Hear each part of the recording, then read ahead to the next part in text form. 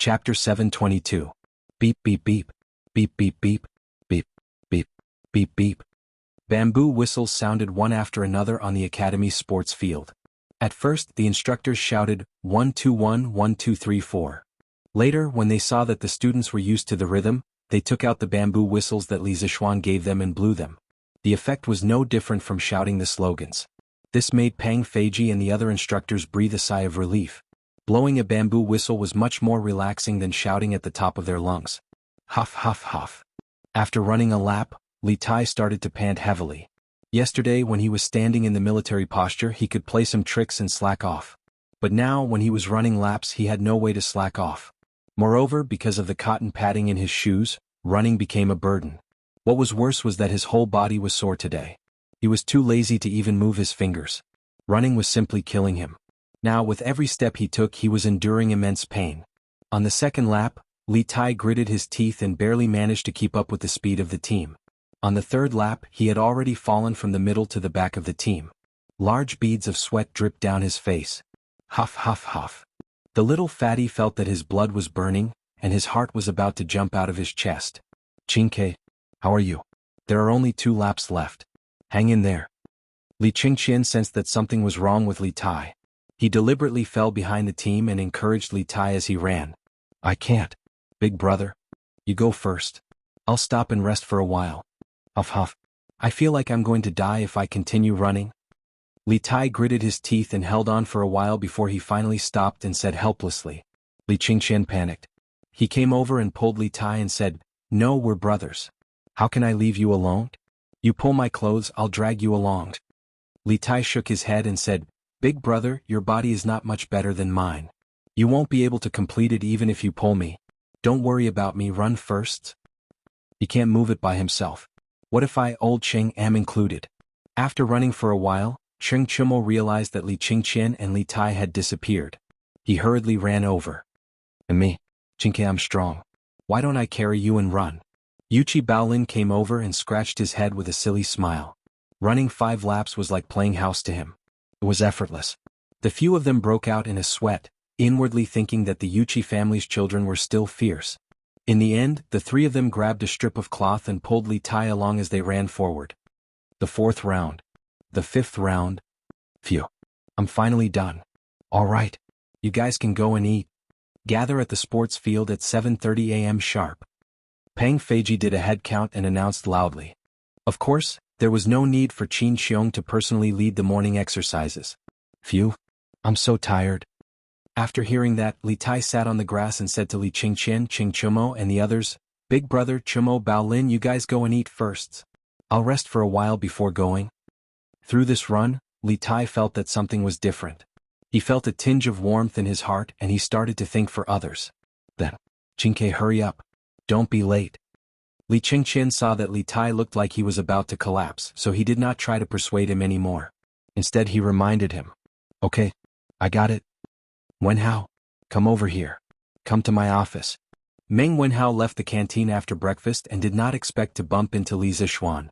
He saw Li Zishuan waving at him and instructing him. Yes, Yamacho. Meng Wenhao did not know why Li Zishuan was looking for him, but he saw that there was still about half an hour before the military training began, so he agreed. After a while, the 2 of them arrived at the principal's office, on the 10th floor of Guanghua building. Have a seat. Li Zishuan pointed at the sofa opposite him and smiled. Thank you, Yamacho. Meng Wenhao walked over and carefully sat down as he said. I heard that you had chest pains last night, Wenhao. Are you all right? Although military training is important, don't force yourself when there's something wrong with your body. Li Zishuan smiled slightly. Meng Wenhao was stunned. After a while, he smiled bitterly and said, Iron Egg was the one who told Yamacho, right? Iron Egg was just being nice, don't have any other thoughts. Li Zishuan could not help but say. This matter was indeed told to him by Bruiser after he finished his morning exercise. Li Zishuan still valued Meng Wenhao as a student. Moreover, symptoms like angina could be serious or minor. If it wasn't handled properly, it could be fatal. Li Zishuan had no choice but to pay attention to it. Meng Wenhao hurriedly waved his hand and said, Yamacho, you misunderstood. I know that Iron Egg was being nice and I don't have any other thoughts. Then how are you now? Do you want me to give you 2 days off and let you go back to Chang, and to see a doctor? If it were Li Tai hearing this, he would definitely nod and even shamelessly ask Li Zixuan for a few more days off. But Meng Wenhao was not Li Tai. No, thank you, Yamacho, for your kindness. I just had chest pains last night, but it's nothing serious now. Are you really okay? Li Zixuan asked suspiciously. Meng Wenhao said with a serious face, I'm really okay. Okay then. If there's anything you can tell me at any time. Don't force yourself. Okay. Meng Wenhao nodded and got up to leave. He hesitated for a moment and said, Yamacho, I have something to ask. I don't know if it's convenient for you to tell me. Li Zixuan said without thinking, asks? I want to know, Yamacho, do you know the latest news of the fleet going south? Li Zixuan suddenly said, Wenhao, are you worried about your father? Meng Wenhao nodded.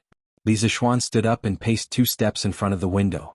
He said, as far as I know, half a month ago the imperial court did receive news from the fleet going south. The letter said that the fleet had arrived in Jinla and would return in a few days. Moreover, there were very few casualties in the fleet this time. Wenhao, you don't have to worry. It's estimated that in half a month the prince and the others will be back. Meng Wenhao bit his lips and suddenly said, But last night, I dreamed that my father was covered in blood. I always have a bad feeling. Yamacho, do you know the latest news of the fleet? I'm very worried. Looking at Meng Wenhao, who was holding back his tears, Li Zixuan felt a little uncomfortable. At the same time, he felt a sense of foreboding in his heart. He secretly hoped that the fleet going south did not have any accidents. As the saying goes, dreams and reality are the opposite. Wenhao, you don't have to worry too much. Recently, I will also find a way to help you inquire about the fleet going south. Although he was worried in his heart, Li Zixuan comforted him. Chapter 723.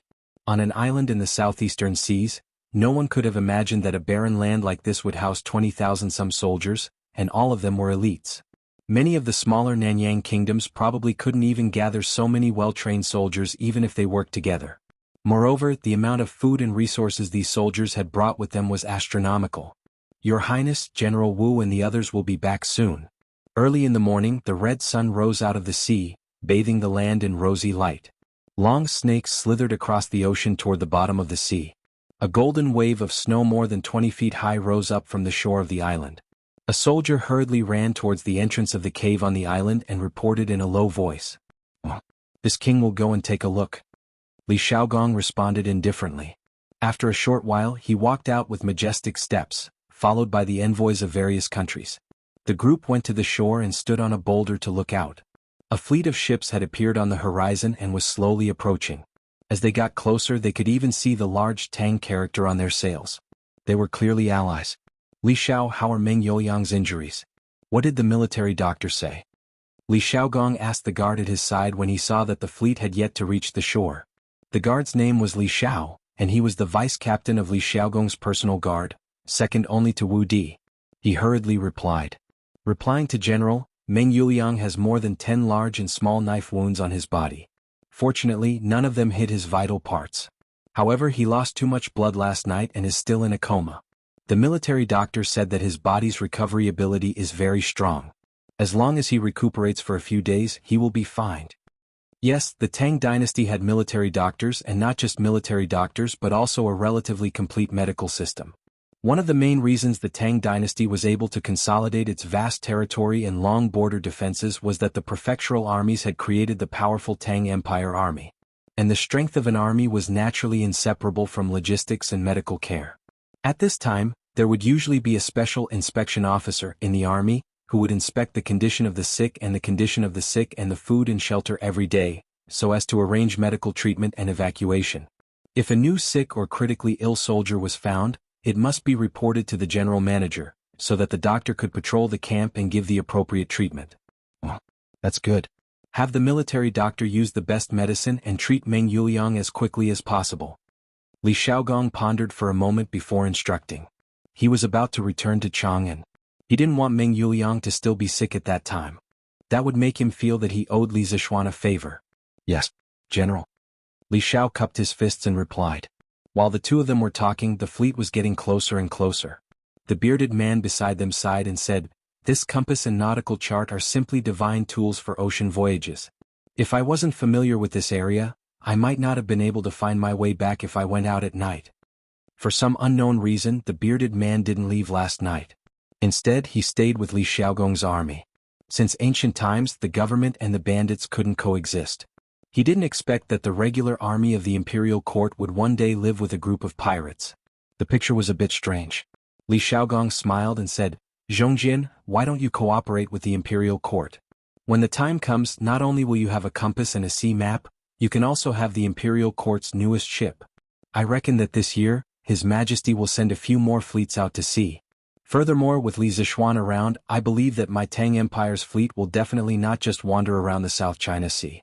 There are endless possibilities in the future." The bearded man's personal strength was definitely one of the best among the generals of the Tang Empire. Li Xiaogong had always been unconventional when it came to talents. Previously, he had even recommended many Sui or Wagong generals who had surrendered to the Tang Empire to Li Er. Thus, more than half of the court officials were willing to submit to him. This was also one of the reasons why Li Xiaogong's reputation in the imperial court was so high. Furthermore, Li Xiaogong had a very accurate grasp of the human heart. Clearly, he could see that the bearded man's blood was filled with adventurous genes. Thus, he didn't promise him a high position or endless wealth. Instead, he used the vast ocean as a temptation to make the bearded man accept his olive branch. Oh, the bearded man's eyes lit up.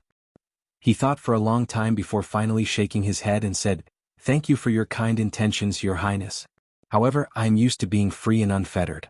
I can't stand those rules and can't stand being controlled by others, so, hee. Zhongjian, don't be in such a hurry to come to a conclusion. His Majesty is a wise sovereign and will definitely give you the greatest freedom. His Majesty has always been the most tolerant of talents. Haven't you seen how Wei Xuanqing often bluntly admonishes His Majesty and makes him flee?" Before the bearded man could finish speaking, Li Xiaogong waved his hand and continued his bewitching speech. The bearded man fell into deep thought and remained silent. At this moment, the fleet was approaching. Wu Di boarded a small boat and walked over to Li Xiaogong. "Your Highness, this general was incompetent. After searching the surrounding waters for an entire night, I was still unable to find any trace of those pirates. Your Highness, please punish me." Li Xiaogong looked at the tired Wu Di and waved his hand. "It's not your fault.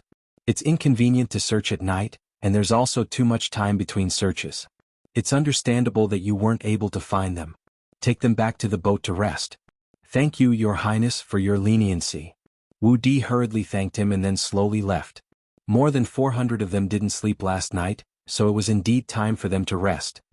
"Your Highness, do you want me to send a letter to our king to help you arrest these hateful pirates?" After Wu Di left, the Jinla envoy next to Li Xiaogong muttered. After listening to the translation, Li Xiaogong was about to refuse when the envoys of other countries rushed to shout, "Funan country is willing to help the Tang Empire eliminate the pirates. Piao country is also willing to help the Tang Empire. Dandan country is also willing. Liu country is also willing." Seeing how excited these people were, Li Xiaogong knew what they wanted to say even if he didn't need someone to translate for him. He said loudly, "Thank you for your kind intentions, but this is a matter of the Tang Empire. Let's just wait for the news." After understanding Li Xiaogong's meaning, the envoys quieted down. Li Xiaogong shouted in a deep voice, "Li Xiao! This general is here. Immediately order the fleet to drop anchor and set sail. Destination, One Nation." Li Xiao was dumbfounded. He didn't expect Li Xiaogong to be so bold.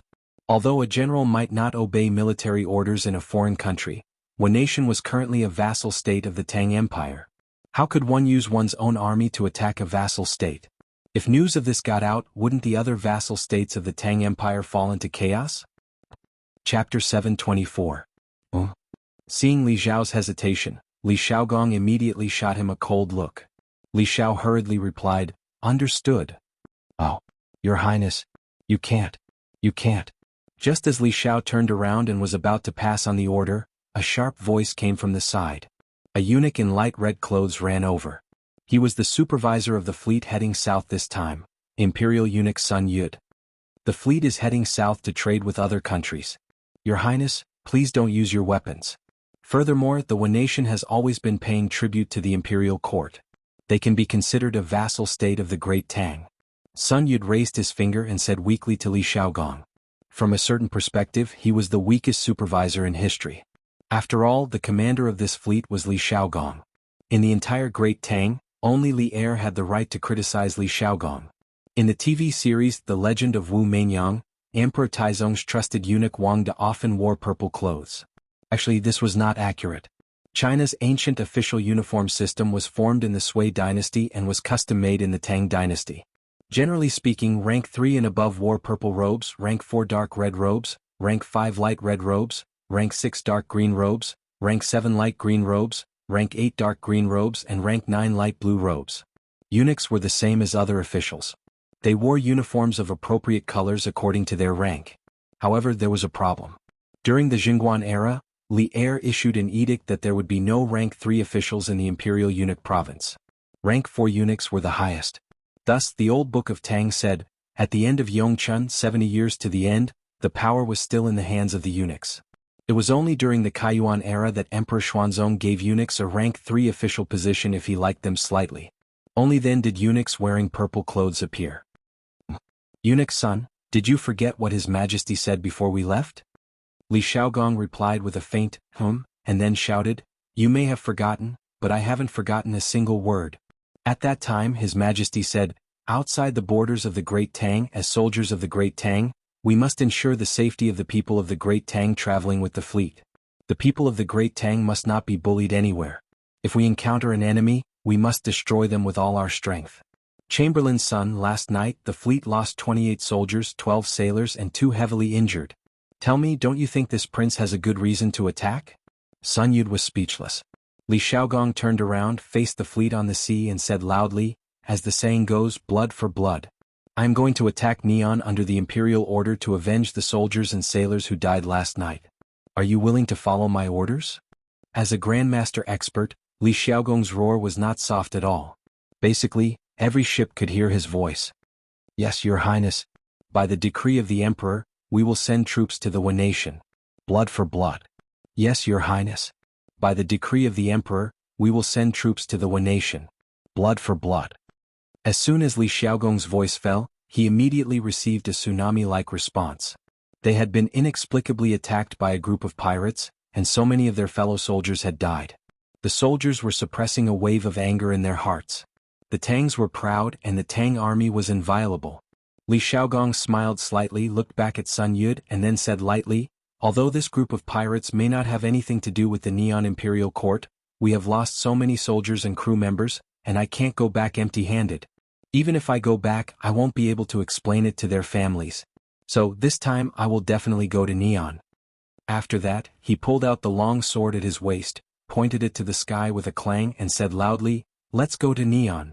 Sun Yud's face turned red. He wanted to refute but there was nothing he could do. He didn't dare to refute. The soldiers in front of him were blinded by hatred. They only had revenge and killing in their eyes.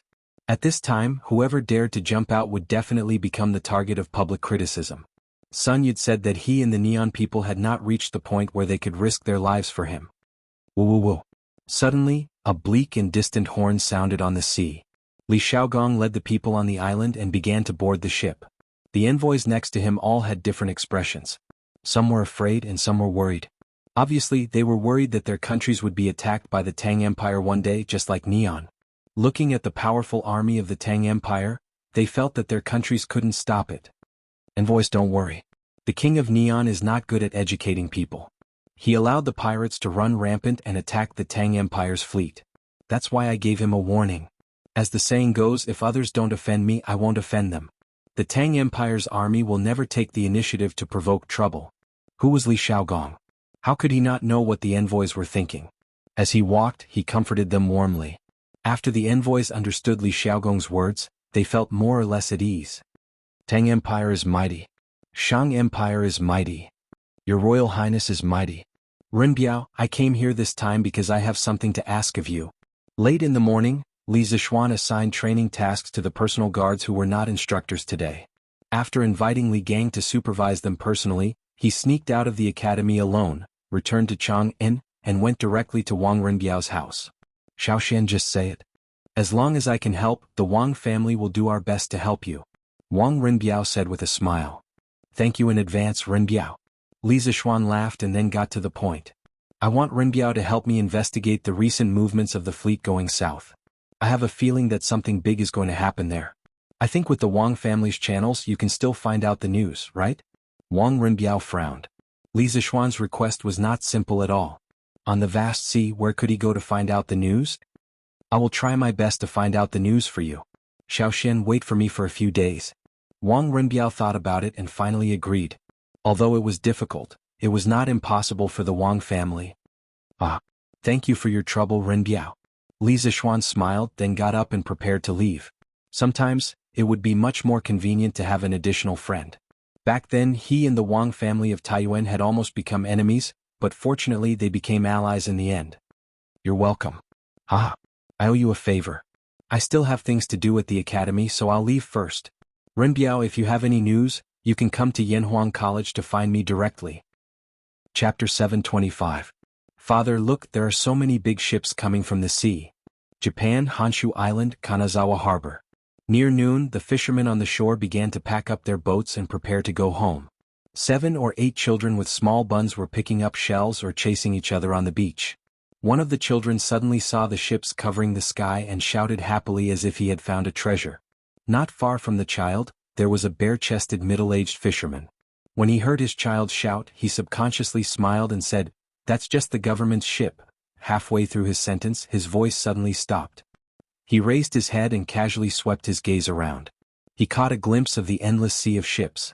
Clearly, a fleet of this scale was not something that the local government could possess. Is this the imperial court's ship? The other fishermen also noticed the abnormality and began to guess. No. It's not the imperial court's ship, it's not the imperial court's ship. It's the Tang Empire's army is here. Run. After a sharp-eyed fisherman saw the big Tang character on the sail of the ship, his face was suddenly full of horror. He pulled his child and ran back. It should be noted that in ancient times, the Japanese people only had their own national language and did not have their own writing. Later, the Han culture was introduced to Japan, and the cultured Japanese began to write in Han. After the middle of the 5th century AD, the Japanese people created a way to write Japanese using Chinese characters as interlocutory symbols. After the 8th century, this method of using Chinese characters as interlocutory symbols has been widely adopted. In other words, although the Japanese at this time used characters similar to Chinese characters, the pronunciation was their own country's pronunciation, and many people knew some Chinese characters. It's really the Tang Empire's army, my God. What did we do wrong? We actually attracted so many Tang Empire's army. Let's run. If you don't run now, you won't be able to run anymore. In the blink of an eye, the crowd on the coast all scattered and fled. Some people didn't even take the fishing gear on their fishing boats and ran away. Oh. With the sound of a horn, the huge fleet began to dock. Li Xiao opened the way in front. After Li Xiaogong got off the boat, he quickly bowed and said, "Your Highness will reach Feiniao City, the capital of Wu Nation, 80 miles east from here. However, there are so many of us. We'll definitely meet the local armies of Wu Nation on the way." Li Xiaogong sneered. "A mantis trying to stop a chariot, what's the points? How's Wu Di doing?" "Your Highness, I'm fine." Wu Di hurriedly ran over and cupped his fists. "Oh. I will leave you with 8,000 elites to guard the ships at the harbor. If anything happens to the ships, you will be punished according to military law." Li Xiaogong ordered solemnly with a straight face. Other than the possibility that he would be impeached, he was also taking other risks. His fleet was carrying a large amount of supplies, including the Great Tang's future food supplies. If they were stolen, the fleet that had mobilized the entire country to send south would truly end up empty-handed. Li Xiaogong could not tolerate such a situation. "This general obeys. Your Highness, please be at ease." This general swears to hand over the goods on the ship. However, this general feels that 5,000 soldiers will be enough. Your Highness is precious, and you must be careful in Wu Nation. Although Wu Di was somewhat regretful that he had been assigned to guard the fleet, he still cupped his fists and accepted the order. Li Xiaogong waved his hand and said, 8,000 it is. Even if this king doesn't bring a single soldier, I'd like to see if the Wu Nation dares to attack this king. All you need to do is lead the army here and guard the supplies. After saying this, he turned to Li Xiao and sternly ordered, "Organize the army and set out for Feiniao City." This general obeys. All soldiers of the 3 armies assemble. The construction of Japan's capital had begun during the Feiniao era. When Emperor Goku was elected, the capital was set at Feiniao City, located in the southern part of the Nara Basin. Emperor Tenzi's capital was moved to Dajin City, located about 40 kilometers north of Feiniao City. When the Chu were burned, the pitiful land was scorched. During the rebellion of Ren and Shen, Dajin City was destroyed in the flames of war. When Emperor Takeda was on the throne, the capital was moved to Fujiwara City, located in the Nara Basin, surrounded by the three mountains of Yamato. Fujiwara City adopted the chessboard-like neighborhood structure of China's ancient cities for the first time. It was considered the first capital city in Japan's history. Many scholars later called Fujiwara City the first capital city of Japan, not because the previous city was surrounded by wilderness, but because Fujiwara City adopted the chessboard-like neighborhood structure of China's cities for the first time. It was the result of Tang Feng's influence. At this time, Japan no Nation was in the Feinio era and Emperor Goku was in power. She was the first female emperor of Nation. At the same time, she was the 33rd emperor of Nation. From the first Emperor Shenwu to the 14th Emperor Zhong Ai, these 14 emperors couldn't be confirmed in history. They were probably fictional characters created by Koji and Nihon Shoji to complete the transition from the Shenwu era to the human era. Empress Shigong, who filled in the 70-year history between Emperor Zhong Ai and Emperor Yingxin, also couldn't be said to be a real existence. Therefore, the 15th Emperor Yingxin, who had a more real existence, should be the real ancestor of the Japanese emperors known as the Wanshi lineage. Besides, strictly speaking, the previous emperors could only be considered kings. The title of emperor was coined by Prince Shingda of the Feinio dynasty. Your Highness. There are sounds of horse hooves ahead. The army advanced for about 5 kilometers. Li Xiao's expression changed and he quickly stopped in his tracks and said to Li Xiaogong. Okay. Li Xiaogong looked ahead and narrowed his eyes slightly. He let out a faint okay, and then ordered, "Get into formation and prepare to meet the enemy." "Yes, sir." Li Xiao responded, turned around and shouted, "Get into formation and prepare to meet the enemy." Boom. The army dispersed, and the soldiers pulled out their modeo and stared ahead fiercely. After drifting on the sea for several months, their big swords were already thirsty. Dong dong dong. After a while the sound of horse hooves got closer and closer. Looking into the distance, they could see a cavalry of more than 1,000 people running toward them. A small country actually has cavalry too? Interesting. Generally speaking, infantry had a natural disadvantage against cavalry. However, Li Xiaogong didn't look nervous at all. Instead, he even had the time to gossip, making people feel that he wasn't here to fight but to enjoy the scenery. Ah, they're just a bunch of shrimp soldiers and crab generals. How can they be a match for the Tang army? The bearded man laughed as he held a 3-feet-long broadsword that was similar in shape to the green dragon crescent blade. Chapter 726. Harumph. I am the county magistrate of Sichuan County, Hino Akai. May I ask what is the purpose of your visit? More than 1,000 cavalrymen galloped over. Then a mustached Japanese man in an official uniform jumped off the horse. He saw that Li Xiaogong was the leader of the army, so he came over and saluted him. Li Xiaogong narrowed his eyes and listened to his subordinate's translation. He said lightly, I am the county magistrate of Hejin of the Tang Empire. I have something to discuss with the Queen of Higu. You are just a little county magistrate. Do you think you can stop me? The county magistrate in Japan was called a county magistrate, which was similar to the county magistrate of the Tang Empire. 10 years ago, Crown Prince Shingda advocated for the Japanese people to call their ruler the emperor. Hino Akai's expression changed when he heard Li Xiaogong call him the Queen of Higu instead of the Emperor of Higu. He gritted his teeth and stepped forward. Oh, it is the county magistrate of Shanghua. However, if your highness wants to see the emperor, please let these soldiers stay here. I will personally escort you to Feinio City. Umph, bastard. Do I need you to teach me how to do things? Also, who allowed your king to call himself the emperor? Li Xiaogong was furious and reprimanded him. This, Hino Akai opened his mouth and his face turned pale. He was both embarrassed and angry. In the end, he clenched his fists and said, The Nation has been paying tribute to the Tang Empire every year. I'm afraid it's not right for your highness to bring tens of thousands of soldiers here. Li Xiaogong clasped his hands behind his back and looked at Hino Akai expressionlessly. A moment later he said in a deep voice. After a while he said, So, you want to stop me? As soon as he said this, the 10,000 soldiers behind him immediately clenched the mo swords in their hands. The situation in the field became somewhat tense. Your Highness, this is my duty. I can't let you bring such a large army through Sichuan County. Hino Akai forced himself to bow and said, Ah, do you think an old, weak, sick and disabled person like you can stop me? Li Xiaogong was so angry that he laughed. He pointed at the army behind Hino Akai and mocked him. Just as Hino Akai was about to retort to save his face, Li Shaogong waved his hand and ordered, "Continue marching. This king is following the emperor's orders. Whoever dares to stop us, kill them. Nothing. Pardon. Kill, kill, kill." The army suddenly took 3 steps forward and let out 3 roars. Killing intent filled the air, and their auras were like rainbows. Hino Akai couldn't help but take 3 steps back. Not only him but the cavalry behind him also retreated. To be precise, the cavalry's horses were frightened by the battle cries. "Benwang will ask you one last time. Are you going to move or not?" Li Shaogong asked coldly. In fact, he didn't want to waste time in front of this group of shrimp soldiers and crab generals. That was why he repeatedly gave Hino Akai chances. But Hino Akai thought that Li Shaogong was scared and that Li Shaogong was just trying to scare him. He swallowed his saliva and straightened his neck. "This is my duty, I can't." Clang. Swoosh. Before he could finish his sentence, Li Shaogong had already lost his patience. He pulled out his sword and chopped off Hino Akai's head. The Japanese army was shocked. A slightly shorter general pointed at Li Shaogong and stammered, You. Li Shaogong was furious. "Li Shao, I will give you 800 men. Charge." "Yes, sir." Li Shao replied excitedly. He then picked a group of men and charged forward. Similarly, he didn't care about the short Japanese in front of him. "Baka.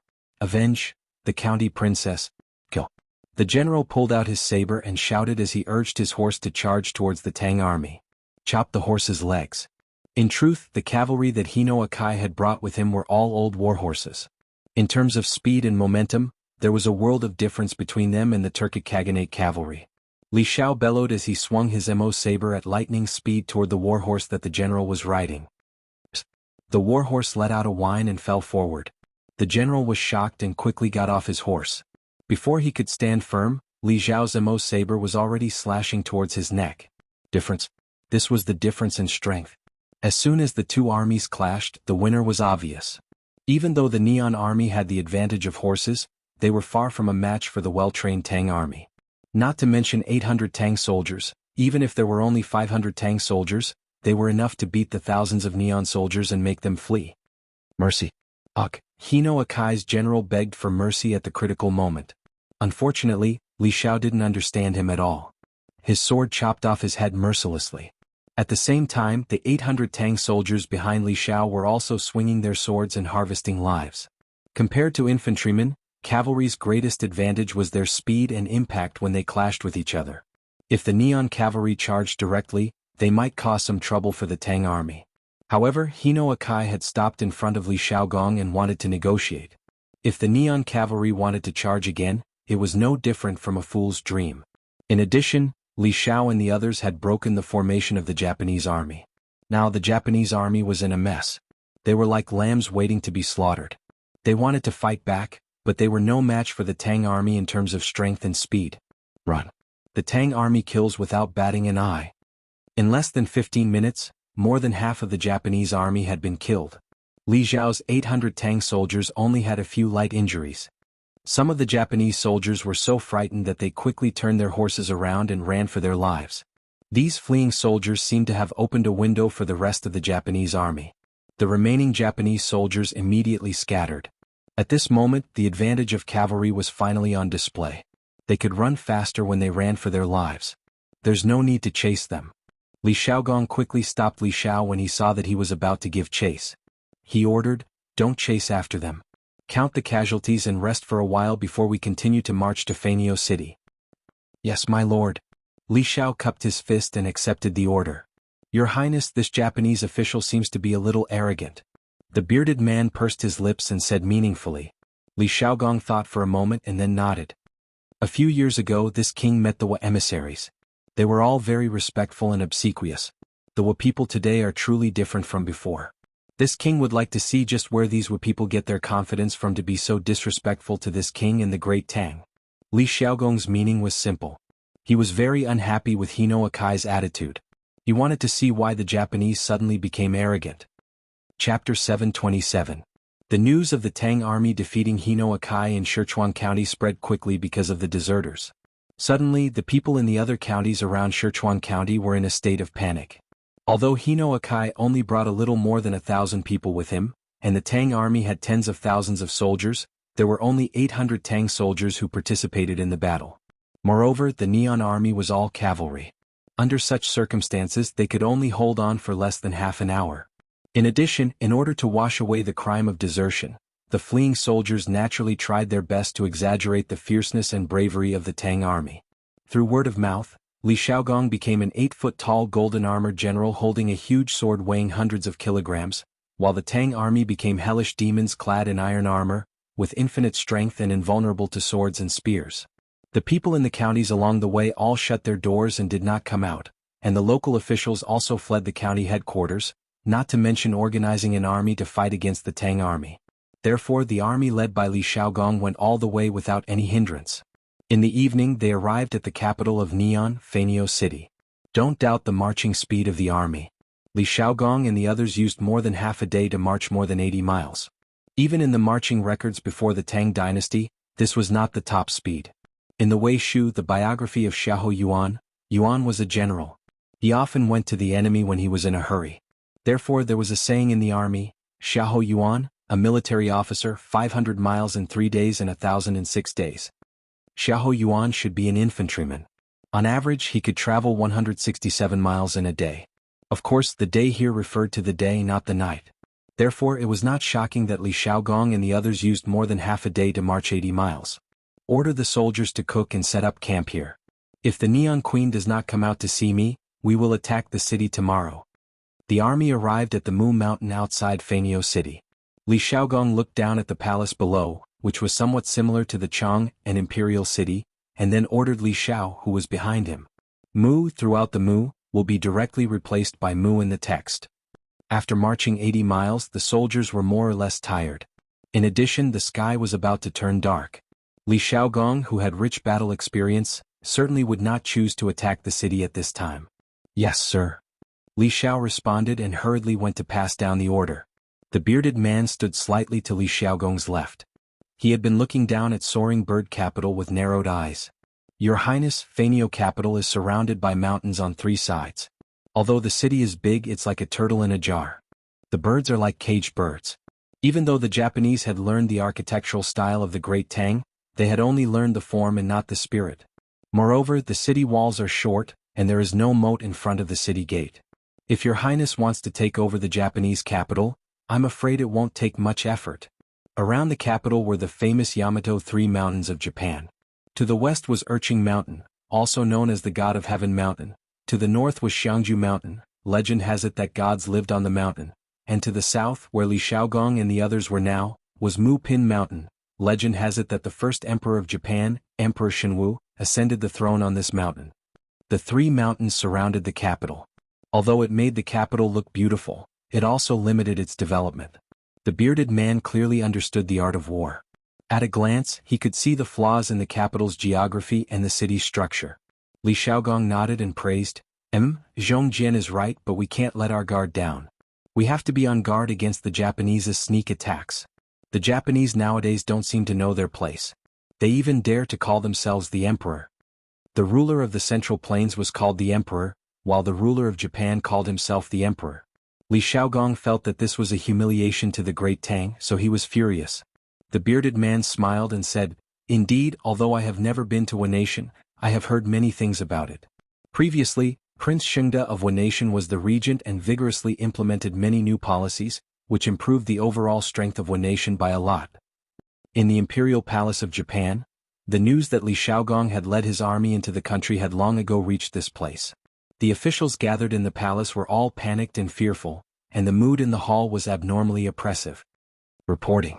Your Majesty, the Tang army has already reached the outskirts of the city and is setting up camp on Mu Pin Mountain. At this moment, a soldier entered the hall and bowed to the dignified woman in golden attire sitting at the head of the table. But the officials in the hall were all shocked. Ever since the coup more than 30 years ago, Fanio City had always been peaceful. Now that the Tang army had suddenly arrived, everyone was caught off guard. The Tang army has arrived at the city. It is said that their leader is a duke of the Great Tang. Does anyone have a plan to deal with this? An old but sonorous voice came from the throne. It was Empress Gu who had spoken. 35 years ago, the head of the most powerful family in Japan, the Suo clan, Suo Matsi, although there was the word Matzi in his name. This person was a man, sent an assassin to assassinate Emperor Chongjun, who was supported by him at that time. Then he supported the 39-year-old Empress Ida as the empress, who was now the 74-year-old Empress Tugu. In the early days of the Tugu dynasty, the actual rulers of Japan had always been Empress Tugu's nephew, Crown Prince Shingda and Suo Matsi. 5 years ago, Crown Prince Shingda passed away, and the imperial power gradually began to fall into the hands of Empress Tugu. Last year, Suo Matsi, the head of the Suo clan, also passed away. Now, Empress Tugu completely grasped the imperial power. Your Majesty, I think we should first find out why the Tang Empire has stepped into our country's territory, and then talk about other things. Not long after Empress Tugu finished speaking, a young man in his late 20s came forward and said, "Well, Big Brother Shanbei's words are reasonable. What do the other officials think?" Empress Tugu thought about it and agreed. This young man was Crown Prince Shingda's son, mountain-back elder brother Wang, and Neon people's names are so strange. He was also the successor chosen by the Emperor of Japan. His ability and knowledge were naturally outstanding, quite similar to his father's style. Your Majesty, I don't agree with Big Brother Shanbei's opinion. While the officials looked at each other, a short young official with a mustache walked out with an arrogant expression. He slightly leaned forward to Empress Tugu and then said, "I think that Japan has been paying tribute to the Tang Empire before, but the Tang Empire did not abide by the agreement and invaded without authorization. This is not putting us in their eyes. This is a good time for us to contact Beach and Goguryeo to resist the Tang Empire together. If we can destroy more than 10,000 troops from the Tang Empire in one fell swoop, Japan will be the well-deserved king of this sea area." Chapter 728. Fenyos City, One Nation Imperial Palace. The person who spoke against it was called Su Wuxia. He was the current head of the Su family and also the son of Su Wu's wife. He had always been at odds with his brother, the king of Mountain Back. He was also very arrogant. Of course, as the head of the Su family, the richest family in Japan, he had the right to be arrogant. As soon as Su Wuxia's arrogant words came out, everyone sucked in a breath of cold air. They secretly thought that he was really bold. In the eyes of the Wan nation, the Tang dynasty at this time was the real heavenly empire. The Tang dynasty was also a good race in their eyes. According to historical records, when the Tang dynasty's merchants went to Japan to do business, the local Japanese often warmly entertained the Tang dynasty. At night, they would offer their wives, daughters, and sisters to the Tang dynasty in the hope of giving birth to a son or a daughter. However, this behavior was only done in a small number in the Tang dynasty. In the Song dynasty, borrowing seeds began to become a custom. But now, Su Wuxia actually wanted to attack the Tang dynasty's army. This made many ministers feel that it was absurd. Absolutely not. The big brother Wang hurriedly stepped forward and said, "Your Majesty, Su Wuxia's method is simply disregarding the life and death of the Wan nation. Let's not talk about whether we can defeat the more than 10,000 Tang army outside. Even if we do, we will only incur the infinite anger of the Tang Emperor. Don't doubt, with the character of the current Tang Emperor, once he gets angry, the Wan nation will definitely be in danger of being destroyed. Your Majesty and ministers, please think twice. You're really greedy for life and afraid of death. The Tang Empire's army is only 10,000, while our Fenyos city has 80,000 elites. How can we not defeat the Tang Empire's army?" Su Wuxia stepped out of the crowd and glanced contemptuously at the big brother Wang. Then he arrogantly said, "You're afraid before the battle. Big brother Wang, you're not worthy of being the descendant of Crown Prince Shingda. Moreover, according to the intelligence, the Tang Empire not only has an army, but also thousands of warships and countless provisions. If we swallow these warships and provisions, even if the Tang Emperor gets angry in the future and attacks us, will the Wan nation still be afraid of the Tang Empire?" As soon as his words fell, the hall fell into silence, but some people's hearts were not calm. "Your Majesty, Su Wuxia is right. I think this plan is feasible." "I also think that this plan is feasible." The Suo family's influence in the imperial court, coupled with the fact that there was indeed a group of radical ministers, caused many voices of agreement to appear in the main hall. The big brother Wang on the mountain back was anxious and quickly retorted, "Have you all forgotten the confrontation between the Tang army and the local army in Sichuan County? 800 Tang soldiers easily defeated more than 1,000 defenders of Sichuan County at the cost of 0 casualties. With such strength, it would be harder for us to win than to reach the heavens. Even if they win, the Wan nation will be greatly damaged because of this. They will no longer be able to deal with the anger of the Emperor of the Tang Empire, so please think twice." Moreover, the current situation has not reached the point where it cannot be eased. As long as we clarify the purpose of the Tang Emperor's visit and make some concessions in some aspects, the Tang Emperor will be willing to withdraw his troops. Eldest brother Wang on mountain back represented the previous Crown Prince Shengda's faction, so there were many officials in the court who supported him. Moreover, his opinion was very much in line with the thoughts of the old conservative officials, so there were immediately echoes of agreement in the court. Your Majesty, I think what Brother Shanbei said is reasonable. Your Majesty should prioritize the Wen nation and not act on impulse. I second the motion. Of course, there were still many officials who did not speak. They did not help either side. Obviously, even if Crown Prince Shengda and Su's wife had passed away, there were still 3 factions in the court of Wen nation. However, at this time, the power of the Empress Dowager was greater. After all, the influence of the living was still slightly higher. Cough. Seeing the 2 sides arguing endlessly in the court, the Empress Dowager coughed dryly, and the hall immediately quieted down. Then she slowly glanced at the officials in the court and said, "What you 2 said is reasonable, but I think it is not appropriate for us to confront the Tang army head-on at the moment. Since the Tang army has camped outside the city and has not immediately attacked, it means that there is still room for negotiation. Therefore, we can send a messenger to ask the Commandery Prince of the Tang Empire why he is here, and then we can make a decision. If we can invite the Commandery Prince of the Tang Empire to the Imperial Palace, of course, it would be best." Yes, the Empress of Wen nation was the same as the Emperor of China, calling herself I. In fact, it was not only this. The titles of Empress, Empress Dowager, and Crown Prince of the East Palace were the same in Wen nation as in the Tang Empire. It was mainly because the ancient Wen nation admired China's culture very much.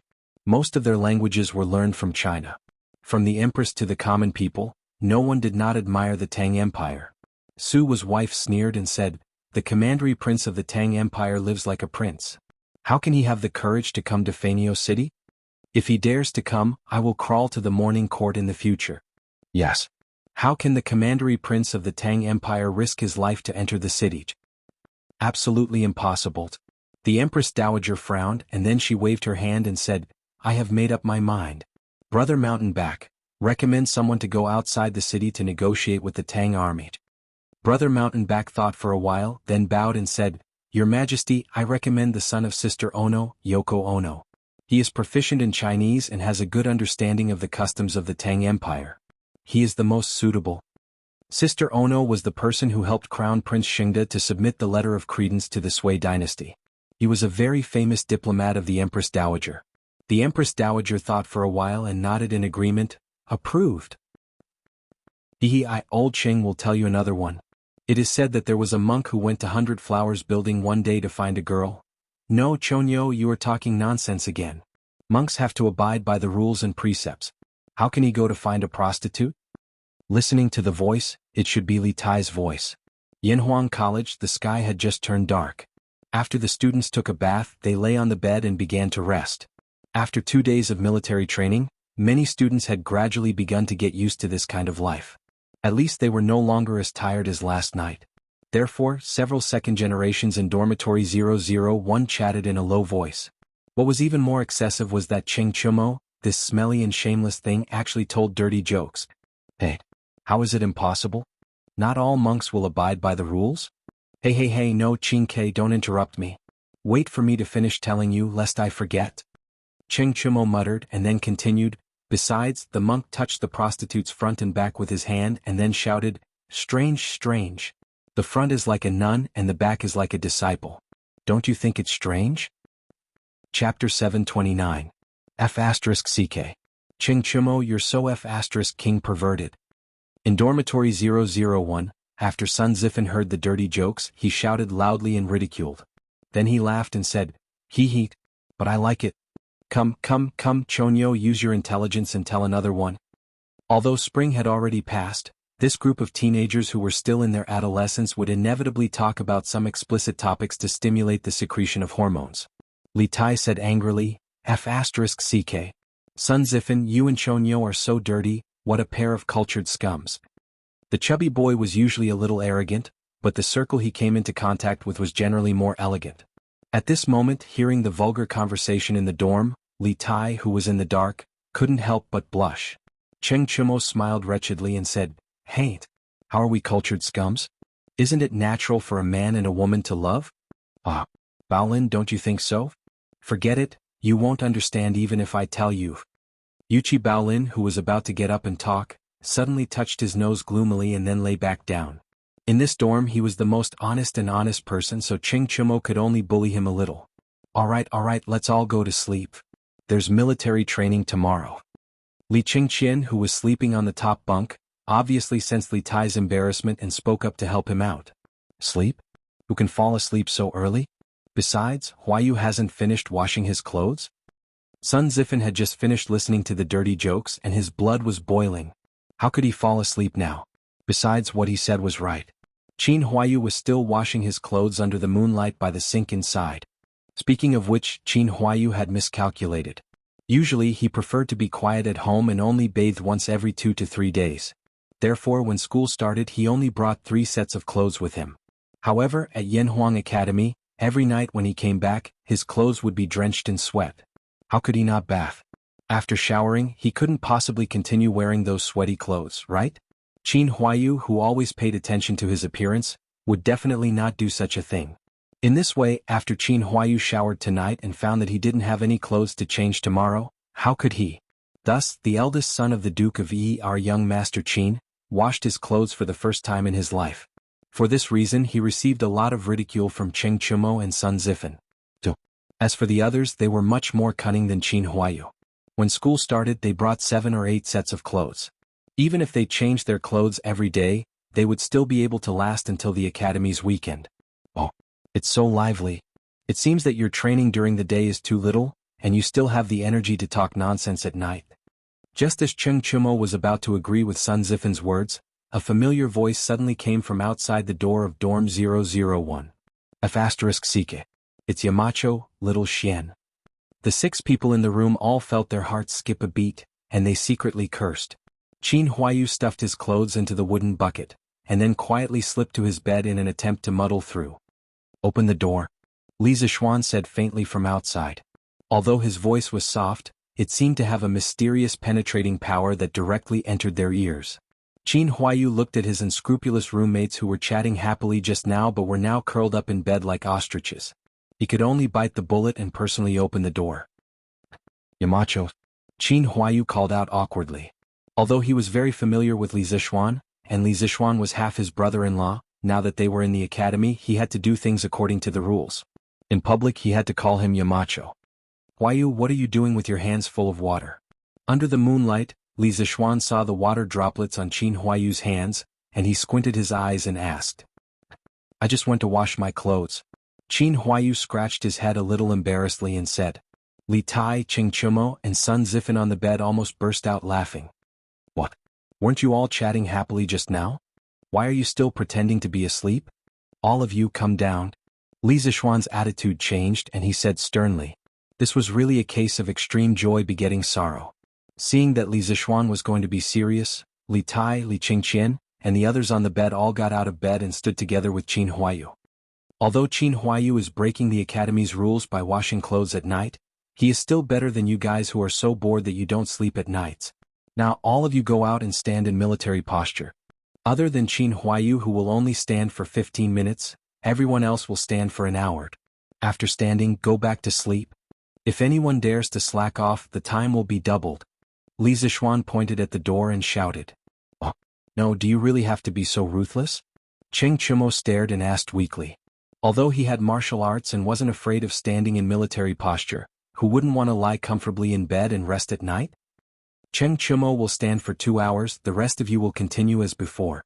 Li Zishuan looked at this joker indifferently and said casually. You. Cheng Chumo almost vomited blood.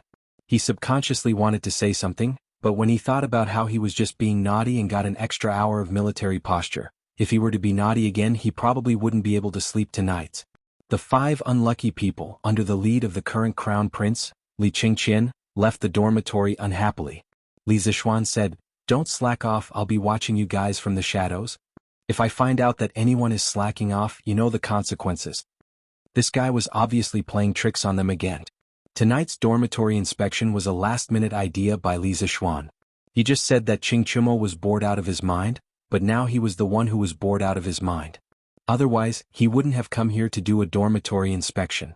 After Li Zixuan and the others left, Li Zixuan began to slowly go to the other dormitories to visit. When he was in high school, he was often visited by the teachers.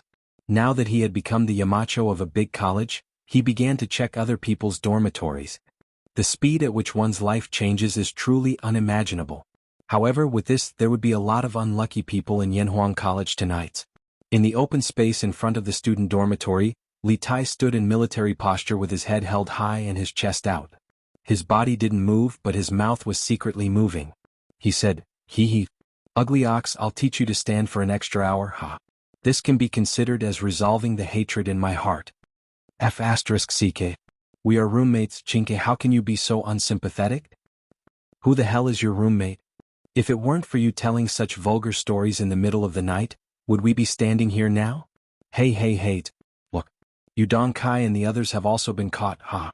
Could it be that they haven't slept yet? Ah, isn't that Xiaoka? TSK. It's so lively tonight. Chapter 730. Go. Why are you here? In the open space in front of the dormitory, Li Qingqian asked calmly while keeping an eye out for Li Zixuan's surprise attack. Li Ku, who was standing behind him, said gloomily, I went to bed too early last night and didn't even get to know my roommates. I'm not as sleepy as last night, so I wanted to talk to them a little more and get to know them better. In the end, I was caught by the Yamachos. Ku, how long did you guys stand as punishment? Li Tai interrupted. Li Ku said faintly, 1 hour. Oh, so it's only 1 hour. Li Tai was a little disappointed. Look. Another group is here. What the heck, isn't that Meng Wenhao, Iron Egg and the others? Why were they caught too? Cheng Chumo saw another group of people in front of him and shouted excitedly. When he saw who it was, he was shocked. Maybe some of them are washing clothes like Huayu? Sun Zifan couldn't help but laugh. Qin Huayu looked embarrassed, but Cheng Chumo said happily, Hee. Why don't we ask them how long they stand as punishment later? If I had known, I would have gone to wash clothes just now. Damn it, when you guys leave later, I'll have to stand here for another hour. What a scam.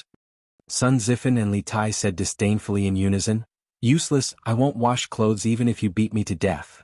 After a quarter of an hour, Li Zixuan walked out of the dormitory slowly, followed by Pang Feiji. At this time, there were nearly 70 to 80 students standing upright in the open space in front of the dormitory.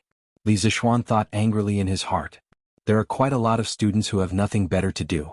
Looks like they're starting to accept the current training volume. I can get Qin Xiong to give them more training tomorrow. Cough. Stop talking. Yamacho is here. Li Qingqian's lips moved slightly as he whispered to the people around him. In fact, he didn't need to say anything. The students standing there were always paying attention to the movements at the door of the dormitory. When Li Zixuan came out, basically all the students immediately stopped their little tricks and stood in a standard military posture. At ease. Li Zixuan walked to the front of the line and shouted. Swoosh. The students thought that Li Zixuan was going to show them mercy. One by one they excitedly took a step forward, but then they heard Li Zixuan's dull voice. Does anyone still remember what the Yanhuang College Student Handbook said? What time do you have to sleep at night? This voice was obviously laced with anger, causing the students to instantly wake up. One by one they pretended to be listless in order to avoid being called out. Ching Chumo, tell me, what time do you have to sleep? Sometimes the thing you don't want the most often happens. Cheng Chumo kept saying in his heart, Don't call me. But in the end he was called out. It was really fate. I forgot. Cheng Chumo scratched his head awkwardly and said weakly. In fact, he didn't forget at all. When the Yanhuang College Student Handbook was given to him, he took it home and never opened it again. Moreover, this guy seemed to be using it to wipe his ass. You forgot? Then you can stand for another 30 minutes later. Li Zixuan said indifferently. Cheng Chumo was just about to say a few words of acceptance speech, when he saw Li Zixuan's slightly dangerous eyes and decisively shut his mouth. Sun Zifan, you answer for Cheng Chumo. Sun Zifan, who was secretly laughing in his heart, immediately felt tragedy. The student handbook had so many pages, how could he spend the time to read it? Yamacho, a student's memory is not very good after leaving the bed. Can you let me go to the dormitory to recall it? After stammering for a long time, this joker finally thought of a perfect answer. Li Zixuan said angrily, You can stand for another hour later. Cheng Chumo couldn't help but laugh out loud. When he saw Li Zixuan looking over, he quickly pursed his lips and held back his laughter. In an instant, his tanned face turned red. Yamacho, I know what time it is. Just when everyone bowed their heads in silence, a voice suddenly sounded in the crowd. Li Zixuan looked over and found that the person who had just spoken was Jia Jiang, who ranked fourth in the entrance exam. Well, whether in ancient times or modern times, teachers would have a deeper impression of students with good grades. As for why this little top student was caught, don't ask. If you ask, it would be like doing laundry. Jia Jiang, then you tell me, Li Zixuan said in a kind tone. He found that he was now more and more immersed in the profession of a teacher. Seeing this, most of the students in the field couldn't help but breathe a sigh of relief. They didn't want to work overtime like Cheng Chumo and Sun Zifan, the two unlucky people. It wasn't until this moment that they realized that lying in bed was more comfortable. Back to Yamacho, the Yanhuang College Student Handbook stipulates that the lights in the dormitory must be turned off at night, and then all students must immediately keep quiet and lie in bed. You are not allowed to walk around at will. That's 9 o'clock in the evening. For modern people, going to bed at this time may be a little early, but in ancient times, it was abnormal not to go to bed at this time. A prodigy was indeed a prodigy. Jia Jiang recited the relevant regulations in the student handbook word for word, and the students couldn't help but look at him in a new light. Well, very good. Jia Jiang, you can go back and rest now. Remember, if you want to do laundry next time, you must finish it before night to avoid being punished again. Li Zixuan nodded and said warmly, Yes, Yamachos. Jia Jiang saluted Li Zixuan in front of everyone's envious eyes, and then prepared to walk back to the dormitory. Perhaps he felt that Li Zixuan's attitude at the moment was not bad. He actually stopped and said, Sir, I accidentally rubbed some grass stains on my clothes today, so the clothes are more difficult to wash. I want to ask if there is a shop selling locust or bath beans in the academy. Otherwise, I will probably be punished the next time I encounter such a situation. Yes. Yamacho, we need locusts. Bath beans are also okay. Jia Jiang's words could be regarded as the hearts of most people. These students basically rarely washed clothes at home. Now that they just started, not to mention that they didn't have any skills, they didn't even have locust or bath beans. How could it be possible to wash it clean without some time? Chapter 731. After hearing Jia Jiang's words, Li Zixuan suddenly understood. He was just wondering why these students were still washing clothes at this hour. It turned out that it was because they didn't have the help of locusts to wash clothes. The earliest ancient people used plant ash as a detergent because it contained potassium carbonate, which could remove the dirt on clothes. According to Cao Gongji, silk was refined with bars as ash. It was made of pure silk and it was made of jade. The jade in this sentence was shell ash, which contained calcium hydroxide. When mixed with plant ash, it could produce potassium hydroxide. When it was immersed in water to wash silk fabrics, it had a chemical reaction with the oil attached to the surface of silk fabrics to produce potassium soap, which could wash silk fabrics clean and bright. Later, the ancient people of the Wei and Jin dynasties began to use locust and bath beans to wash clothes. Locust could produce foam in water and had the ability to remove dirt. Later, Sun Simiao invented a new way to wash clothes. It was to wash the dirty blood on the pig's pancreas, tear off the fatty liver on it, grind it into a paste, add soybean powder and spices, mix it evenly, and dry it in a ventilated place to become bath beans that could remove dirt from clothes. Alright, I got it. However, the military training is a special period, and the conditions will naturally be more difficult. You don't have to pay too much attention to it as long as the clothes don't smell. After the military training, the academy will have everything that should be available. Li Zixuan said lightly. When the academy was first built, there was indeed some space left for shops, but he had been too busy and didn't have time to attract investment, so there was basically no place to spend money in the academy except for the cafeteria. As for whether to make soap or not, it depended on whether he was in the mood. Yes, Yamacho. I understand. Jia Jiang cupped his hands and walked towards the dormitory. Li Zixuan nodded secretly in his heart. He thought that although this child looked a bit fierce, his temperament and knowledge were not bad. Men in the end still relied on talent and knowledge. In ancient times, there were many famous people who were ugly but eventually became successful. Attention! After Jia Jiang left, Li Zixuan shouted loudly and then said, Start to stand in military posture. Peng Feiji, you supervise them. If anyone's actions are not standard or secretly lazy, give them extra time. Do you understand? Peng Feiji wiped the sweat off his forehead. There was a crown prince and 2 princes here. But Li Zishuan asked him to spy on them. Wasn't this asking for his life? Yes. I understand now. Under Li Zishuan's pressure, Pang Feiji quickly agreed. Li Zishuan nodded in satisfaction and said, From tomorrow night onwards, you and the other instructors must check the dormitories one by one. If you find anyone who has violated the rules, you will be punished the same way as today. You are not allowed to sleep until midnight, do you understand? Yes. Yamacho. Pang Feiji felt bitter. They were actually quite tired as instructors during the day, but now that they were writing they had less time to rest. Thousands of miles away in Wanation on the Mupan mountain outside Fanyo City. Prince, the king of Wanation has sent an envoy. He is now outside the camp. Do you want to see him?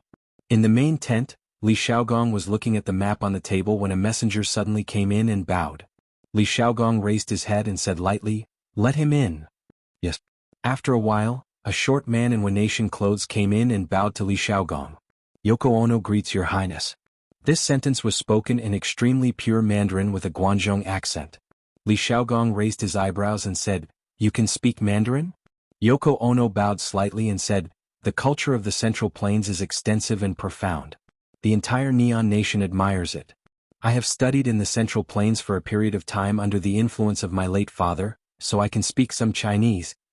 In 607 AD, the first government mission sent by Japan to China's Sui dynasty finally arrived in Luoyang.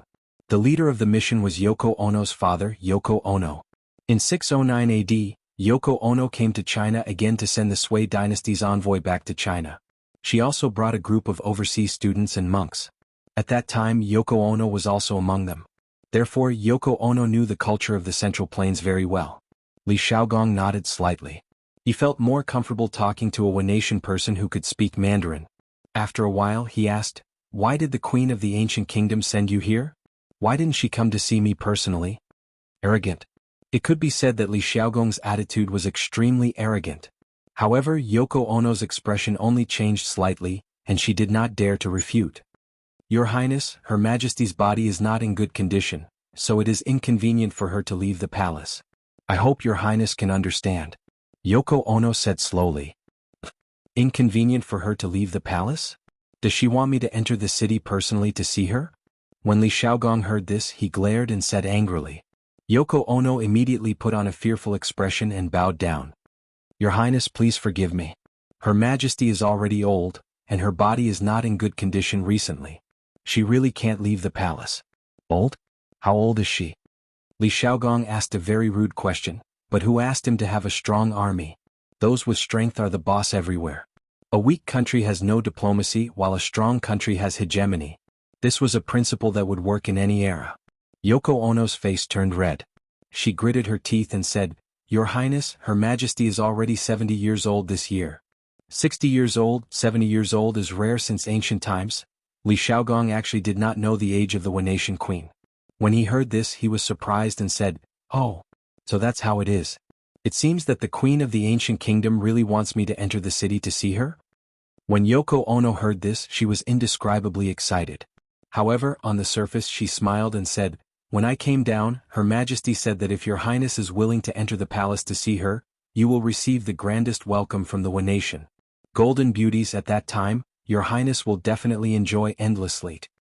"Bastard." Li Xiaogong slammed the table and said angrily, "Lowly woman, how dare you use her to charm me?" Yes. I said something wrong, Your Highness, please forgive me." Yoko Ono was very angry, but in fact she was constantly slapping herself in the face to beg for Li Xiaogong's forgiveness. "Since the Queen of the Ancient Kingdom wants to see me, then I will enter the city. It just so happens that I also have something to tell her." Li Xiaogong snorted and said. Yoko Ono was overjoyed, but Li Xiao was shocked and quickly said, "Your Highness, please don't. If there is an ambush in the Wanation Imperial City and you meet with any accident, I will die 1,000 times." Chapter 732. This little general is wrong. His Majesty sincerely invited Your Highness into the city as a guest. Why would he launch a sneak attack? Li Xiao's words immediately attracted Yoko Ono's rebuttal. Li Xiao coldly replied, "Who doesn't know that the Japanese are treacherous and cunning? You keep saying that Tang Empire is the best country in the world, but you still dare to attack us. Who knows if you have set up an ambush in the Imperial City?" Faced with such humiliating words, Yoko Ono was so angry that his ears turned red. However, he knew where he was and what kind of situation his country was in. He suppressed his anger and said to Li Shaogong, "Your Highness, Your Highness. Your Highness, please understand. The Wu Imperial Court is absolutely loyal to the Great Tang. The previous Lord of Sichuan County had eyes but failed to recognize Mount Tai. His Majesty has already ordered his family to be imprisoned. My lord only wishes to discuss this with Your Highness in person so that Your Highness' misunderstanding of the Wu nation can be resolved as soon as possible." What a hypocrite. That's enough. That's enough. This prince has made up his mind. Li Shao, listen to my orders. Li Shao wanted to say more, but Li Shaogong waved his hand and interrupted him. But Your Highness, Li Shaogong faintly grunted, but it was as if he had the strength of 1,000 pounds, causing Li Shao to swallow the words that were already at the tip of his tongue. This general is here. I order you to stay in the camp. The soldiers of the 3 armies are under your command. If this prince does not return before dawn. Speaking till here, Li Shaogong indifferently glanced at Yoko Ono. His gaze seemed to have an intense penetrating power, piercing straight into Yoko Ono's heart. His tone was calm, but within the calmness was a dense killing intent. If this prince does not return before dawn tomorrow, you will have the army at sea bring the fleet back to Chang'an. Then you will lead 12,000 soldiers to attack the city. Everyone in Feiniao City, regardless of whether they are old or weak, women or children, will be killed. Yoko Ono felt a chill run down his spine. His back was instantly soaked in cold sweat. This general obeys. Li Shao clasped his fist and shouted. Then he glared at Yoko Ono with his red eyes. Your Highness, it's not safe for you to be alone. If you don't mind, why don't you let me accompany you? At this moment, an iron tower-like man with a curly beard walked in from outside the tent. Standing together, Yoko Ono only reached the man's waist just like a child. The curly-bearded man was the curly-bearded guest. It couldn't be said that he was lying outside the tent to eavesdrop. For a martial arts expert of his level, his 5 senses were 10 times sharper than an ordinary person. In addition, the soundproofing of the tent wasn't good. Therefore, the conversation between Li Shaogong and Yoko Ono was clearly heard by the bearded guest. "Ah, since Zhong Jian is willing to go with us, that's for the best." Li Shaogong chuckled. He wasn't a hothead who blindly liked to fight. He was very clear about the mission he had on his shoulders. Naturally, he was willing to bring along this expert with him. As for Yoko Ono, she was already scared out of her wits. She didn't dare to refute, nor did she have the ability to refute. Li Shaogong said a few more words and then brought the curly-bearded guest out of the tent. He mounted the horse and headed for the Wei nation's imperial city, Feiniao capital. As for where the horse came from, it was obviously a spoil of war that he seized along the way. Although ordinary people didn't know that the Tang dynasty's prince was going to enter the imperial city to have a face-to-face talk with Emperor Tuigu, the Wei nation's upper echelons of officials knew about it the moment Li Shaogong and the curly-bearded guest entered the city. In a manor in the west of Feiniao capital, there were pavilions, terraces and ponds. The design of the manor was very similar to the Tang dynasty's gardens. In an elegant attic, Su Wei was kneeling in front of the window. He was seriously wiping a Japanese sword. It could be seen that the shape of the Japanese sword was 60 to 70% similar to the Mo sword of the Central Plains. The body of the sword reflected the candlelight on his face, making his face look extremely cold. "Is the news true?" Su Wei asked indifferently. "It's absolutely true." Behind Su Wei, a man in a black robe was kneeling. The man's head was covered with a wide hat, preventing others from seeing his face. This Tang dynasty's prince has really eaten a bear's heart and leopard's guts. He dares to enter the imperial city with just 2 people. A trace of anger flashed across Su Wei's face. He was mainly angry that Li Shaogong, as a prince of a country, didn't play by the rules and dared to take the risk alone. A few hours ago he had boasted in the imperial court that if Li Shaogong dared to come to Feiniao capital, he would crawl to the imperial court in the future. But now, it was simply a slap in the face. The man in the black robe knelt on the ground and didn't answer. The attic fell into silence. After a long while, Su Wei snorted angrily. "No. We can't let the prince of the Tang dynasty leave the city alive. Now would you go find a chance to kill him? After killing him, the Tang dynasty's army will be leaderless and will definitely panic. At that time, the provisions and supplies on the thousands of ships will all belong to the Su Wei family." The man in the black robe didn't immediately agree. He actually replied indifferently, The prince of the Tang dynasty is an expert. I'm not sure. Su Wei was furious. He stood up and pointed at the man in the black robe. Bastard. If you don't want to go, just say that you don't want to go. Why are you looking for excuses? Don't forget who was the one who saved your dog life back then. If it weren't for me, you would have died in my father's hands. From the moment I saved you, you were just a dog in my hands. You had to bite whoever I told you to bite. Do you understand? The black-robed man's body clearly paused. From the blue veins on his hands, one could still see the anger in his heart. After a long while, he said in a calm voice, I'll help you kill this person and you give me back my freedom. Otherwise, except for me, no one in the Wu nation can kill the prince of the Tang dynasty. Are you negotiating with me? Su Wei pointed at his nose with a stunned expression. The man in the black robe was silent. It was a tacit agreement. You son of a bitch. Who gave you the guts to talk about conditions with me, Suemo? Su Wei scolded angrily and kicked the man in the black robe. As a result, it was as if he kicked a big mountain. His toes immediately felt a sharp pain, but the man in the black robe knelt in the same place and didn't move. I have already repaid you a lot for saving my life. Master, don't push your luck. The man in the black robe still said without raising his head. Good. Very good. Su Wei took 2 deep breaths and then said, I'll do as you say. If you kill the prince of the Tang dynasty tonight, I will immediately give you back your freedom. From now on, my family will have nothing to do with you. Get out of here. Chapter 733. With a creak, the black-robed man walked out of the attic. Judging from his light footsteps, he was still very happy. Mother of the river, I will soon be able to fly away with you and leave Japan. You must wait for me. The black-robed man thought silently in his heart. Bang bang bang. In the attic, the angry Su Wei was crazily smashing things.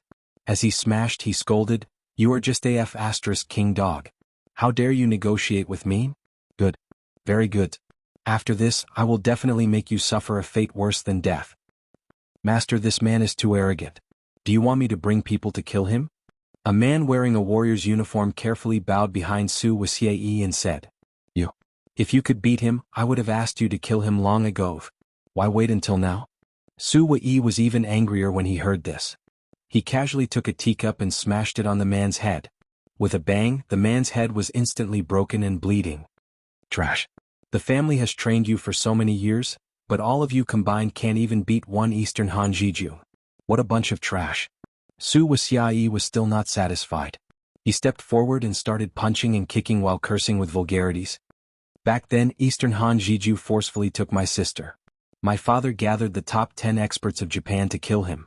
If I didn't see that he was strong in martial arts and secretly saved him, he would have long become a lonely ghost. Now that my father is dead, this dog thinks that no one can control him. How dare he negotiate with me? Go and bring my sister to my room.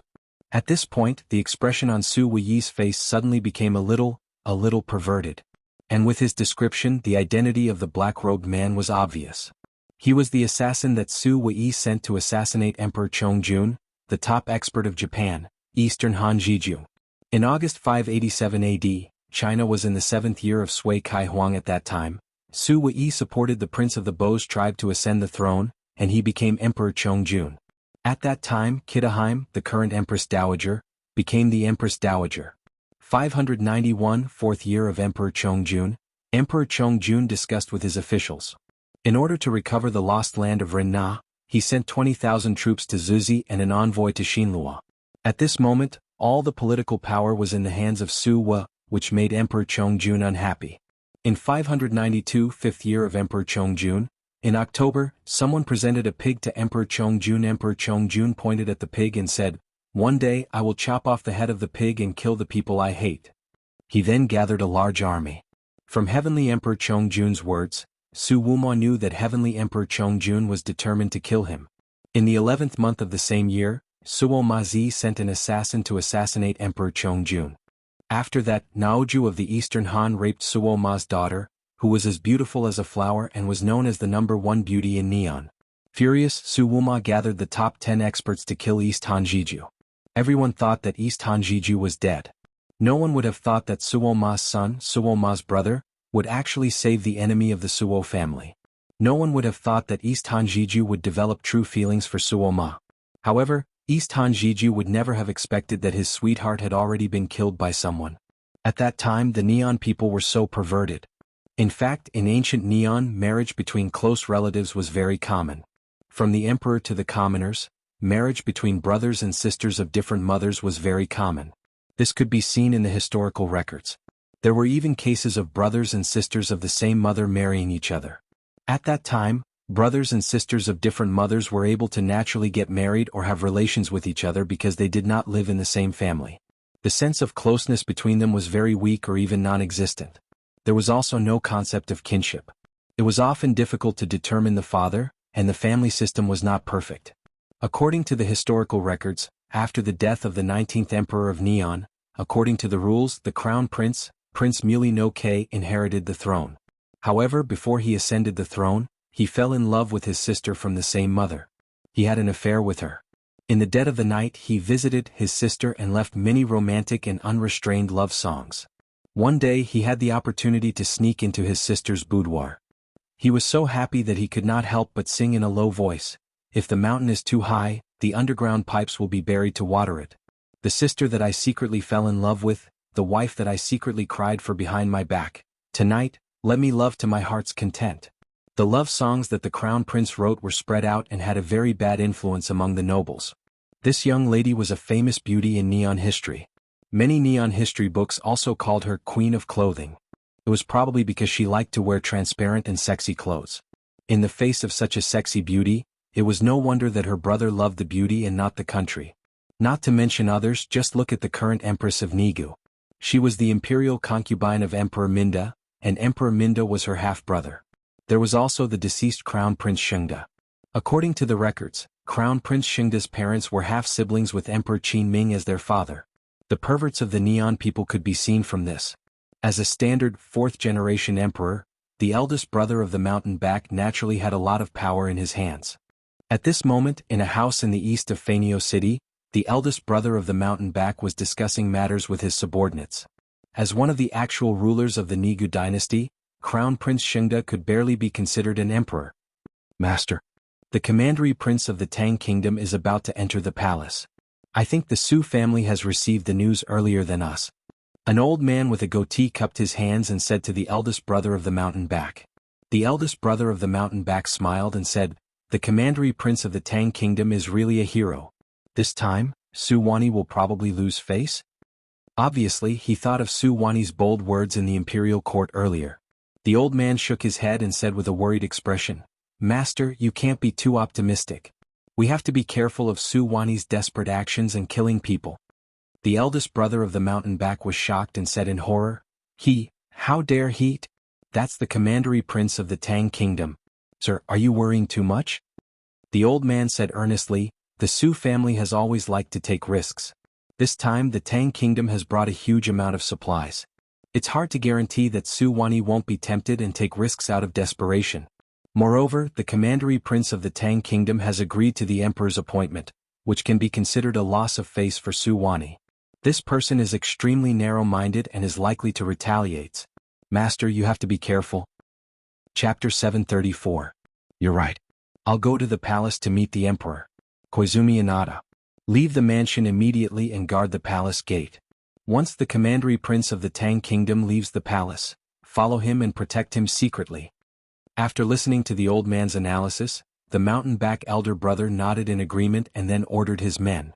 "Yes, I'll take my men there now." Koizumi Inada responded and then turned to leave.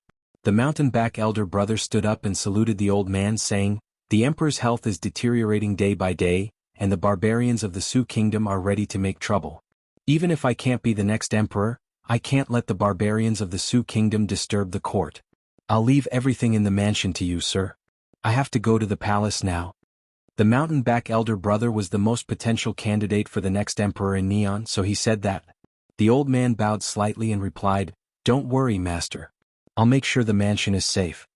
The mountain back big brother nodded his head in satisfaction and then left with his 2 personal bodyguards.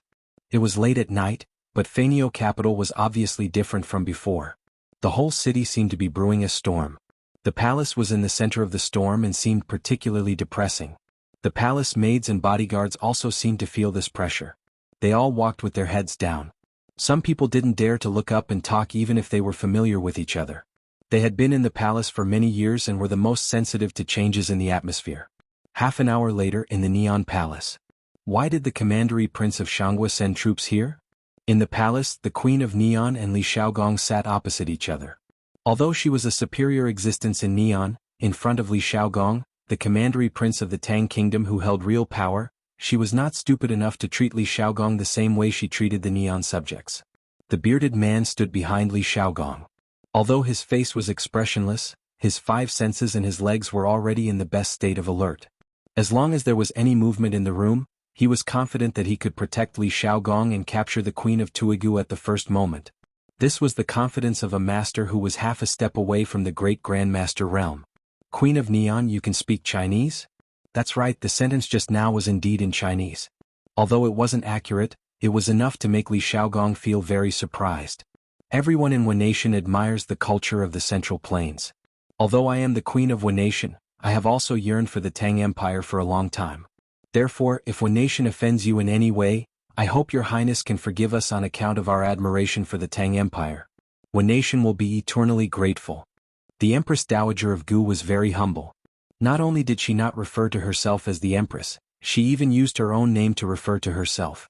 It was clear that she was well aware that with the current strength of the Wu, opposing the Great Tang was no different from striking a rock with an egg. On the side, Yoko Ono's heart was in turmoil. If it weren't for the Empress Dowager asking him to listen, he would have even forgotten the Empress's real name. Li Xiaogong was very satisfied with the Empress Dowager's attitude, but he didn't show it on his face. After a while he said, I will remember the Empress's kindness. But this time I led the Tang Empire's fleet south for trade. On the way back I was attacked by a group of pirates. I lost dozens of soldiers because of this. These pirates are from Nation. What does the Empress have to say? Although his voice was soft, there was a hint of killing intent in it. The atmosphere in the hall suddenly dropped to the freezing point. The bearded man also clenched his hands, ready to deal with the Nations falling out at any time. The Empress Dowager's expression changed slightly. She had never heard that the Tang Empire's fleet had been attacked. Li Xiaogong's words caught her off guard. But after all, she had been on the throne for nearly 40 years and had the ability to adapt on the spot. After a long pause, she got up and bowed to Li Xiaogong, then said, after such a thing happened, as the Empress of the Nation, Empress Dowager Ida cannot absolve herself from the blame for not governing the Wu people well. Your Highness, please tell us the specific identity of the pirates. The Nation will do its best to help your Highness find the leader of the pirates. I only hope that your Highness will not implicate the innocent. Li Xiaogong was secretly surprised. The old woman in front of him seemed to be full of wisdom. She could always make the right choice in a critical moment, and for the sake of the Nation she was flexible. To tell the truth, Li Xiaogong was not afraid of unreasonable people, because he believed in the strength of the Tang army. He had brought 12,000 Tang soldiers with him, and if they were ruthless, they would be invincible in the Nation. But in the face of the Empress Dowager, who had always been very humble, Li Xiaogong was still very afraid. Of course he knew the story of Go Jian, the king of Yu. He was very worried that the Nation would become the next Yu. Fortunately, the Empress Dowager was old and did not have much time left. Otherwise he would have to remind Li Heir to be wary of the Nation. The leader of the pirates is called Nakamura Kawayu. It is said that he has been wandering in the southeast sea of the Tang Empire. In the battle that night he was seriously injured. But he is definitely not dead. Li Xiaogong stared at the Empress Dowager and replied word by word. Nakamura Kawayu? Before the Empress Dowager spoke, the big brother king next to her couldn't help but exclaim. Seeing the Empress Dowager's inquiring eyes, he cupped his hands and said, Your Majesty, this person has been wanted by all the counties in the Nation. Later he had nowhere to escape, so he roamed the sea and robbed merchant ships everywhere. The officers of the coastal counties received reports from merchants, but this person's whereabouts are uncertain, and the authorities have no way to catch him. The Empress Dowager heard this and said with a gloomy face, Bastard!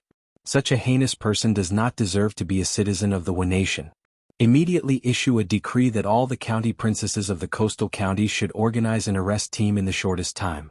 We must catch Nakamura Kawayu within 10 days. Yes. A guard next to her stepped forward and bowed. Yes, it was indeed a guard, not a eunuch.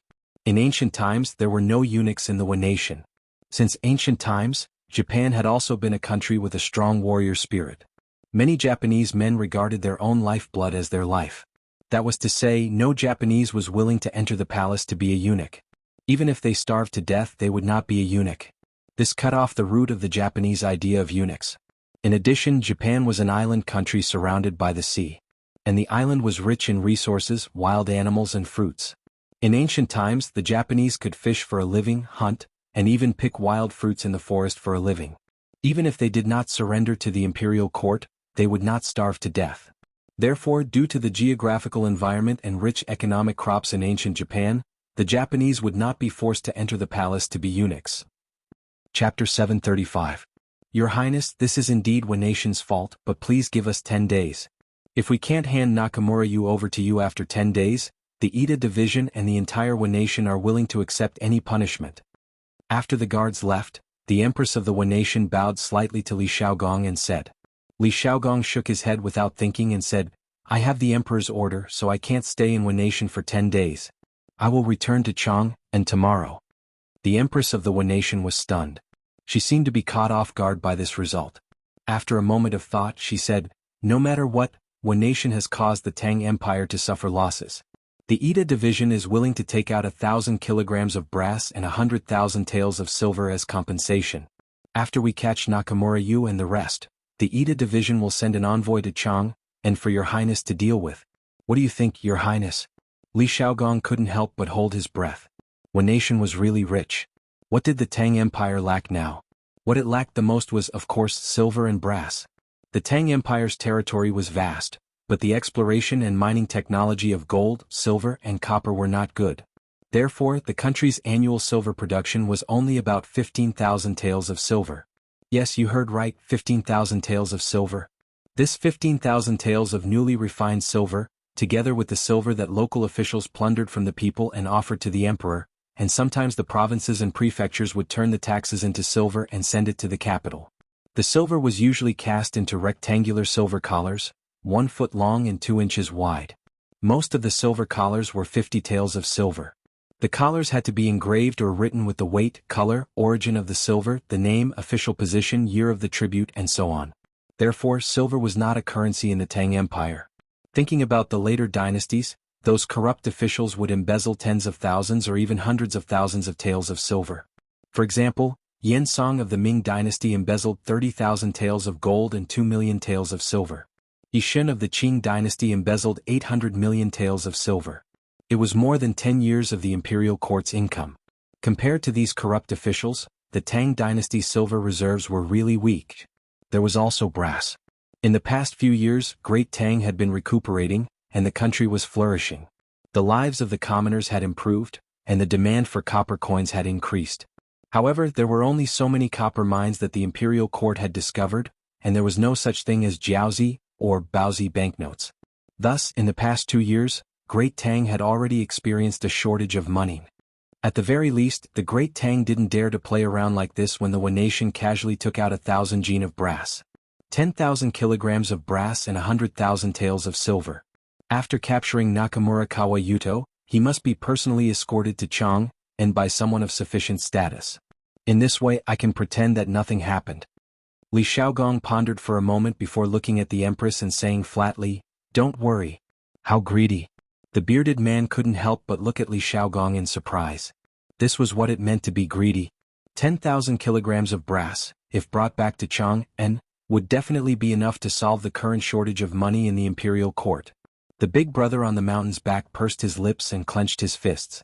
Even though he belonged to the conservative faction of the Nation, he couldn't help but feel a little angry at Li Shaogong's greedy demand. The Empress's eyes narrowed, and then she clenched her teeth and said, "Your Highness, this 10,000 kilograms of brass is really... Say no more." Li Shaogong waved his hand and interrupted her. "There's no room for discussion. Queen, do you know that the 20 soldiers who died in battle were the bravest soldiers of Great Tang, and those innocent sailors? Now they are all buried in the sea and not even their bones are left. Before I set out to sea, His Majesty once told me, if there are any invaders, I will use all my strength to wipe them out. The Wa people have killed the soldiers and people of the Great Tang. Logically speaking, this king should have sent soldiers to attack them, but out of consideration for Her Majesty's devotion to the Great Tang, this king decided to give them a chance. Don't try to bargain." Li Shaogong's arrogance was vividly displayed at this moment. A weak country has no diplomacy and a strong country has hegemony. This sentence was also vividly displayed at this moment. The Empress closed her eyes. After a long while she sighed and said, "Okay, I'll do as you say, but the amount of brass and silver is huge. Please give me 2 more days." She weighed and struggled in her heart for a long time before she agreed to this humiliating condition. Li Xiaogong said lightly, 2 days is too long. You must prepare 10,000 kilograms of brass and 100,000 taels of silver by noon tomorrow. The Empress clenched her teeth and said after a while, "Okay, I'll try my best." Li Xiaogong didn't think that she was disobedient. He looked around and said, "Then I wonder who the Empress is going to send to escort Nakamura Kawa?" The Empress thought for a moment and said, "This matter is of great importance. Amida wants to stay until tomorrow's court. Your Majesty, I'm willing to escort Nakamura Kawa to Great Tang." The Empress originally wanted to let the officials discuss this matter in the morning court tomorrow, but before she finished speaking the eldest brother of the mountain back stepped forward and bowed. "I've admired Great Tang for a long time. This time I go to Great Tang to broaden my knowledge. When I come back, I can serve the Wan nation and share the worries of your Majesty." The Empress raised her eyebrows, and her face suddenly became ugly. Obviously, she didn't want the eldest brother of the mountain back to Great Tang. Li Xiaogong narrowed his eyes and looked at the eldest brother of the mountain back. Then he said, "Who are you that I mentioned before?" The eldest brother of the mountain back didn't show anger because of Li Xiaogong's contempt. He cupped his hands and replied, "I'm the eldest brother of the mountain back. The current imperial court's purple crown prince is Crown Prince Shengde. I wonder if the prince can give me this opportunity?" Previously, Crown Prince Shengde divided the officials into 12 ranks and differentiated them by the color of the crown. That is, Great Virtue Shao Virtue de Ren Shao Ren de Li Shao Li de Xin Shao Xin de Yi Shao Yi de Ji Shao Ji de Ji Shao Ji de Ji Shao Ji etc. Each rank uses the same color to make the crown. The purple crown is the first rank. Crown Prince Shengde?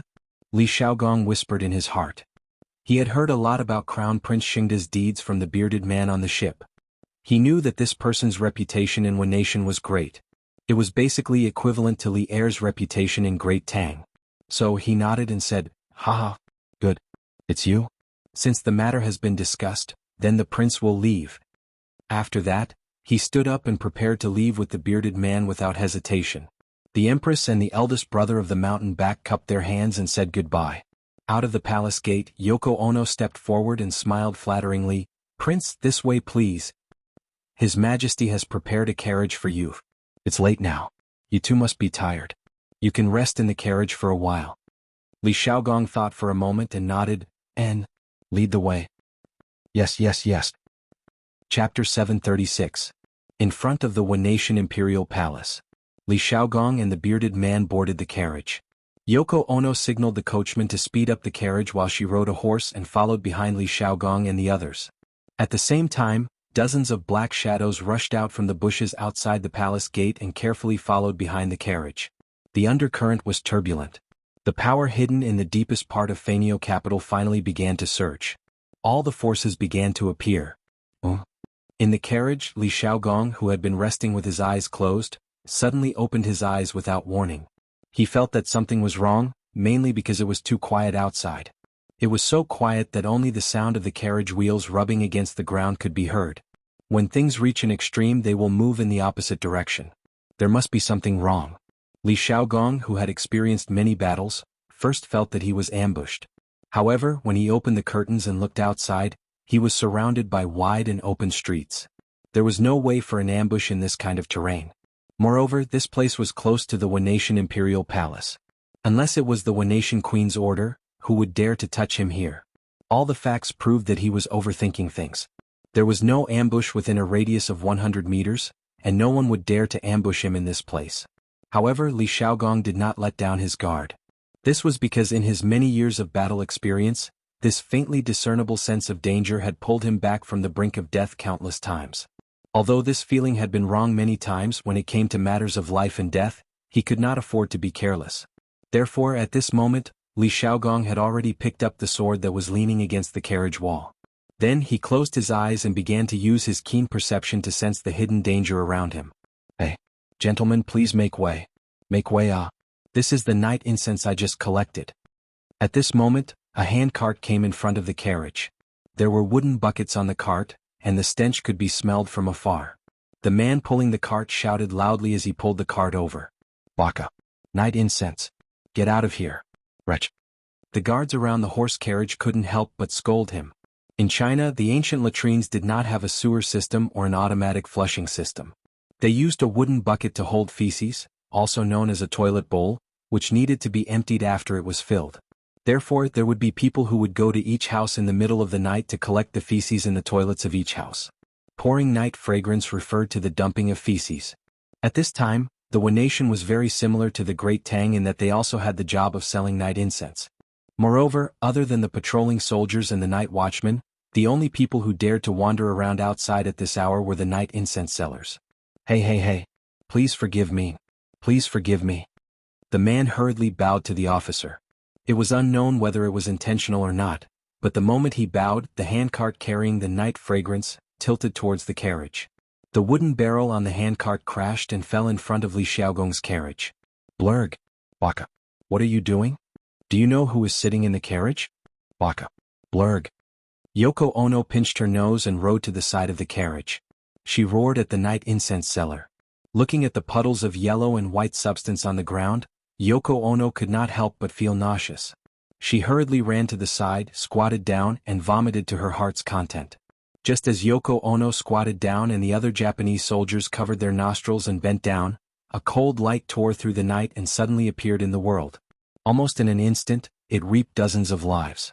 Following that, a Japanese sword seemed to have fallen from the sky and directly stabbed into the carriage from outside the carriage window.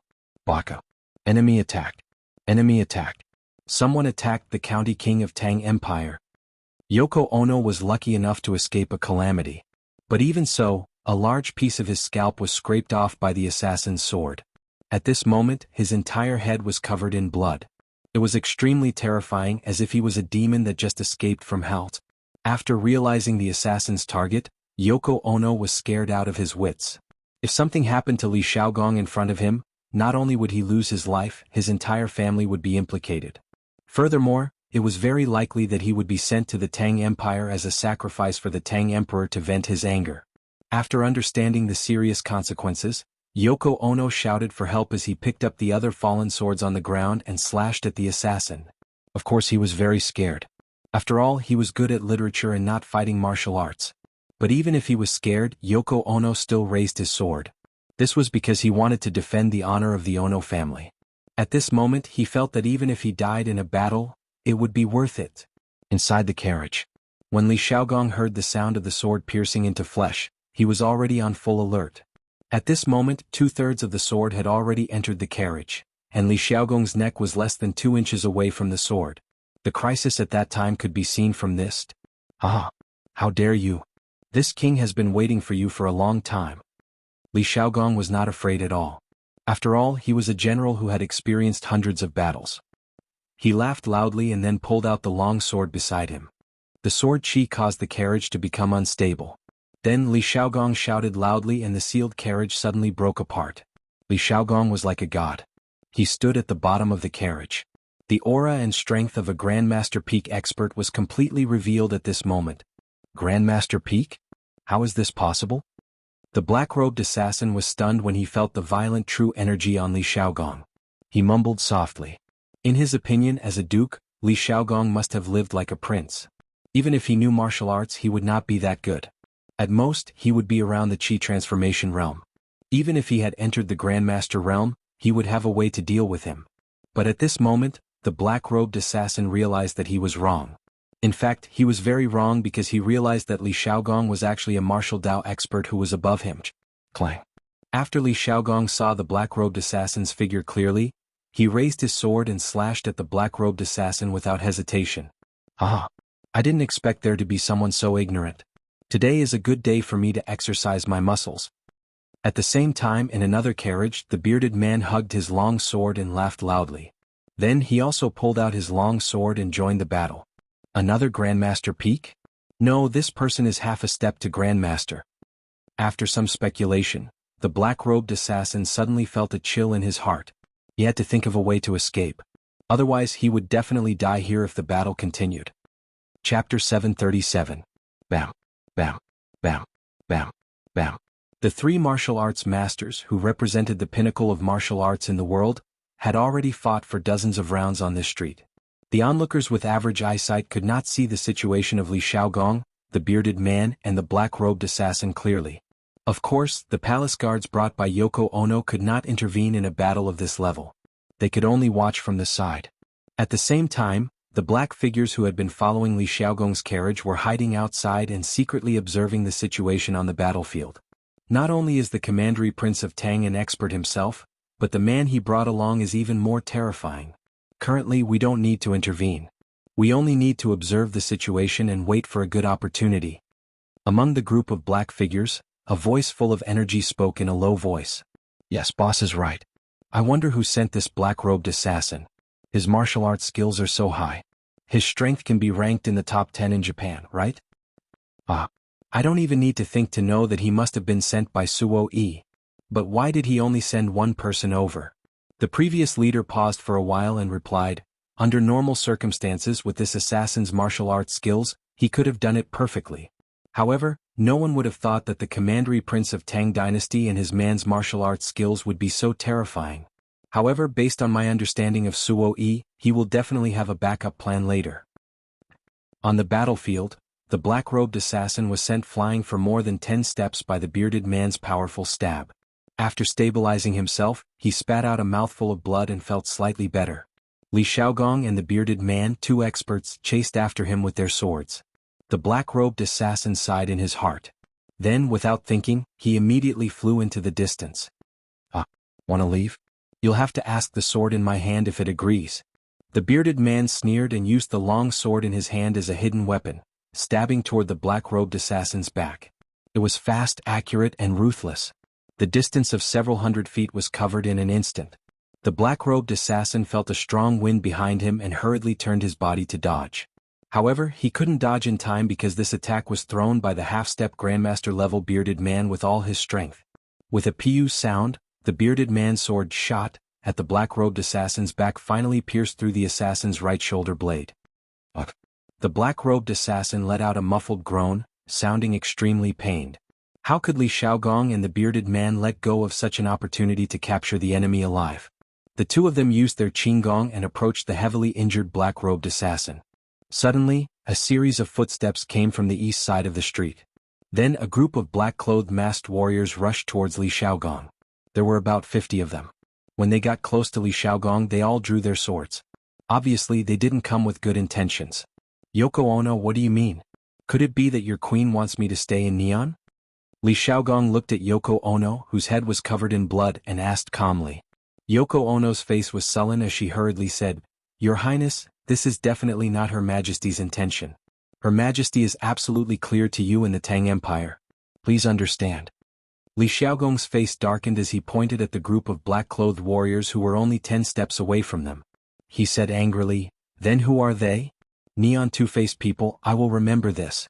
One day I will make you suffer the consequences of your own actions. Yoko Ono hurriedly said, Your Highness, if Her Majesty really had ill intentions towards you, she would have taken action when you were in the palace. Why wait until now? Your Highness, you might not know this, but the Neon Imperial Court is currently not united, so these people might be. In order to clear his name, this fellow didn't hesitate to expose his family's dirty linen. He even dared to say things like, the Neon Imperial Court is currently not united. Kill. Just as the two of them were talking, the black-clothed warriors from the east had already surrounded them. Without saying anything, they directly drew their swords and slashed. At this time, Li Xiaogong didn't have the time to care about the black-clothed assassin's life or death. In the face of more than 50 well-trained and uniformed warriors, even if he tried his best, he wasn't confident of winning. Fortunately, there was still the bearded man beside him. The two of them picked up their weapons and took the initiative to fight. The black-clothed assassin, who was severely injured earlier, couldn't help but heave a sigh of relief when he saw this situation. Then he prepared to take the opportunity to slip away. Li Xiaogong saw this and was anxious, but he didn't have a way to satisfy both sides. In a corner not far away, Suo Yi said with a gloomy face, What a piece of trash. I thought he would be very powerful, but in the end he couldn't even withstand a single blow. In the end you still have to rely on me to clean up the mess for you. If it weren't for the fact that you still have some use, I would definitely kill you today. And this county king of Tang, you must also die tonight. Bang bang bang. Just as Li Xiaogong was in a dilemma and didn't know who to deal with first, a series of footsteps came from the west behind them.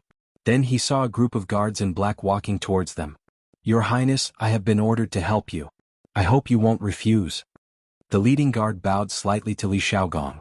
After listening to the translation, Li Xiaogong nodded and thought to himself, at least I came in time. Then he flew towards the black-clothed assassin from before. You want to leave so soon? Didn't you want to kill me? I'm right in front of you now. Come on. Kill me. Li Xiaogong said calmly as he looked at the bloodied assassin in front of him with his hands behind his back. The sword on the black-clothed assassin's shoulder blade had already been pulled out. It was hard to imagine what kind of pain he had to endure when he pulled out the sword. Of course, the black-clothed assassin didn't understand a single punctuation of what Li Xiaogong had just said. The furthest distance in the world, not life and death, but I'm standing right in front of you. You don't know what I'm talking about. Gurgle gurgle gurgle gurgle gurgle. Kill me if you want, cut me if you want. The black-clothed assassin gritted his teeth and endured the pain as he spoke. I won't kill you, but I want you to live. Li Xiaogong narrowed his eyes. He definitely didn't have a good impression of people who wanted to kill him. However, the black-clothed assassin was different. Li Xiaogong still wanted to get some information about the mastermind behind this assassination from him. Su Wuxia, who was in the corner, saw that the advantage in the field had disappeared in an instant. He couldn't help but curse. Bastard, these people must have been sent by Big Brother Shan Bei. This damn person is going against me again. I must get rid of him. Chapter 738. Bring these people back to the barracks for me. The battle didn't last for long. Although the overall strength of the 50-plus people that Su Wei sent was slightly higher than the people sent by Big Brother King on the mountain back, the other side had the dragon-bearded guest, a great expert with abnormal strength. Not to mention the 50 experts that Su Wei sent. Even if he sent 100 experts, it would still be useless. As for Li Xiaogong's side, he had already cut the tendons of the black-robed assassin and ordered Yoko Ono. He didn't even bring his guards to the palace, so he could only order Yoko Ono. He couldn't order the bearded guest, right? Your Highness, please hand these assassins over to His Majesty. His Majesty will definitely give you a satisfactory explanation. Yoko Ono bowed and said pitifully. Li Xiaogong wiped the blood-stained sword, then lightly glanced at Yoko Ono and said, this matter might even be related to your queen. How can this king hand them over to the palace? If you don't want to die, then do as this king says. Your Highness. At this moment, a shout came from the corner of the street. Immediately after, the mountain-back's eldest brother rode a horse and rushed over with a group of guards. Your Highness, His Majesty knew that you were attacked in the city and was deeply shocked. His Majesty sent me to express his apologies and condolences. He also asked me to investigate the culprit at all costs. Your Highness, please hand these assassins over to me. I guarantee with my head that I will definitely find the culprit.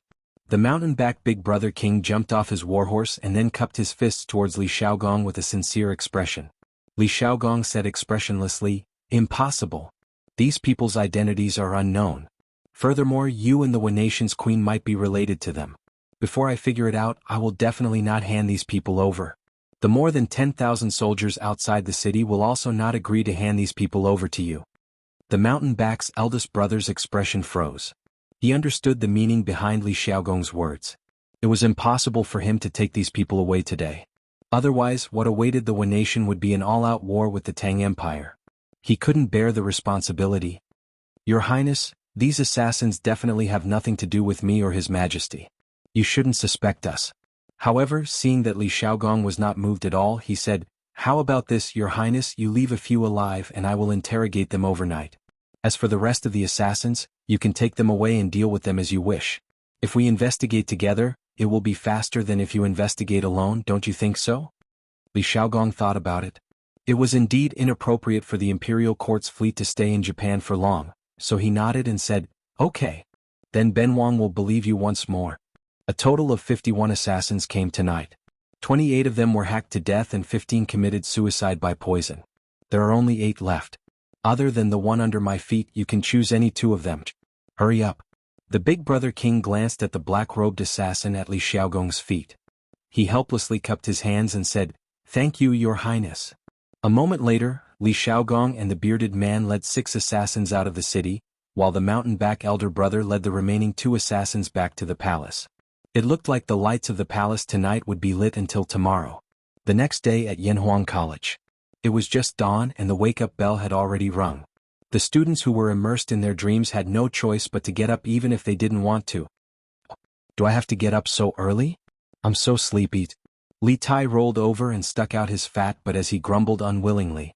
Although the bed in the student dormitory was a hard bed, Li Tai now felt that this hard bed was much more comfortable than the high bed and soft pillows in his prince's residence. If possible, he wanted to lie on it and sleep like this forever. I also feel so King sleepy today. Cheng Chumo sat up, rubbed his face twice and then muttered. CK. It's all your fault.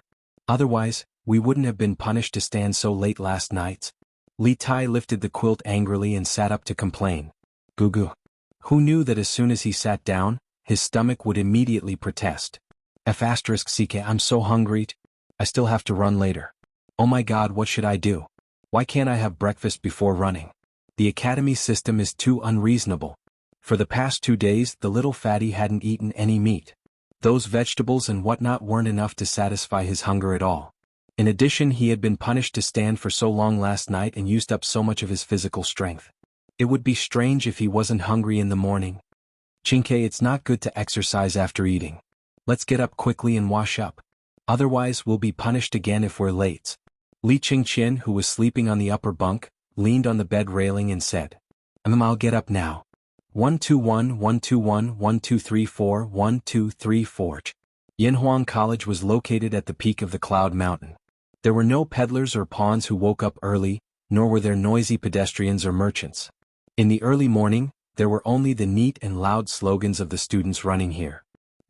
Compared to the messy team at the beginning, they're starting to look more like it now. Li Zishuan had been waking up early recently. Firstly, he often came to the academy to check on the situation. Secondly, he had been waking up early to practice martial arts recently. He had been practicing the lonely wind swordsmanship that Dugu Xian had taught him last time. Because he didn't deliberately pursue progress, he had only practiced to the 3rd level until now. There were a total of 9 levels, and Dugu Xian had already reached the 7th level. Moreover, he found that this swordsmanship was similar to many other swordsmanship. The further one progressed, the harder it was to practice. Not only did it require a deep understanding of martial arts, but it also required some personal understanding. The two complemented each other, and only then could success come naturally. This was also the reason why Li Zishuan wasn't in a hurry to improve. More haste, less speed. As a Taoist disciple, of course he understood the principle of letting nature take its course. I heard that Jijia will be here in the afternoon, and tomorrow is the day off. It seems that these students have been having a hard time recently. Qin Xiong stood beside Li Zishuan and said with a smile. Li Zishuan was stunned. Qing Yaojin had said that she would come to the academy to be a temporary instructor when she had time. It had been so long, and if Qin Xiong hadn't suddenly mentioned it today, he would have forgotten. Thinking about Qing Yaojin's usual attitude, Li Zishuan couldn't help but laugh. Last night, these little rascals were full of energy and didn't sleep in the middle of the night. This means that the amount of training is still too little. Uncle Cheng is here to give them a little challenge. Qin Xiong twirled his beard and smiled. Xiao Xin, you have to watch from the side. Don't let Jijia cause any trouble. Li Zishuan quickly waved his hand and said, Uncle Qin, it's better for you to watch over them.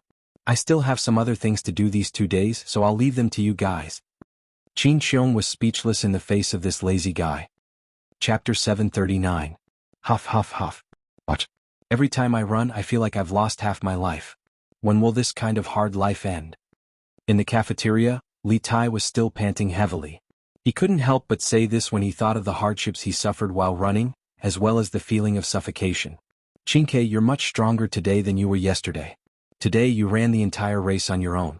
Maybe in a few days, running 5 laps around the field will be as easy as blowing off dust for you.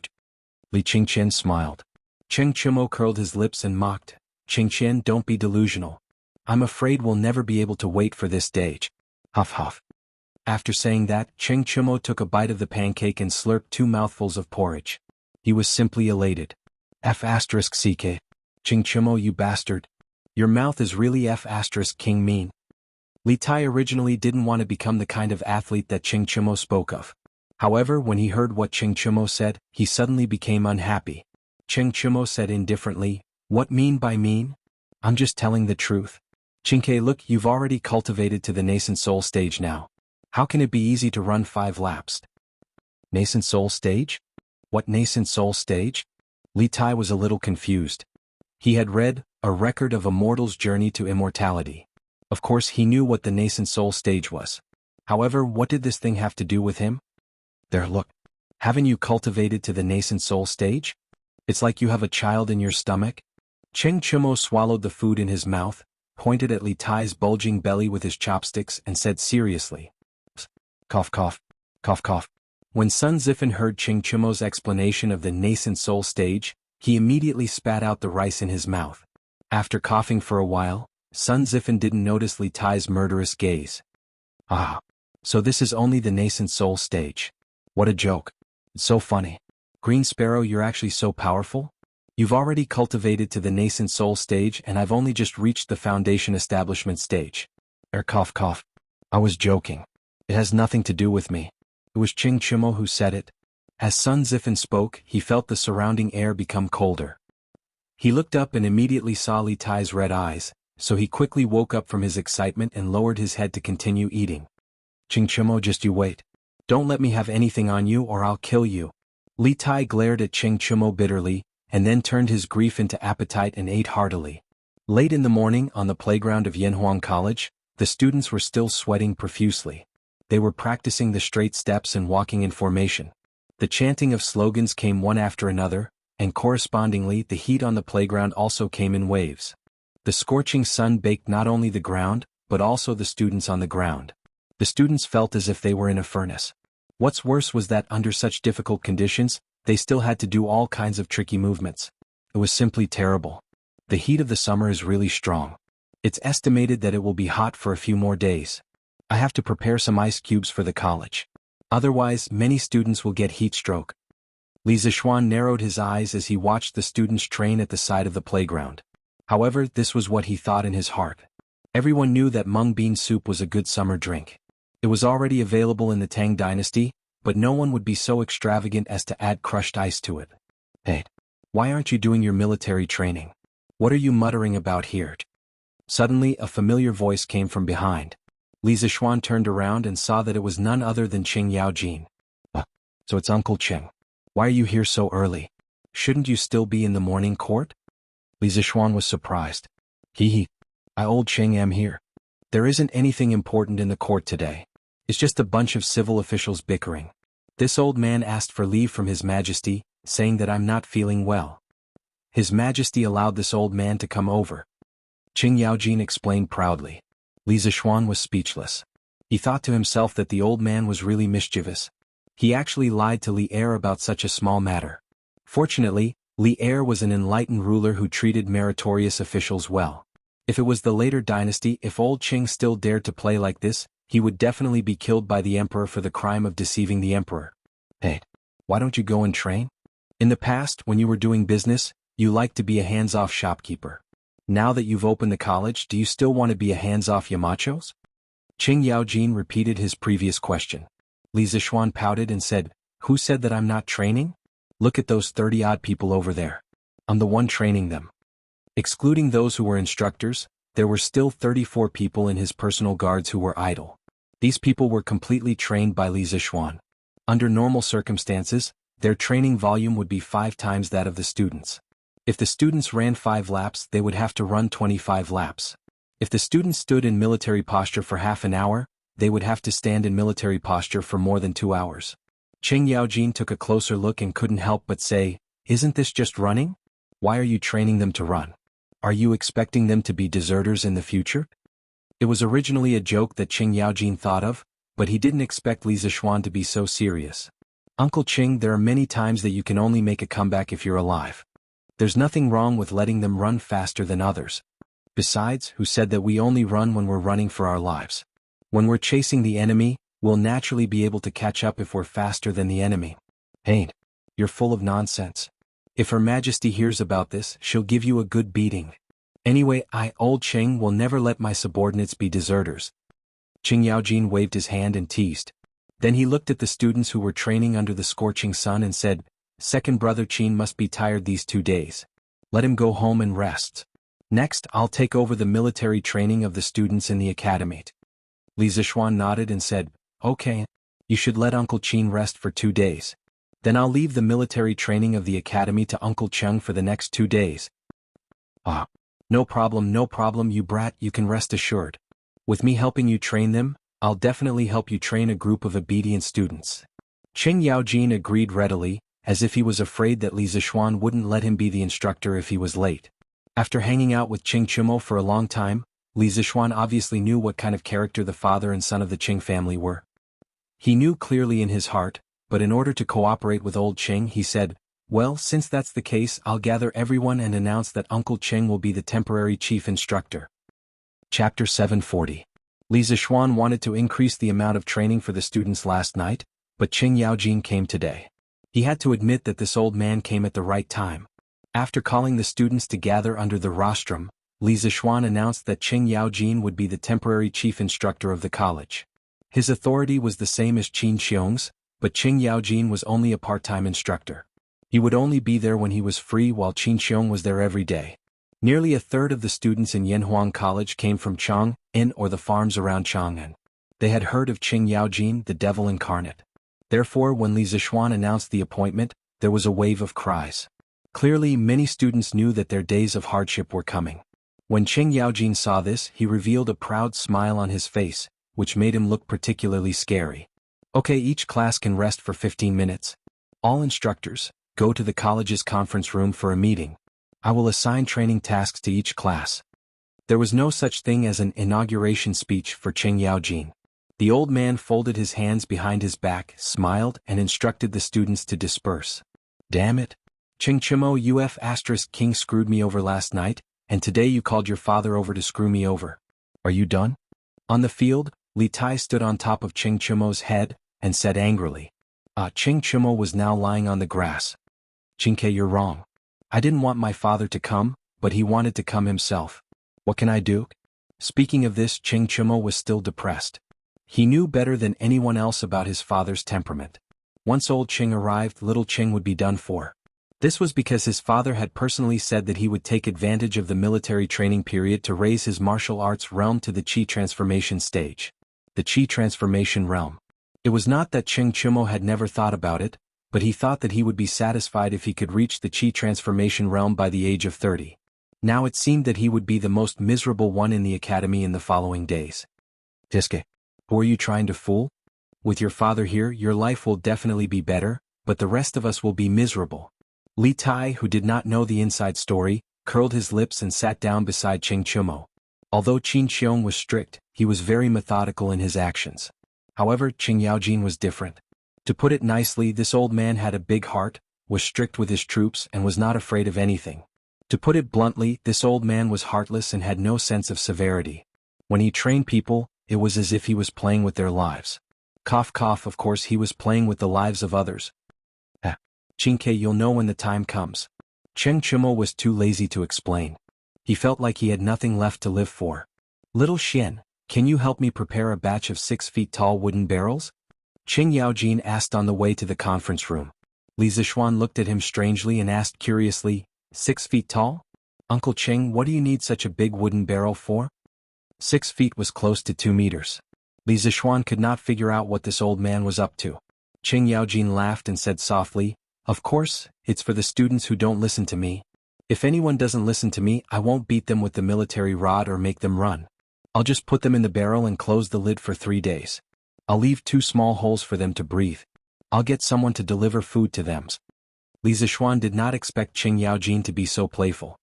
He could not help but ask, Isn't this just a small black room? Qing Yaojin smacked his lips and thought for a while before saying, small black room? Oh, that's a good name. Whoever doesn't listen to me in the future will be locked in a small black room. Otherwise, if I beat them with the military rod, these soft and tender students will definitely not be able to take it. You really have a lot of ideas. These students will have to thank you properly in the future. Li Zishuan was speechless. He thought to himself, you were the one who came up with this idea. Why are you putting the blame on me? Alright. I'll send someone to get the craftsman in the workshop to make a batch of large wooden barrels. Although old Cheng's idea was a little harmful, it was still a good idea. After all, the military rod was not suitable for the academy. However, where did old Cheng get such a rotten idea? In fact, this kind of punishment method of locking people in small black rooms had been circulating in the army for a long time. The specific origin was unknown. During the period of Emperor Gaozong of the Tang dynasty, Wu Meinyang introduced this method into the palace to deal with disobedient women in the palace. At that time, Li Ji's original empress, Empress Wang, had suffered such a punishment. Oh, by the way, Xiaoxian, I have another idea. Listen to it. Qing Yaojin seemed to have suddenly thought of something and hurriedly shouted. Li Zishuan's heart skipped a beat. He had another idea? This old demon was eating people. He really began to mourn for these students in his heart. Uncle Cheng, please speak first. Ahem. This is just a preliminary idea of mine. Xiaoxian, you're smart. Help me perfect it. Qing Yaojin coughed dryly and began to introduce his detailed plan. I want to select the students in the academy who have a foundation in martial arts. In addition to the usual military training with the other students, they also need to undergo additional weapons training. After all, they have a good foundation. Li Zishuan's eyebrows twitched and he asked, weapons training? If they get hurt, it won't be a small matter. He did not object to Qing Yaojin training the students who knew martial arts alone, but if they fought with real weapons, it was still very easy to get hurt. After all, weapons had no eyes. Qing Yaojin waved his hand indifferently and said, what's a small injury to a martial artist? Xiaoxian, don't think too highly of these students. It's not good for them. Hearing old Cheng's words, Li Zishuan came to a realization. This was ancient times. In this era, students were usually willing to endure any hardship in order to learn knowledge and skills. They were not like the students in the modern era. If the teacher said a few harsh words, the children's parents would come to the school and fight the teacher to the death. Indeed, students should not be too delicate. Thinking of this, Li Zishuan nodded and said, yes, that's good.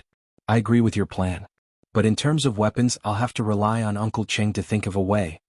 Qing Yaojin laughed and said, this is a small matter. Zuowei happens to have a batch of weapons that can't be cut and are about to be eliminated.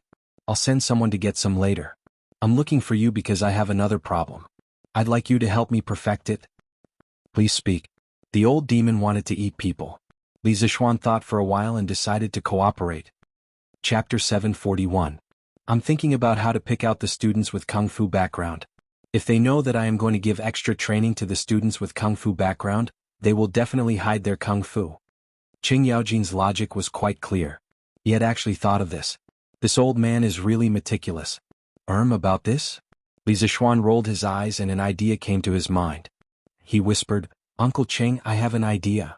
Qing Yaojin's eyes lit up and said, oh? What is it? Hurry up and tell this old man about it. It's like this, Uncle Cheng, in a while. 15 minutes later, all the instructors came out of the meeting room and returned to the field. All the students received a strange order almost at the same time. In order to teach students according to their aptitude, the academy has decided to select students with Kung Fu background and give them special treatment. They will be able to eat meat for every meal. Now, students with Kung Fu background can take the initiative to register and enjoy the special treatment after passing the assessment. When the students of each class heard this order, they all burst into an uproar. What? Those with Kung Fu background can eat meat for every meal? This is not fair. This is not fair. We are going to look for the Yamacho. Yes. This is not fair. Why can those with Kung Fu have meat for every meal while we can only eat vegetables? Among the students of the academy, only a small number of them knew Kung Fu. After all, they were scholars and there were not many people like Li Zishuan who knew both Kung Fu and Kung Fu at the same time. This is an order from the Yamacho. Those who are not convinced can go to the Yamacho's office after school. Now listen to me obediently. With Li Zishuan supporting them from behind, the instructors were very confident. They all shouted at the students in their classes. As for class 1, it was even simpler and more violent. What? Who is not convinced? Come out if you are not convinced. I will reason with you. Qing Yaojin put his hands behind his back and smiled maliciously. The students in class 1 shrunk their necks. Only idiots would be willing to stand out and fight with Qing Yaojin. Ah, good. Since no one had any objections, then from now on, those who had a foundation in Kung Fu should take the initiative to step forward and accept the award. I'm just testing you. If you pass, you'll be able to eat meat for every meal every day. Seeing that no one objected, Qing Yaojin said. Me. Chief instructor, do you think I can do it? Hearing that he could have meat for every meal, Sun Zifen immediately became excited. He had been eating vegetables for the past 2 days. Sun Zifen felt that even his feces had turned green. He wanted to eat meat. You are Sun Fujia's son, right? You stinking brat, you already know how to visit brothels at the age of 6. Do you think this old man doesn't know martial arts? If there's another person like him, I'll have to punish him for lying about military intelligence. Qing Yaojin narrowed his eyes and glared at Sun Zifen. Ah, Sun Zifen, so you started visiting brothels when you were 6. Amazing, amazing. I'm ashamed of my inferiority. Qing Yaojin's words caused the students to burst into laughter. Sun Zifen's face turned red and he did not dare to speak anymore. How is it? What I said just now was right, right? Chonyo, your good days are here. Isn't this rule specially prepared for you? It's a pity that we can only eat vegetables for every meal. Li Tai nudged Qing Chumo with his elbow and said angrily. Qing Chumo rolled his eyes and said, What? Qingke, you want to go? If you want to go, I'll exchange places with you. Li Tai said angrily, I've never practiced kung fu before. How can I go? I think you're purposely trying to piss me off. Sai, there's no way to communicate. Qing Chumo shook his head. If it was someone else who announced this order, he would definitely believe that it was a good thing. But now, no matter how stupid Qing Chumo was, he knew that there was a conspiracy behind this. A conspiracy that would kill him without paying for it.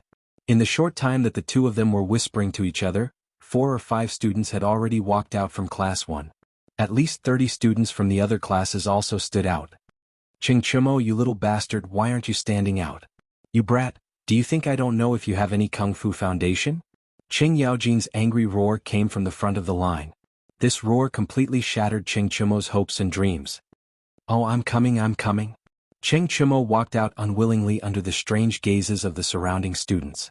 Qing Yaojin glared at his son fiercely but did not say anything else. Here, this is your identification. When you go to the cafeteria to eat, take this out. You can get meat dishes. You're not allowed to borrow it or it will be confiscated forever. Qing Yaojin gave each of them a small token and explained. Li Tai and Sun Zifen, the 2 gluttons behind, were about to drool. Alright, return to the team. Let's begin today's training. Before the training, this old man will say a few words to you. There are only 2 sentences, so listen to me clearly. Qing Yaojin waved his hand and attracted everyone's attention. Then he raised a finger and said, First, listen to this old man and you can eat meat. Second, if you don't listen to this old man will let you suffer the harshest punishment in the world. The harshest punishment in the world? The students sucked in a breath of cold air. As expected of Brother Qing, he was ruthless and didn't say much. Old Qing was indeed much less talkative than Qin Xiong, but every word was bloody and ruthless. It made people's hearts turn cold when they heard it. Instructor, what's the harshest punishment in the world? Wang Ming scratched his head and asked. Qing Yaojin narrowed his eyes and said meaningfully, You want to know? You'll know when you give it a try. No. Wang Ming hurriedly waved his hand. Even if he was beaten to death, he wouldn't dare to be the first person to eat crabs. Someone would die. Alright. These 2 days the main training is running and formation change. Within 2 days you must be neat and tidy. Run 5 laps first. If your steps are not in sync, we'll continue to run. After Qing Yaojin said that, he looked around with his eyes. Then, without giving the students any time to react, he directly shouted, Attention! Look to the right. Look forward. Turn right. Start running. 1 2 1 2 1. Bang bang bang bang. Throughout the entire process the students were like machines. Whatever instructions Qing Yaojin gave, they would respond accordingly. Of course, in order to avoid running another 5 laps, everyone was concentrating to avoid making a mistake. Li Tai was especially serious. Right now he could only run 5 laps at most. If he were to be punished, he wouldn't be able to run anymore even if he was beaten to death. Chapter 742. With Qing Yaojin here, Qin Xiong was no longer in charge of the training. Li Zishuan had some matters to attend to, so Pang Feiji and the rest of the guards' training was handed over to Qin Xiong. Li Zishuan himself slipped away. Young master, you're here. Young master, come to my house for lunch. I just hunted a pheasant yesterday. The meat is very fresh. Young master, come to my house. I hunted 2 rabbits yesterday. Come to my house. I have fish. Tisk, fish is nothing. I bought 2 caddies of wild boar meat in Chang'an yesterday. Young master, why don't you try it? That's right. After Li Zishuan left the academy, he went straight to the Han family village. As soon as he entered the village, he was greeted by a group of villagers. It was less than an hour before noon, so the villagers warmly invited Li Zishuan to their houses for lunch. Ah, I appreciate everyone's good intentions. Today, I came to the manor to look for my father-in-law for some matters. I'll be having lunch there. Looking at the enthusiastic villagers, Li Zishuan smiled and rejected them one by one. All right. Disperse. With me Han Tianhu here, Xiao Xin will have nothing to eat in our village. Disperse. I appreciate everyone's good intentions. Unknowingly, Han Tianhu had also arrived at the entrance of the village. He smiled and persuaded the villagers around Li Zishuan. Since Han Lijing is here, let's disperse. We'll invite young master another day. Young master, you must do us the honor. My wife's cooking is very delicious. That's right. Young master, you must do us the honor. Seeing that Han Tianhu had arrived, the villagers knew that they would not be able to invite Li Zishuan today. They said a few words and dispersed. Li Zishuan agreed to their requests one by one. They were all a group of lovely and honest working people. Young master, thank you so much for promoting my family. Everyone else left except for Hu Hanyun. He bowed deeply to Li Zishuan and thanked him. Uncle Hu, what are you talking about? As expected, he was able to enter the academy because of his own ability. I didn't help him at all. Don't stand on ceremony. Li Zishuan quickly pulled Hu Hanyun up and said with a smile. Han Tianhu couldn't help but laugh. Little Xian, you don't know this, but Hu has really become the pride of the village. When the other villagers heard that the Hu family had a student from Yanhuang College, they were all envious. A few people have already come looking for me, asking me to quickly set up a school in the village. Now that the villagers are living better lives, they want their children to be able to study. Li Zishuan said happily, that's a good thing. It's time for our village to have a school for beginners. Taishan, hurry up and get it done. If you have any difficulties, you can find me at any time. I can also send a group of engineers from the academy to you. Han Tianhu waved his hands and said, no need. The original school in the village can still be used after some slight renovations.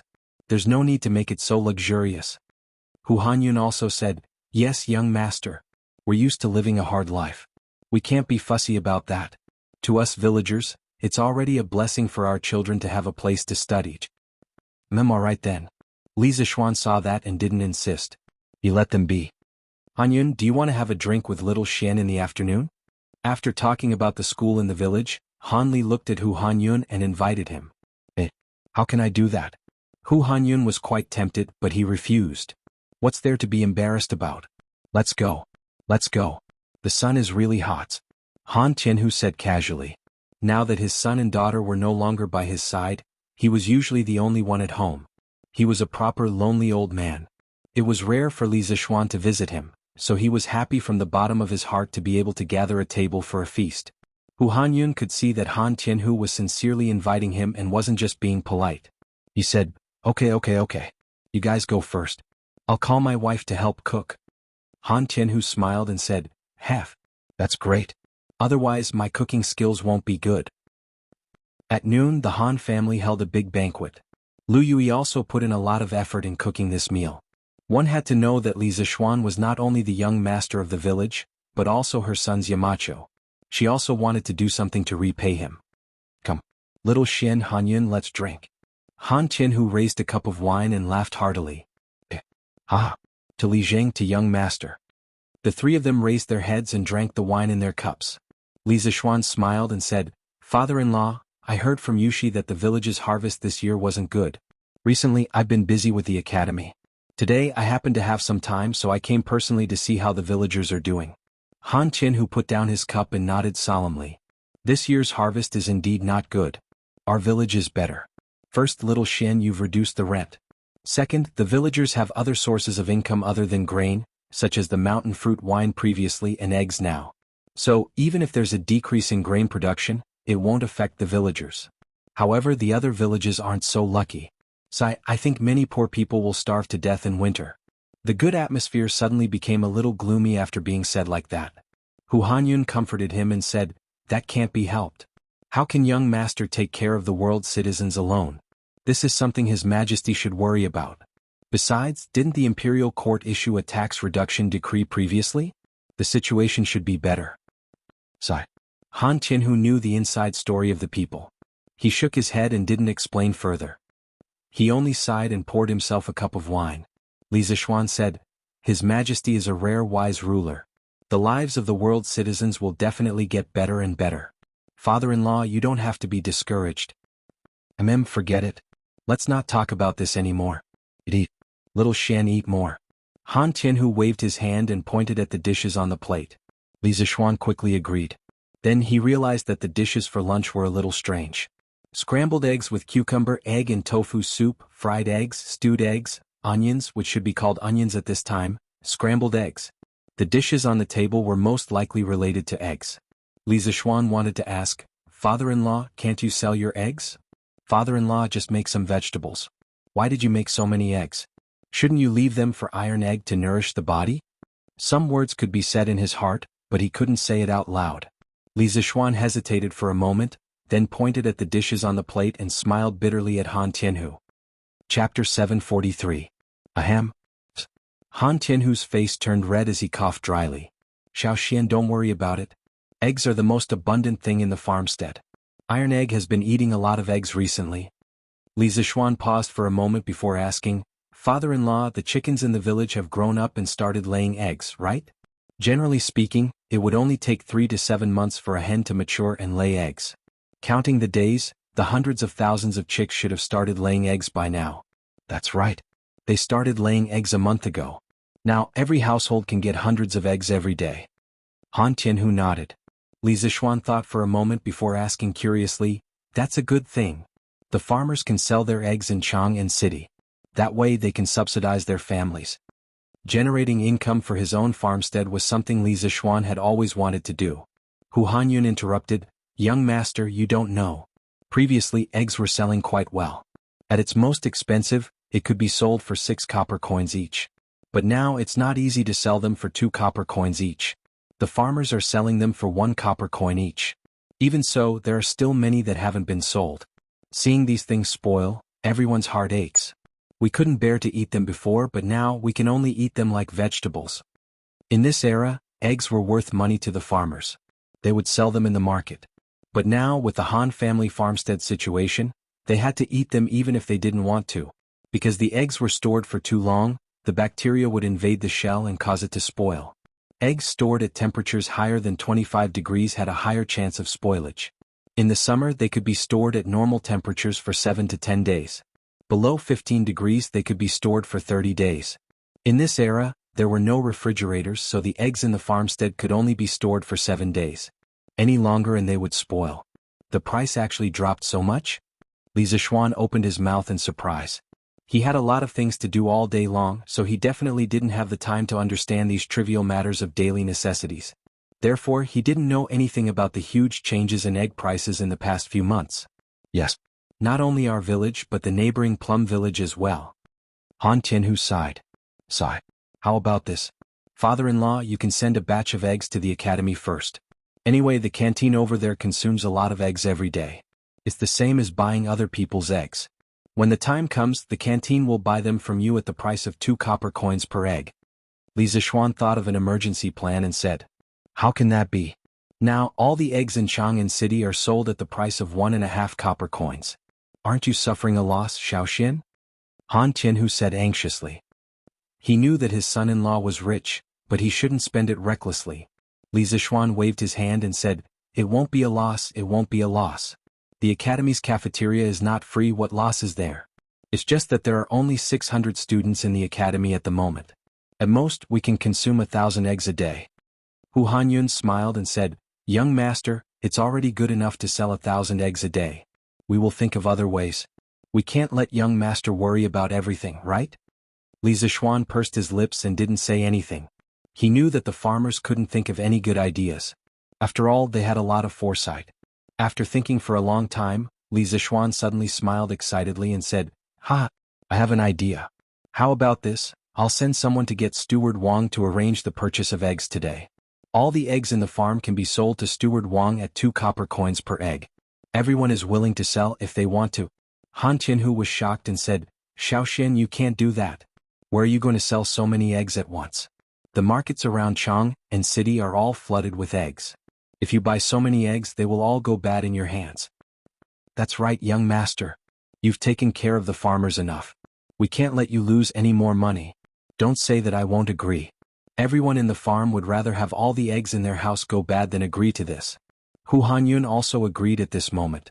Li Zishuan smiled slightly and said, "Ha, father-in-law, Uncle Hu, you've misunderstood my intentions. I've never said that I would lose money to help the farmers. Previously, you all thought that I would lose money when I bought the mountain fruits. In the end, I made a lot of money because of the sale of the gentle village. It's the same now. Since I dared to buy so many eggs, I definitely have a better way to preserve them. When the time comes, I will definitely only make money and not lose money." Hu Hanyun was a little suspicious and said, "Young master, are you serious? I, old Hu, have traveled extensively and can be considered quite knowledgeable. How come I've never heard of such a magical method?" Li Zishuan smiled slightly and said, "Just because you haven't heard of it doesn't mean that it doesn't exist. Uncle Hu, don't worry. You also know that I never do things that I'm not sure of. When the time comes and I make a lot of money from these eggs, the villagers won't say that I, Li Zishuan, purposely lowered the price of the eggs to make money." Hu Hanyun glared and said loudly, "Let's see who dares. The chickens in our farmstead were all given to us by young master for free.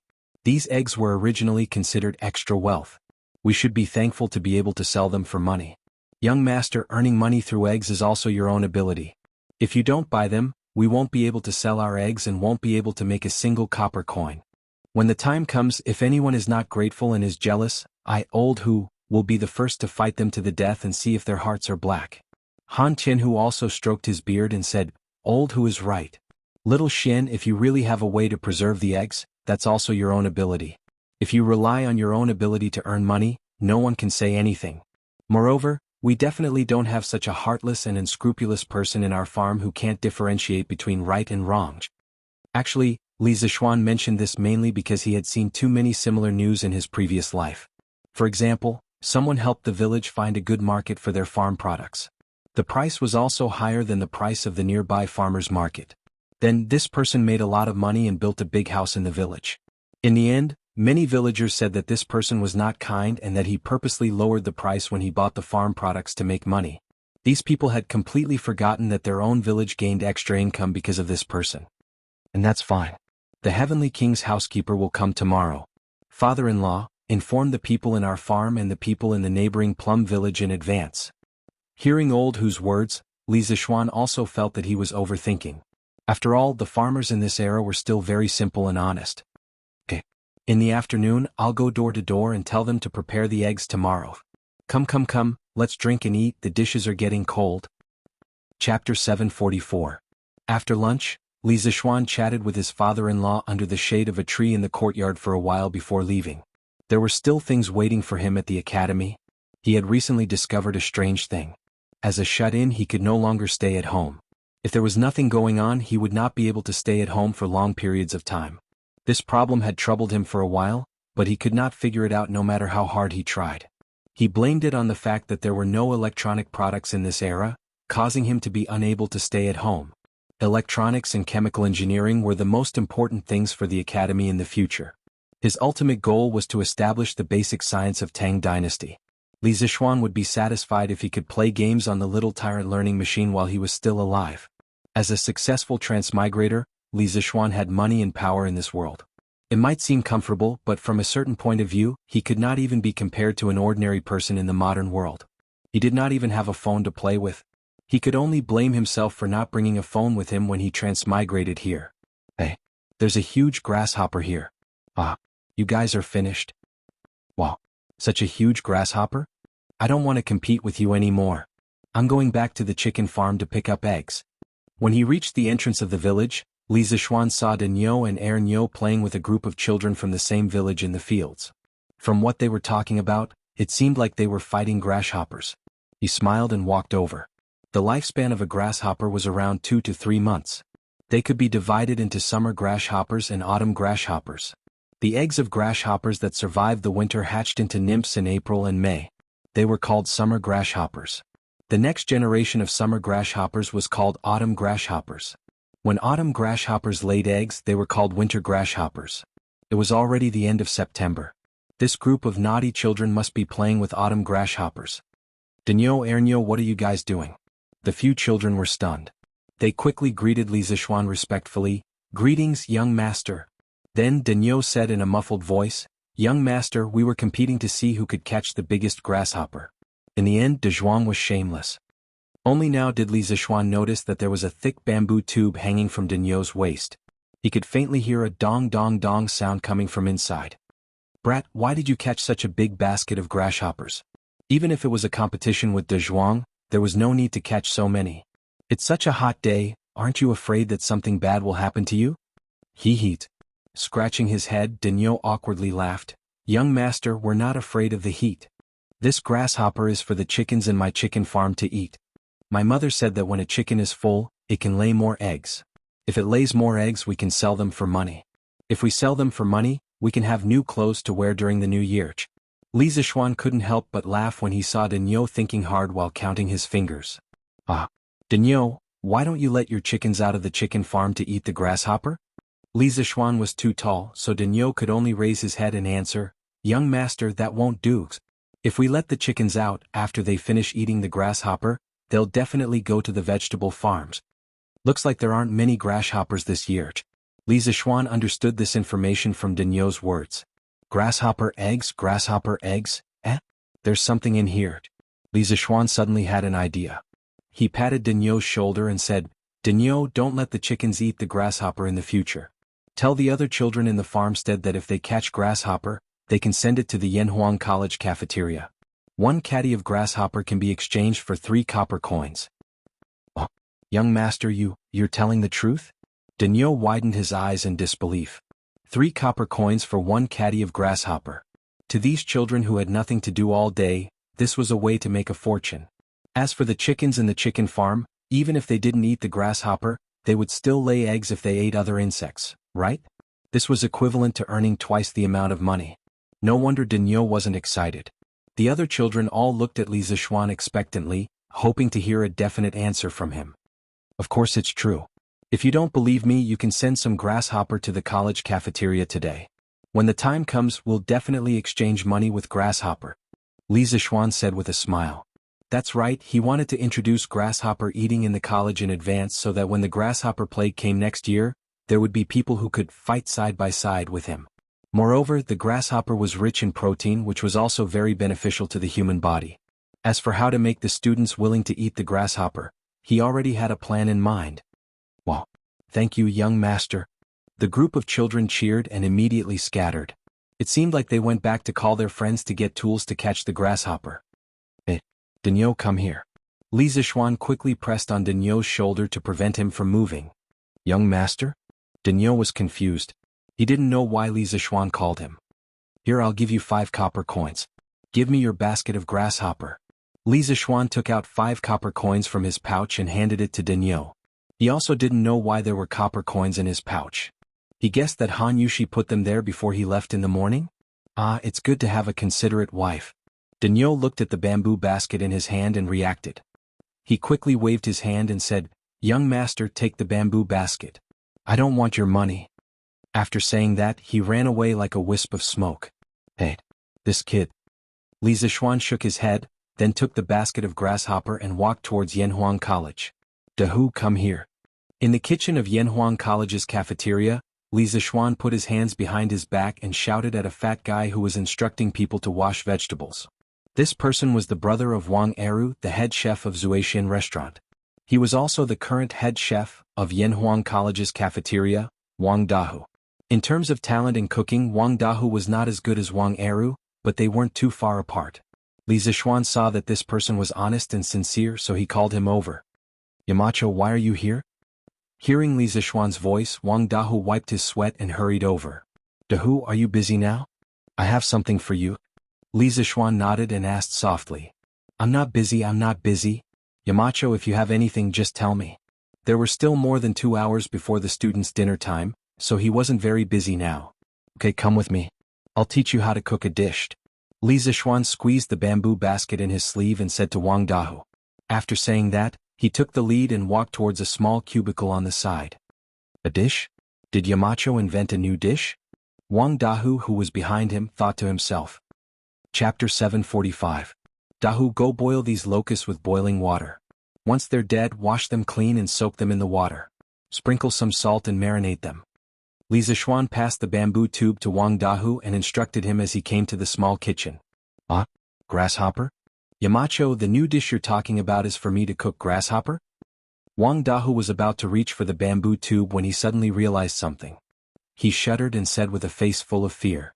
Li Zishuan rolled his eyes and said with annoyance, "That's right. This dish is deep-fried grasshopper? What's wrong? You're making a fuss over nothing." Wang Dahu was tongue-tied. He swallowed and mumbled, Yamacho, you can't eat grasshopper. You'll offend the locust god." In ancient times, due to the lack of knowledge about locusts, the probability of a locust plague was even higher. When faced with locusts that filled the sky, people said that they were formed from fish eggs. When they entered the water, they would turn into fish and shrimp.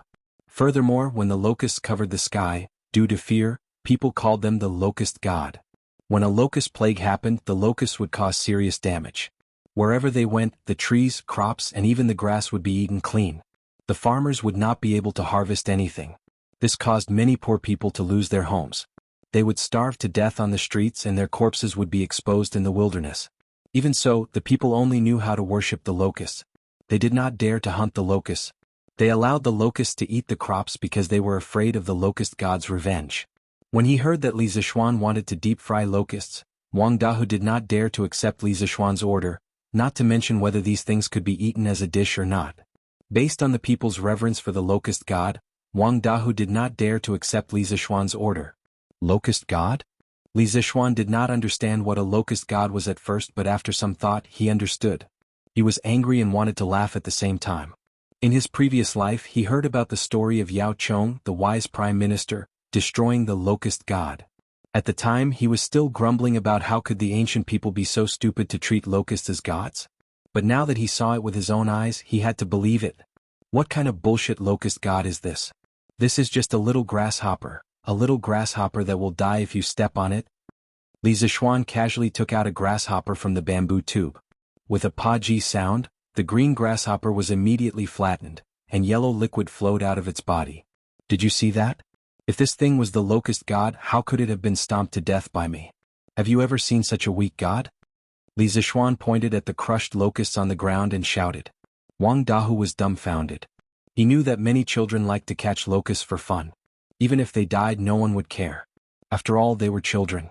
The gods probably wouldn't blame them, but Li Zishuan wasn't a child.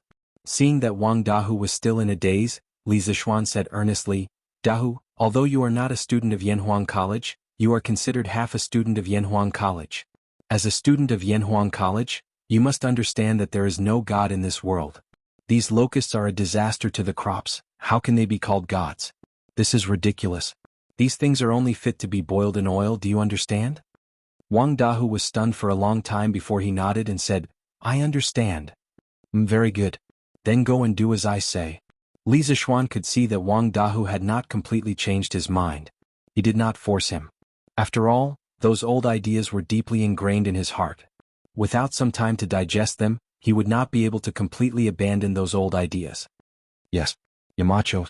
On the field, with Qing Yaojin as the temporary chief instructor, the students of Yanhuang College had a particularly heavy training schedule. The students felt that today was several times more tiring than the first day of military training. Run. 121, 121, 123, 1234. The instructors of Yanhuang College were like shepherds with whips today, and the students were like a flock of sheep. Under the shepherds' whips, they had no choice but to run with all their might, even though they did not know when this kind of running would end. Clang, clang, clang, clang, clang.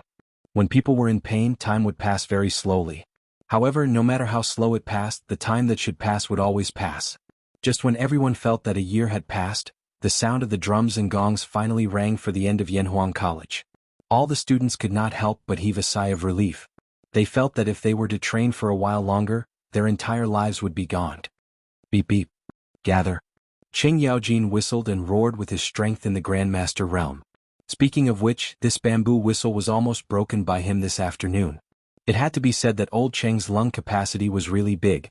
After blowing the bamboo whistle for an entire afternoon, the students of Class 1 still felt that their eardrums were buzzing. In a dozen breaths of time, all 16 classes of Yanhuang College had gathered.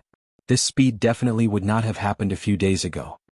Okay, for most of the students today's training is over, but as soon as Qing Yaojin said this, many students realized that something was wrong. What did he mean by most of the students? Didn't all the students' training end?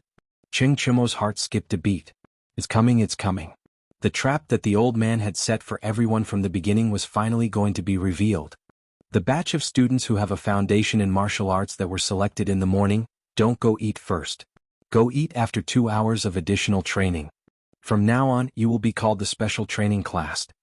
In the morning, Qing Yaojin had selected a total of 36 students who had a foundation in martial arts from more than 600 students. During lunch, these students did indeed enjoy meat that they had not eaten for a long time. Therefore, in the afternoon, except for Qing Chimo, they were secretly glad that they had been selected by Qing Yaojin in the morning. This way they would be able to eat meat every meal in the future. It was really a blessing. But now, after Qing Yaojin's words, they finally understood why there was a saying that there was no free lunch in the world. Tricks, it was all King tricks. The academy's tricks are deep. We are going back to Chang'an City. There's actually additional training? What? In the morning, High Duke Lu did not mention anything about additional training. Some students could not help but talk about it below. Ugly ox, it seems that I have really wronged you. It turns out that High Duke Lu is not targeting meat. The happiest person was none other than Li Tai. When the little fatty saw Cheng Chimo and Li Ku's bowls filled with meat in the afternoon, he was filled with envy, jealousy, and hatred. But now, our Prince of Wei expressed that if he wanted to eat vegetables, then so be it. At least it was better than having to train for 2 hours. Chapter 746. Raise your hand. You can't hold the MO sword like that. Use more strength. You're so soft. Can you chop someone to death? Think about it. What you see in front of you isn't a wooden stake, but the wolf cavalry of the north. If you don't chop them to death, they'll kill you. Look at how weak and listless you are right now. You're just like a mother * King Softy. You're a disgrace to our Tang Empire on the battlefield. On the sports field of Yanhuang College, most of the students had gone to eat. Only the 36 students of the special training class and Qing Yaojin, the initiator of the special training, remained. You'll practice chopping for the next 2 days. When you can chop the wooden stake in front of you in one stroke, you can end the first phase of the special training in advance. Chop for 2 hours every day. You'll have to chop at least 500 times. Qing Yaojin instructed the students while instructing them on how to hold the sword. Cheng Chimo and Yuchi Baolin looked at the thick wooden stake and the chipped and rusty MO sword in their hands.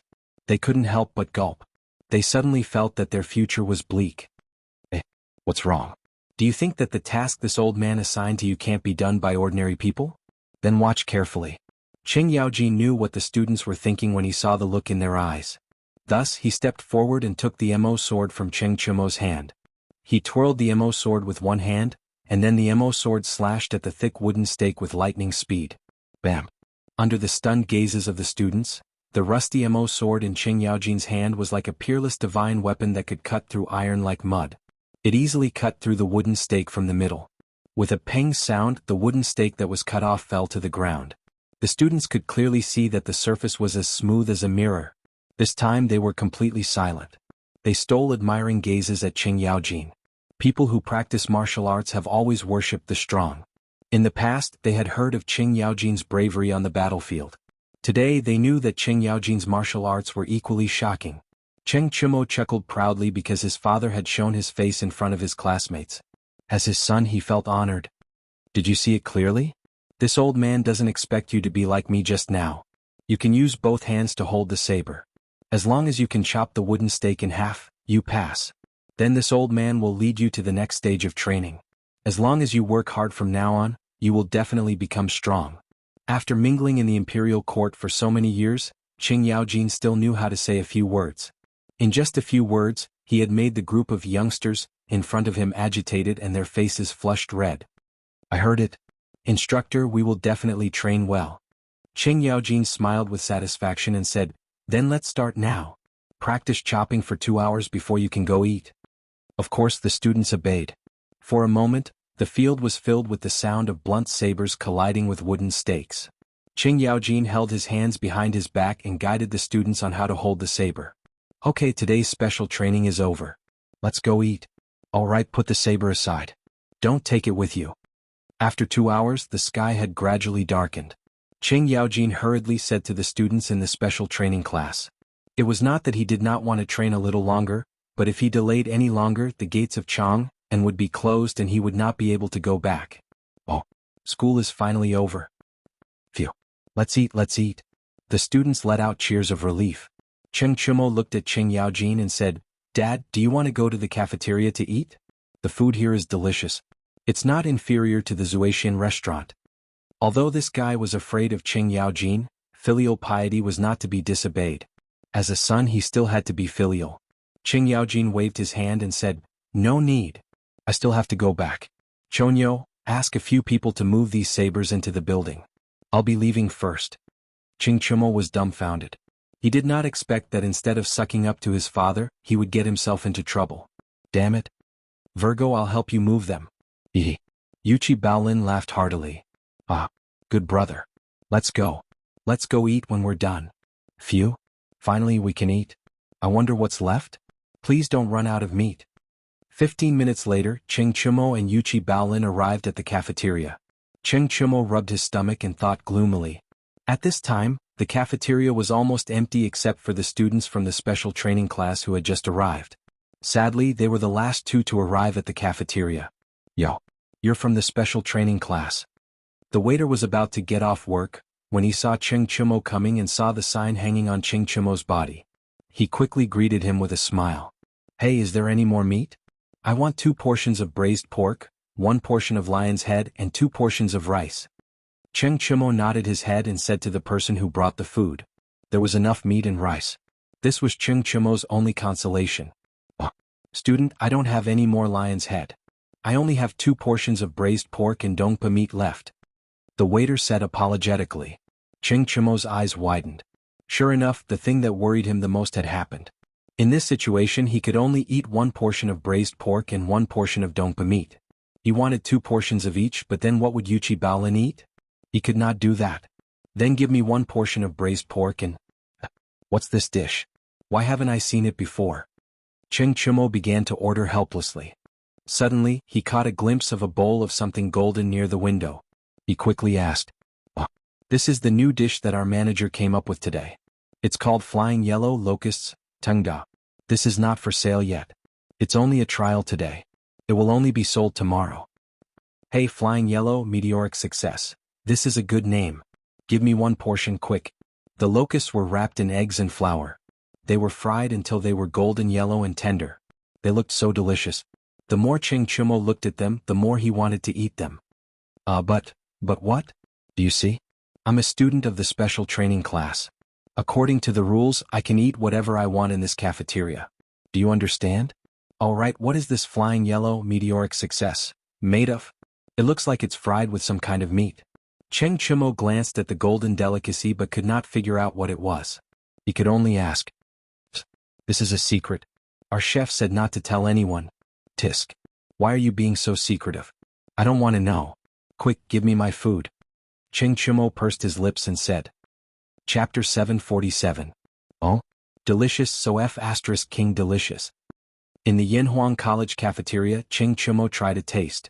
As soon as the crisp and soft meteoric success entered his mouth was instantly filled with the aroma of eggs and meat, as well as a tinge of numbness. This was the effect of the Sichuan pepper. Cheng Chumo couldn't help but open his eyes wide and exclaim how delicious it was. He couldn't stop at all. The Sichuan pepper originated in the Midwest of China. It was originally used as incense to worship the gods. It was recorded in the Book of Songs, Qinfeng, Song of the East Gate. The Sichuan pepper was a custom in the Han Dynasty. During the Three Kingdoms period, the Sichuan pepper began to be used as a condiment. Gulp. Seeing how much Cheng Chumo enjoyed it, Yuchi Baolin couldn't help but gulp and say, Ugly ox, is this meteoric success really that delicious? Yes, of course. I think this thing tastes better than gnawing chicken. Cheng Chumo stuffed his mouth with oil as he spoke. Then what does this meteoric success taste like? What's it made of? Ugly ox, have you tasted it yet? Yuchi Baolin really wanted to eat it, but he was too embarrassed to ask. He could only ask Cheng Chumo to describe it so that he could enjoy it. Salty, fried, numbness and meaty. As for what kind of meat it is, I haven't tasted it yet. In any case, I've never eaten this kind of meat before. Nonsense, of course I've never eaten locusts before. Diske, I actually got such a good deal when it's so delicious.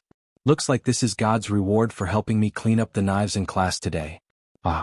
At the end, Cheng Chimo couldn't help but laugh heartily. However, only God knew if he would still laugh after he found out the truth. Although Cheng Chimo's language skills were not good, Yuchi Baolin listened with great interest. His gaze toward the food in Cheng Chimo's bowl became more and more covetous.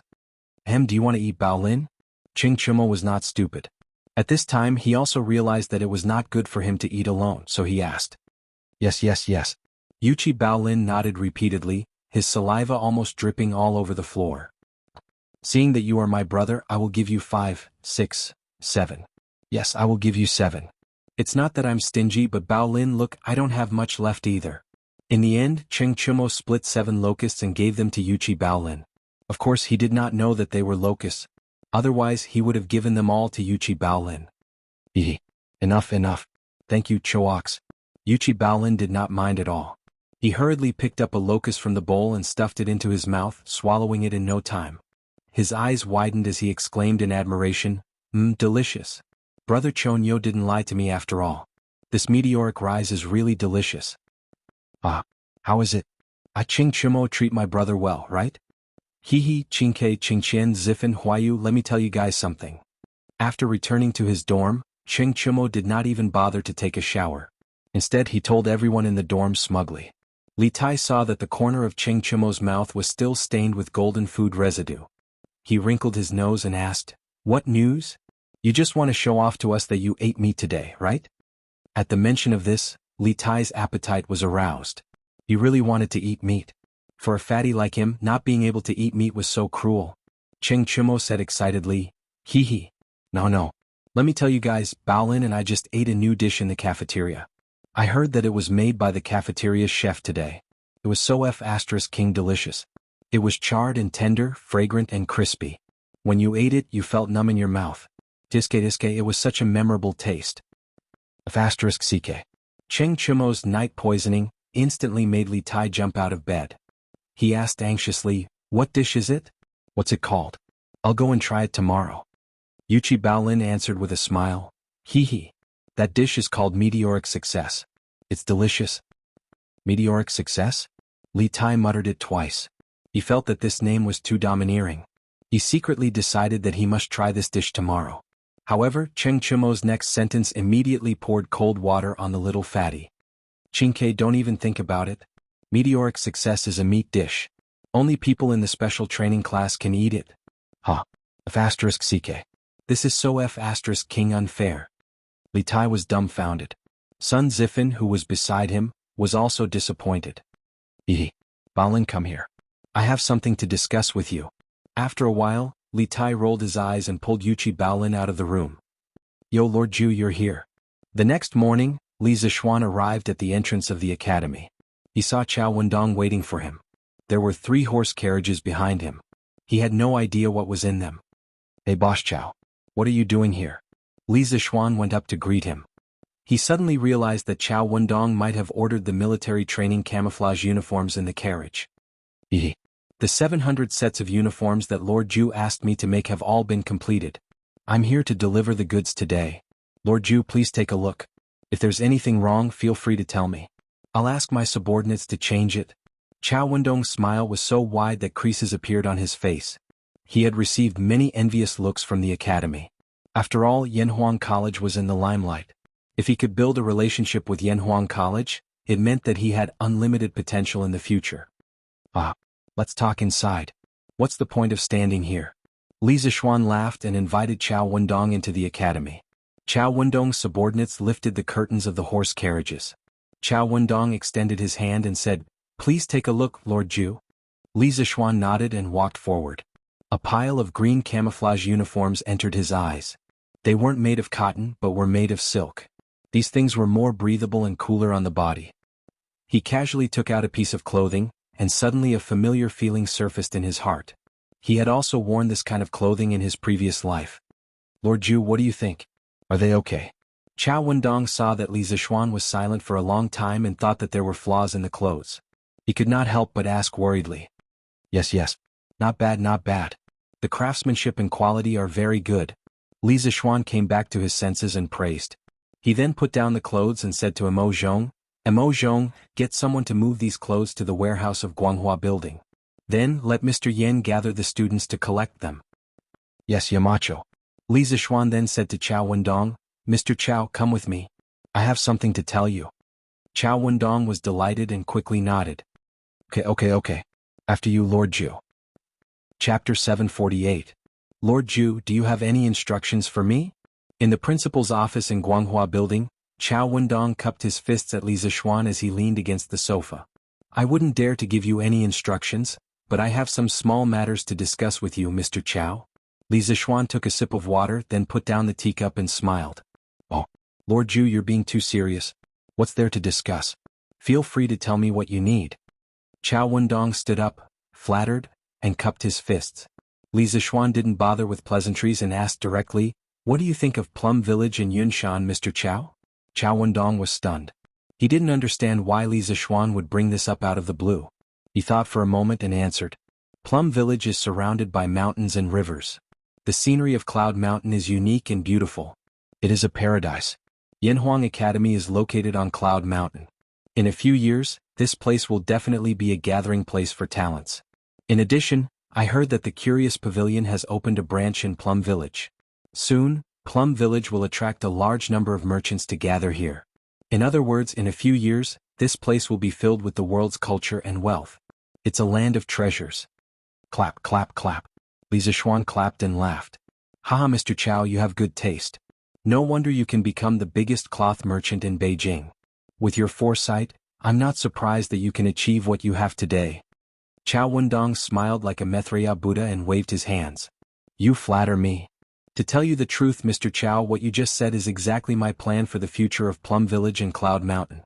I plan to rely on the powerful creative ability of Wonderful Taste Pavilion to turn Plum Village into a supermarket that is even bigger than Shi City. Then, with Yanhuang College's strong teaching staff, I'll turn Yunshan into a holy land of learning. Li Zixuan stood up and looked out the window, revealing his ambition. Although Chao Wendong had expected this, he still felt a ripple in his heart. He thought to himself, looks like I have to plan my plans for Plum Village in advance. Time waits for no one. Li Zixuan smiled and continued, perhaps Mr. Chao has doubts in his heart. What does what I said have to do with you? This matter is very important. The students of Yanhuang College mainly study engineering. In the future, there will be tens of thousands of students who will inherit my knowledge. At that time, with the top-notch academic ability of Yanhuang College and the strong creative ability of the Strange Taste Pavilion, there will be a huge market here. Boss Chao, you should be well aware of this. However, to build such a huge market, I alone will not be enough. I need many merchants to join in. Hence, I plan to set up a Yanhuang Chamber of Commerce in Plum Village. Only the members of the Chamber of Commerce will be able to sell the goods produced by the Strange Taste Pavilion. At the same time, they will also be able to enjoy the protection of the Chamber of Commerce. When Chao Wendong heard this, he immediately said excitedly, Lord Zhu, you are finally going to set up a Chamber of Commerce. 3 months ago, when Li Zixuan got married, Chao Wendong spent a lot of effort to prepare a congratulatory gift for Li Zixuan. It was all for the sake of leaving a good impression so that he could meet Li Zixuan. In the end, he did meet Li Zixuan. However, his suggestion to set up a Chamber of Commerce and raise the status of merchants was rejected by Li Zixuan without hesitation. Who would have thought that there would be such a pleasant surprise? Li Zixuan frowned and said in a low voice, Mr. Chao, don't misunderstand. The main purpose of setting up a Chamber of Commerce is to develop Plum Village and provide a source of income for some merchants. As for raising the status of merchants, I will not and do not want to worry about it. Although there were many unfairness in the hierarchy of scholars, farmers, and businessmen, Li Zixuan was also one of the beneficiaries of this hierarchy. He had no responsibility and no obligation to help the merchants in their class struggle. You could say that he was selfish, but in this situation he could only be selfish. Otherwise, his entire family would be implicated because of his audacity and willfulness. To Li Zixuan, no reputation was more important than his family. Chao Wendong choked for a moment and was immediately disappointed. However, he immediately thought about it. Even if Li Zixuan didn't help them raise their status, with Li Zixuan's Chamber of Commerce, at least they wouldn't be casually bullied by some unruly officials. This was a huge benefit. Lord Zhu is right. This old man has never thought of troubling Lord Zhu because of this matter. Forgive this old man for asking, but how can I become a member of the Chamber of Commerce? This was what Chao Wendong was most concerned about. Li Zixuan raised his teacup and smiled. It's very simple. To become a member of the Chamber of Commerce, you must first contribute to the development of the Chamber of Commerce. As for how to contribute, this is the reason why I invited Boss Chao here today. Chao Wendong's face was solemn and he looked like he was all ears.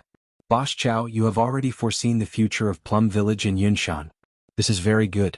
However, you did not see their current limitations. I would like to hear the details. Chao Wendong cupped his hands and said. Road. The main problem that Plum Village and Yunshan are facing now is the road. When I was traveling the world with my master, I once heard a county official say, if you want to be rich, you must first build the road. I think it is very reasonable. From the official road outside Chang'an City to Plum Village, the road is not only narrow but also bumpy. How can such a road carry the future of Plum Village and Yunshan? Therefore, the road from Chang'an City to Plum Village must be built. Li Zixuan said solemnly. Chao Wendong nodded and said, what Lord Ju said is very reasonable. The road in Plum Village should indeed be repaired. However, it will only be paved with some green stone slabs. I don't think it will cost much, right? Li Zixuan shook his head and said, I did not say that I want to repair the road with green stone slabs. I want to repair the road with cement. Seeing the confusion on Chao Wendong's face, he explained, it's the road in Yanhuang Academy. Chao Wendong's mouth was wide open. He did not expect Li Zixuan to be so serious. To be honest, after coming to Yanhuang College a few times, he had always been envious of the road and architectural style here. However, envy was not enough. Even if he was rich, there was no place where he could buy cement and the architecture in Yanhuang College. Although he did not know the cost of cement, he thought that it would be more expensive than green stone slabs. May I ask how much does Lord Ju need? Li Zixuan stretched out 2 fingers and said, about 200,000 strings of cash. The first batch of members to join the Chamber of Commerce will depend on the amount of money they donate to determine the weight of their words in the flaming yellow Chamber of Commerce. Chapter 749. In 3 days I will hold a bidding meeting at the Drunken Immortal Inn. All 200,000 strings of cash will be up for grabs. Of course, if the final number is less than 200,000 strings of cash, no matter how much it is, I will personally fill it up. The road in Plum Village must be repaired. In the office, Li Zixuan explained his plan. Chao Wendong rolled his eyes and asked tentatively, Lord Ju, I wonder if this old man can buy all of the 200,000 strings of cash by himself? Taking out 200,000 strings of cash at once was a little painful for Chao Wendong, but he felt that it was completely worth it. It all depended on whether Li Zixuan was willing or not. Li Zixuan looked at Chao Wendong in surprise. He probably did not expect this ordinary-looking businessman to be so bold. But after thinking about it, he shook his head and said, Boss Chao, doing business is about making money peacefully. It's not good to eat alone. Take the matter of repairing the road as an example. I can still take out a mere 200,000 strings of cash. But I didn't do that and left the opportunity to you, so. I understand. You are right, Lord Ju. I'm just too narrow-minded. Chao Wendong said quickly. Li Zixuan shook his head and smiled. I understand Boss Chao's intentions. But I don't intend to publicize the matter of the Chamber of Commerce. So, I'll have to trouble Boss Chao to inform some wealthy businessmen in Chang'an City to participate. In the end, I will choose 5 people to be the first batch of members. He was a founding baron and a rank 3 crown prince, Zhan Shi. Establishing a Chamber of Commerce was not a pleasant thing to say. If word got out and everyone knew about it, it would be quite troublesome. So, he did not think of using Datang Daily to publicize the Yanhuang Chamber of Commerce from the start. 5 people. Chao Wendong calculated in his heart. When the time came, each person would have an average subscription quota of 40,000 strings of cash. But it was rare to see people willing to fork out so much money for repairing the road. In this way he had an opportunity. Don't worry, Lord Ju. In less than a day, all the wealthy businessmen in Chang'an City who are qualified to participate in this bidding will definitely know about it. Chao Wendong quickly promised. That's great. Then I'll have to trouble Boss Chao. After sending Chao Wendong off, Li Zixuan came to the field and saw green military uniforms.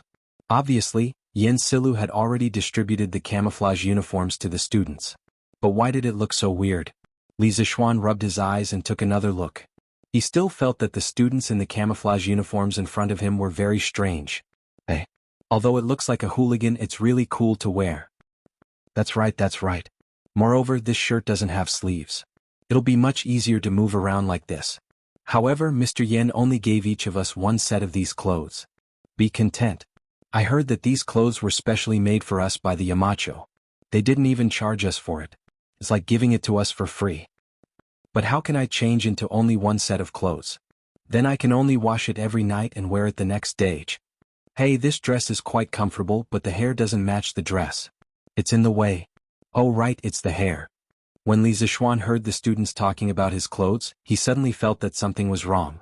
If the camouflage uniform and long hair does not look weird, then something must be wrong. Little Xian, after the students put on this kind of clothes, they all look quite spirited. If they train later, I guarantee that they will look better than before. You really have a lot of ideas. When Qing Yaojin saw Li Zixuan coming over, he went up to him and patted him on the shoulder. Li Zixuan was speechless. What do you mean by ideas? Young master's idea was clearly a serious one, all right? Uncle Qing, don't you think that these clothes and their hair don't match? Qing Yaojin thought for a while and nodded. Indeed, they don't match. The style of your clothes is cool, but most of the students' hairstyles are the opposite of this style. Li Zixuan agreed. Uncle Qing, you have a good eye. That is indeed the case. The only thing we can do now is to let the students tie up their hair and put it in a bun. Qing Yaojin laughed. Ah, that's great, that's great. After the two of them finished their discussion, they arranged for the people below to get the hair tie. After a while, every student was given a hair tie. According to Li Zixuan's idea, everyone tied up their hair. Now, regardless of hairstyle or clothes, all the students looked neat and tidy. Although it's still a little weird, it looks much better overall. Li Zixuan thought in his heart. Ah, not bad, not bad. Then I'll start the training. Qing Yaojin squinted his eyes, looked around, and said, "Okay." Li Zixuan nodded and then retreated to the rostrum. All instructors listen up. Today's military training begins. All classes will train separately. As soon as he retreated, Qing Yaojin's loud voice rang throughout the entire field. Li Zixuan was secretly surprised. Good heavens, he didn't even have to use the loudspeaker this way. Everyone in the first class, stand at attention. Look to the right. Look to the front. Turn to the right. Run. Bang bang bang bang. Under Qing Yaojin's command, the students of Class 1 took the lead to start a new day of military training. With neat and powerful steps, the cadence of the whistles, coupled with the students' neatly dressed camouflage uniforms, today's team was very different from usual. This bunch of rascals. I haven't seen them for a few days and they're actually so obedient. Indeed, there's always something to conquer something. Just as the students were running hard, a few uninvited guests arrived at the edge of the field. It was Li Er who had brought Zhang Sun and Chang'e to Yanhuang College to visit the inmates. They were mainly there to check on Li Tai and Li Qingqian. They all knew that Li Ku was skilled in martial arts, so there was no need to worry about such a small military training. As soon as he arrived, Li Er saw such a group of uniformed students walking in neat steps. Moreover, there were also his two sons in the team, as well as some of the second-generation hedonists of Chang and city that he had seen before. This made him very surprised. Since when did those hedonists who only knew how to walk chickens and fight dogs become like a well-trained army? Imperial father, look. That's Brother Qingke. He doesn't seem to be running very strenuously. Brother Qingke has become thinner, and he seems to have become darker. Chapter 750. Qingke, Qingqian. When Empress Jiangsun saw her two sons sweating profusely on the field, her heart instantly ached. After all, these two children were her flesh and blood. Don't worry, Guanyin.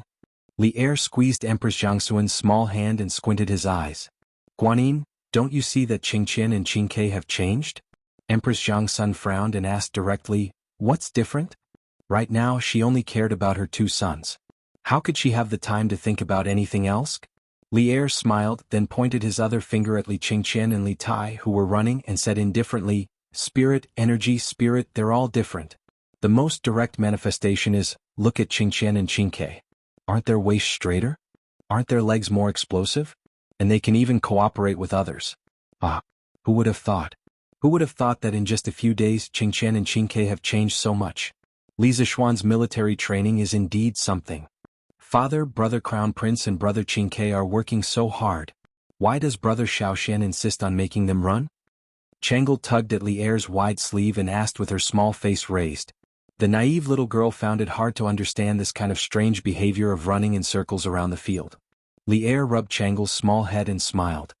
This is military training.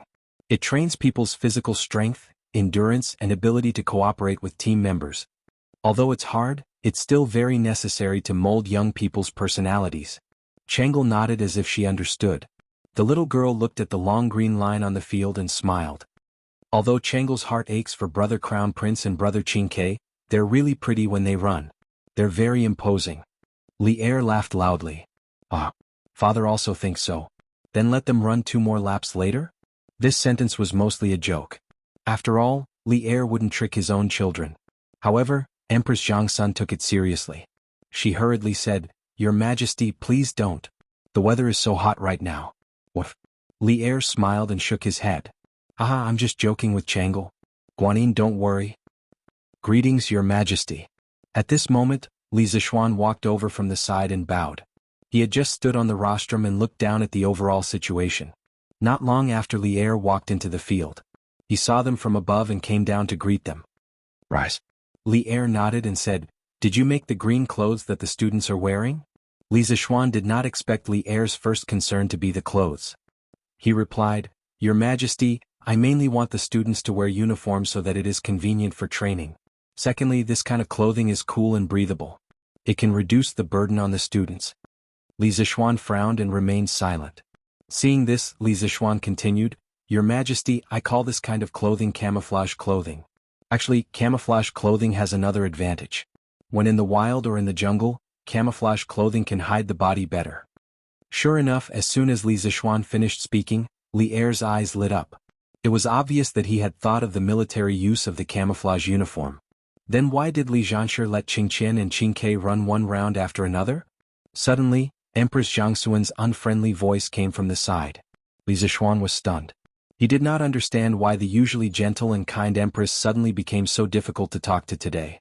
However, he thought about it and understood. He cupped his hands and said, I understand your love for your son. However, as the saying goes, jade cannot be made into useful without being carved. Qingke and the others will bear the heavy responsibility of developing engineering in the future. If they do not have a good body, how can they carry on until the end? Moreover, as far as I know, people like Qingke who are overly obese will easily have headaches, dizziness, tinnitus, and other symptoms once they reach middle age. It is very difficult to treat. In serious cases, it can be life-threatening. Therefore, I also plan to use this military training to help Qingke lose weight. I am doing this for his own good. Empress Jiangxuan's expression changed. She asked in a low voice, Is this true? Li Zishuan nodded solemnly and said, Absolutely true. Empress Jiangxuan's face was ghastly pale. Li Zishuan was rather famous in the field of medicine. This time he spoke with such certainty. She had no choice but to believe him. Seeing this, Li Zishuan glared fiercely at Li Zishuan. Then he comforted, Don't worry too much, Empress. Qingke is still young. I have plenty of time to invite all the famous doctors in the world to help him lose weight. Empress Jiangsun shook her head and did not say anything. Li Zishuan also realized that what he had said just now was a bit too much, so he spoke up. Cough cough. What I said just now was only a certain probability of happening. I did not say that it would definitely happen. Moreover, as long as Qingke can persevere through the military training, there will naturally not be such problems in the future. Empress Jiangsun breathed a sigh of relief. She looked at Li Zishuan with a complicated expression and said, Then I will have to trouble Li Zishuan to take care of Qingke. After saying this, she felt that it was a bit absurd. She had sent her son to be tortured in the hands of others, and instead she had to thank others. No matter how she thought about it, this matter was awkward. All right. Let's go somewhere else to have a look. Li Zishuan looked at the time and said, Come. Your Highness, try this. It's very good for your asthma. As noon approached, Zhang Sun wanted to see the cafeteria of Yanhuang College. After all, she was still worried that her son would not eat well here. After seeing that the environment of the cafeteria was not bad, Zhang Sun wanted to have lunch here. Li Zishuan naturally agreed. The family of 3 ordered 4 dishes. Li Zishuan walked over with a plate of golden yellow dishes and said, Let's go. Li Zishuan and Empress Zhang Sun were both present. Of course, Li Zishuan would not directly call Li Lizzie as Sister Changle. Brother Xiaoxian, what is this dish? Li Zishuan had scruples, but Changle did not. The little girl looked at the golden food on the plate and asked doubtfully. Li Zishuan stared blankly. Staring at Li Zishuan, he asked in a deep voice, You just said that this food can treat asthma. Is this true? Li Zishuan felt that these words were very familiar. Previously, Zhang Sun had asked him similar questions. Was he here today to treat old Li's illness? Autumn locusts were high in protein and low in fat. In particular, the female locusts had many eggs, which were rich in lecithin. After being digested, the lecithin released choline. Not only could it improve one's memory, it could also stop coughing and relieve asthma, treat whooping cough and bronchitis. Replying to Your Imperial Majesty, this subject only said that there were benefits, but did not say that it could be cured. Princess Changle's illness still needs to be slowly nursed back to health. Chapter 751. Oh, it's delicious. Imperial Father, Imperial Mother, have a taste. Li Zishuan and Li Er were discussing Changle's condition, but the person in question went to taste the yellow delicacies. It seemed that she didn't care about her condition at all. It couldn't be said that she didn't care. Perhaps the little girl knew that her illness couldn't be cured by medicinal stones, so she didn't want to show that she cared very much, lest her father and mother worry. Zhang Sun picked up a locust and looked left and right, but couldn't see what it was, because it was wrapped in eggs and flour. She tentatively put it into her mouth, and with a light bite, her mouth was suddenly filled with a crisp fragrance. Well, this thing is really delicious, but I can't tell what it's made of. Empress Zhang Sun praised sincerely. She felt that this thing was more delicious than Ken's chicken. Li Zishuan said embarrassedly, Your Majesty, this dish is called Soaring Success. As for what it's made of, forgive me for not being able to say. In fact, Empress Zhang Sun also had qi disease, so eating more locusts was also very good for her body. But if Li Zishuan really said the ingredients of this dish, everyone present probably couldn't eat any more. Oh, Soaring Success? That's a good name. It's just that you're being so secretive. Could it be that you're afraid that this consort will steal your secret recipe? Empress Zhang Sun smiled and said. Li Zishuan repeatedly said that he didn't dare, but this guy didn't say what the ingredients were. Li Er's curiosity was greatly aroused. He picked up a piece of Soaring Success into his bowl, and then quietly poked the egg on the surface with chopsticks. A cute locust head suddenly popped out, and Li Er's face suddenly became very interesting. Li Zishuan, come with me. Li Er quickly buried the locust under the rice, and then said to Li Zishuan opposite him. Empress Zhang Sun and Changle looked at each other. Li Zishuan's heart thumped, and he felt that something was wrong. He braced himself and stood up, saying, Yes, Your Majesty. Bastard! How dare you feed locusts to the Empress and Changle? I see that you are getting bolder and bolder. Walking to a nearby pillar, Li Er shouted in a low voice with a gloomy face. Li Zishuan did not expect Li Er to find out so quickly that Soaring Success was made from locusts. However, he was not unprepared. His Majesty is angry because he thinks locusts cannot be eaten by humans. In fact, not only could locusts be used as food, they could also be used to detoxify, stop coughing and stop asthma. They had extremely high medicinal value. Your Majesty, if you don't believe me, you can ask the doctors of the Imperial Physician Bureau. Li Er was stunned when he heard that. This was the first time he had heard that locusts had so many effects. Your Majesty, as long as you don't think that it's a locust when you eat it, the taste is still very good. Moreover, who knew how many locusts there would be next year? When the time comes, if this method of eating locusts becomes popular, coupled with the many chickens raised by the people, there will be no need to worry about the locusts not being wiped out. Li Zishuan added. Li Er was greatly moved, but he still hesitated and said, But there is a saying among the people that there is a locust god. What if you incur the wrath of the gods? Li Zishuan sneered and said, Your Majesty, not to mention that there are no gods in this world, even if there were, they would not be locusts. They nibble away at crops and harm the common people. They can only be considered evil spirits and are not fit to be gods. Li Er nodded and then unhappily said, No matter what, you cannot use the Empress and Changle as your experiment.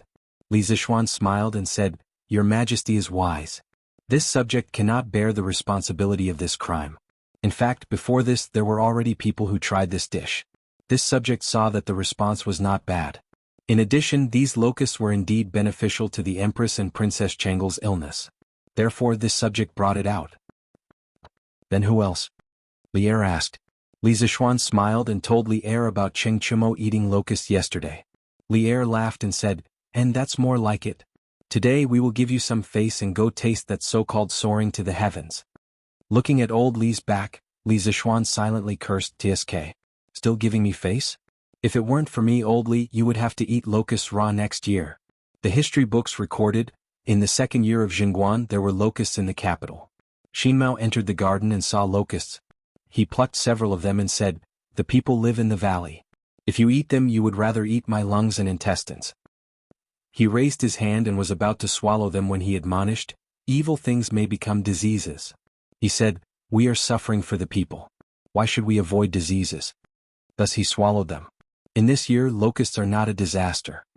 Compared to eating locusts raw, deep-fried locusts were obviously more delicious. Imperial Father, Imperial Mother, Chang'e? You're all here? When Li Zixuan and Li Er were talking, the gongs and drums of the academy had already sounded. Li Tai, who was always very enthusiastic about eating, was naturally the first to arrive at the cafeteria. After seeing the table of people inside, the little fatty was stunned, as if he had suddenly found his backbone. He hurriedly complained to Li Er and Empress Jiangsun, "Imperial Father, Imperial Mother. Xiaoxian. Yamacho deliberately abuses people. He punishes students every day and doesn't let us eat meat. He only lets us eat vegetables. You see, in just a few days I've lost weight." Li Zixuan widened his eyes and secretly thought that this little fatty was arrogant enough.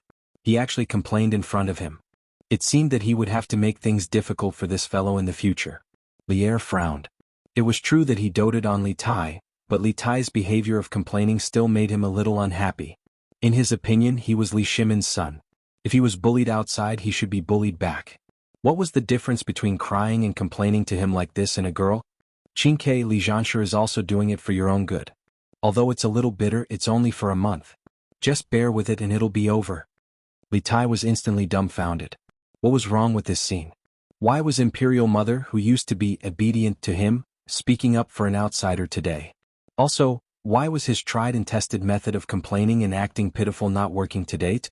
What this fellow didn't know was that he had the method of complaining and acting pitiful, and Li Zixuan had the knack of public relations in advance. Now, Li Er and Empress Jiangsun had already been public relations by hims. Hee. Brother Qingke is so embarrassing. You actually came to Imperial Father and Imperial Mother to complain about Brother Xiaoxian.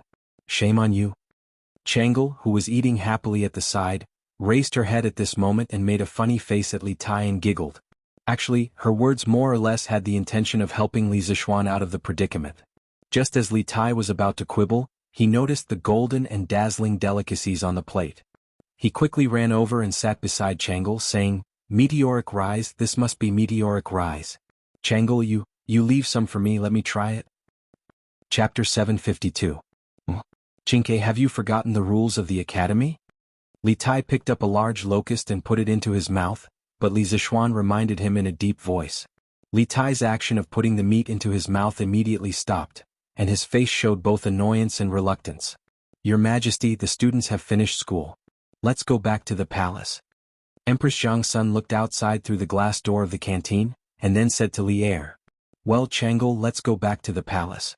Father will bring you here to play another day." Li Er looked at Chang'e and said in a gentle voice. Empress Jiangsun smiled at Li Zixuan at this moment and said, "Li Zhanshu, His Majesty and I can't finish these things, so let Qingke do it for us so as not to waste it. What do you think?" Li Tai immediately laughed, and at the same time he gave his mother 32 thumbs up in his heart. Li Zixuan was speechless. Empress Jiangsun had always been wise, but she still had a heavy selfishness when it came to the problem of children. But this was just a small matter, and he didn't need to be unhappy with Empress Jiangsun because of it. Besides, the main ingredient of locust meat was protein, and Li Tai wouldn't gain weight even if he ate some. "In this case, I respectfully send your Majesty and your Majesty off." Li Zixuan cupped his hands and bowed. Empress Jiangsun smiled and walked out of the door with Li Er and Chang'e. Before Chang'e left, she quietly turned around and waved goodbye to Li Zixuan. Li Zixuan smiled and waved back. "Hey. Fragrant. So fragrant. I haven't eaten meat for a long time. I came at the right time today." After old Li left, Li Tai greedily sniffed the 5 dishes on the table, and then laughed very proudly. Li Zixuan glared at him angrily, but the words he had just said to Empress Jiangsun were still in his ears, so he couldn't be too harsh. He could only say in a strange tone, "Qingye, you brat, take it easy. Don't overeat and you won't be able to run in the afternoon." There was only meat in Li Tai's eyes right now. He didn't care about anything else. He just vaguely answered, "Okay." Then he buried his head in the food. "Wow. Qingke, where did you get this meat from? Didn't they say that students in the regular class can't eat meat?" Right at this moment, Li Qingqian walked in from outside and was surprised to see the 5 plates of meat on the table. Damn, dongpa pork, braised pork, lion's head, these are all my favorite dishes. Qingke, save some for me. Sun Zifen followed closely behind Li Qingqian. However, this amusing idiot didn't pursue the source of the food. Instead, he went straight to the table and started snatching food. Li Tai panicked. Ba ba ba ba ba. This damn fatty was really ruthless. He directly spat on the 5 dishes on the table. It's all mine. Let's see who dares to snatch it from me, haha. Li Tai protected the food plates and laughed proudly at Sun Zifen, who rushed up to snatch food. Sun Zifen's face suddenly looked like he had been f***ed by a dog. He pointed at Li Tai with a trembling hand and said angrily, "Damn. Qingke, you're really f***king, wasting natural resources recklessly. You can't finish all these dishes alone. What's wrong with sharing some with me?" Li Tai rolled his eyes and started to say cheekily, "I'm not giving it to you. I'm just asking you, are you angry? Are you angry? Are you angry?" Sun Zifen was really furious at this moment. It was bad enough that he couldn't eat meat, but he was also ridiculed by others. How could he tolerate this kind of anger? Ba ba ba ba. This amusing idiot took advantage of Li Tai's unpreparedness and actually spat 5 mouthfuls of saliva on the food plates. If you don't let us eat, then don't eat. Now, I'm asking you, are you angry? Sun Zifen also started to act cheekily and said proudly, "Sun Zifen, I'm going to fight it out with you." The food that was about to be in his mouth suddenly disappeared without a trace. This kind of feeling was worse than killing Li Tai. The little fatty slammed the table and stood up, wanting to fight Sun Zifen to the death. When Li Zishuan saw that these 2 idiots actually started to spit at each other over a few dishes, he couldn't help but roll his eyes speechlessly.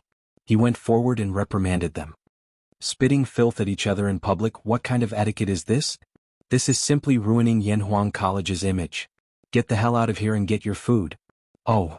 Seeing that Li Zishuan seemed to be really angry, Li Tai and Sun Zifen decisively admitted defeat and the 2 amusing idiots went to get their food with their tails between their legs.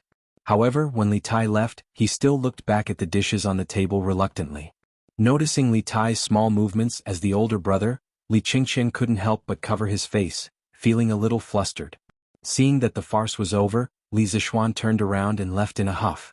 Li Zishuan went to the kitchen from the back door of the cafeteria and taught Wang Dahu a new method of cooking locusts.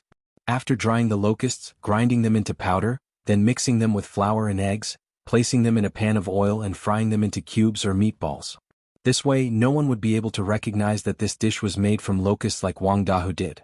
He remembered that in modern times, there were many factories that ground locusts into powder to make protein powder. This way they could avoid the psychological barrier that many people had when eating locusts. Speaking of which, the cafeteria had received more than 100 caddies of locusts from the children of the 2 villages today. And according to the trend, they would receive more locusts in the next few days. Therefore, the academy would be eating locusts for a long period of time. If the students of the special training class couldn't finish it, they would leave it for the teachers of the academy. If they couldn't finish it, they would hand it over to shopkeeper Lu and sell it at the Drunken Immortal restaurant. After leaving the cafeteria, Li Zishuan went straight home and saw that the courtyard was already filled with baskets of eggs. The courtyard, which wasn't particularly big to begin with, suddenly became crowded. "Husband, we received more than 3,000 eggs in the morning. The farmers of the other villages heard the news and wanted to sell their eggs to us, but I saw that the Han village and Plum village had already sent over a lot of eggs, so I didn't take theirs." Han Yushi came up and said softly. She didn't look worried at all after receiving so many eggs. Obviously, she was very confident in her husband's methods. Li Zishuan nodded and said in agreement, "We should pay close attention to the farmers in our village. By the way, wife, have you prepared the ingredients that I asked you to prepare for me yesterday?" Han Yushi smiled and said, "Husband, they're all here. Do you want to start now?" Li Zishuan thought for a while and said, "Let's start now. The weather has been too hot recently, and the eggs aren't easy to preserve. It's better to do it early rather than late. Otherwise, many of the eggs will spoil. Didn't I ask housekeeper Wang to bring a group of servants over yesterday? Why don't I see them?" Han Yushi hesitated for a moment. Just as she was about to speak, she saw Madame Li walk out of the house and say, I didn't let them come. The century eggs you're going to make are our family's secret recipe. The fewer people who know about it, the better." Chapter 753. Yunshan, Courtyard Number 1. When Li Zishuan heard his mother's words, he couldn't help but be speechless. He really didn't expect his mother to have the awareness of protecting intellectual property. Her thinking was simply too advanced. Mother, if we don't ask the servants to come and help us, how can we finish these thousands of eggs? Li Zixuan looked at Madame Li and smiled bitterly. Why is it impossible? Madame Li looked at her son reproachfully and said, There's me, your father, Yushi, Xiaohe and Xiaoxi here. There's a total of 5 of us. Xian, teach us the method of making century eggs later and you can go do your own things. The 5 of us will use half a day to finish all these eggs in the courtyard. Father Li looked up at the sky and was speechless. It seemed like Madame Li didn't discuss this decision with him in advance. He was represented again. Li Zixuan was sweating profusely. Mother. Compared to the drunken immortal and fairy mirror, these century eggs are just a small amount of money. Why should we trouble you and my father? Moreover, the farmers will send thousands of eggs in the future. How can you handle it? Madame Li frowned. I know that the money earned from these century eggs can't be compared to the drunken immortal and fairy mirror, but it's easier to imitate. If we don't pay attention, the recipe will be easily leaked. By then, there will be century eggs everywhere in the East and West markets. Won't we suffer a huge loss if we receive so many eggs? Xin, this is the secret recipe that you got from your master.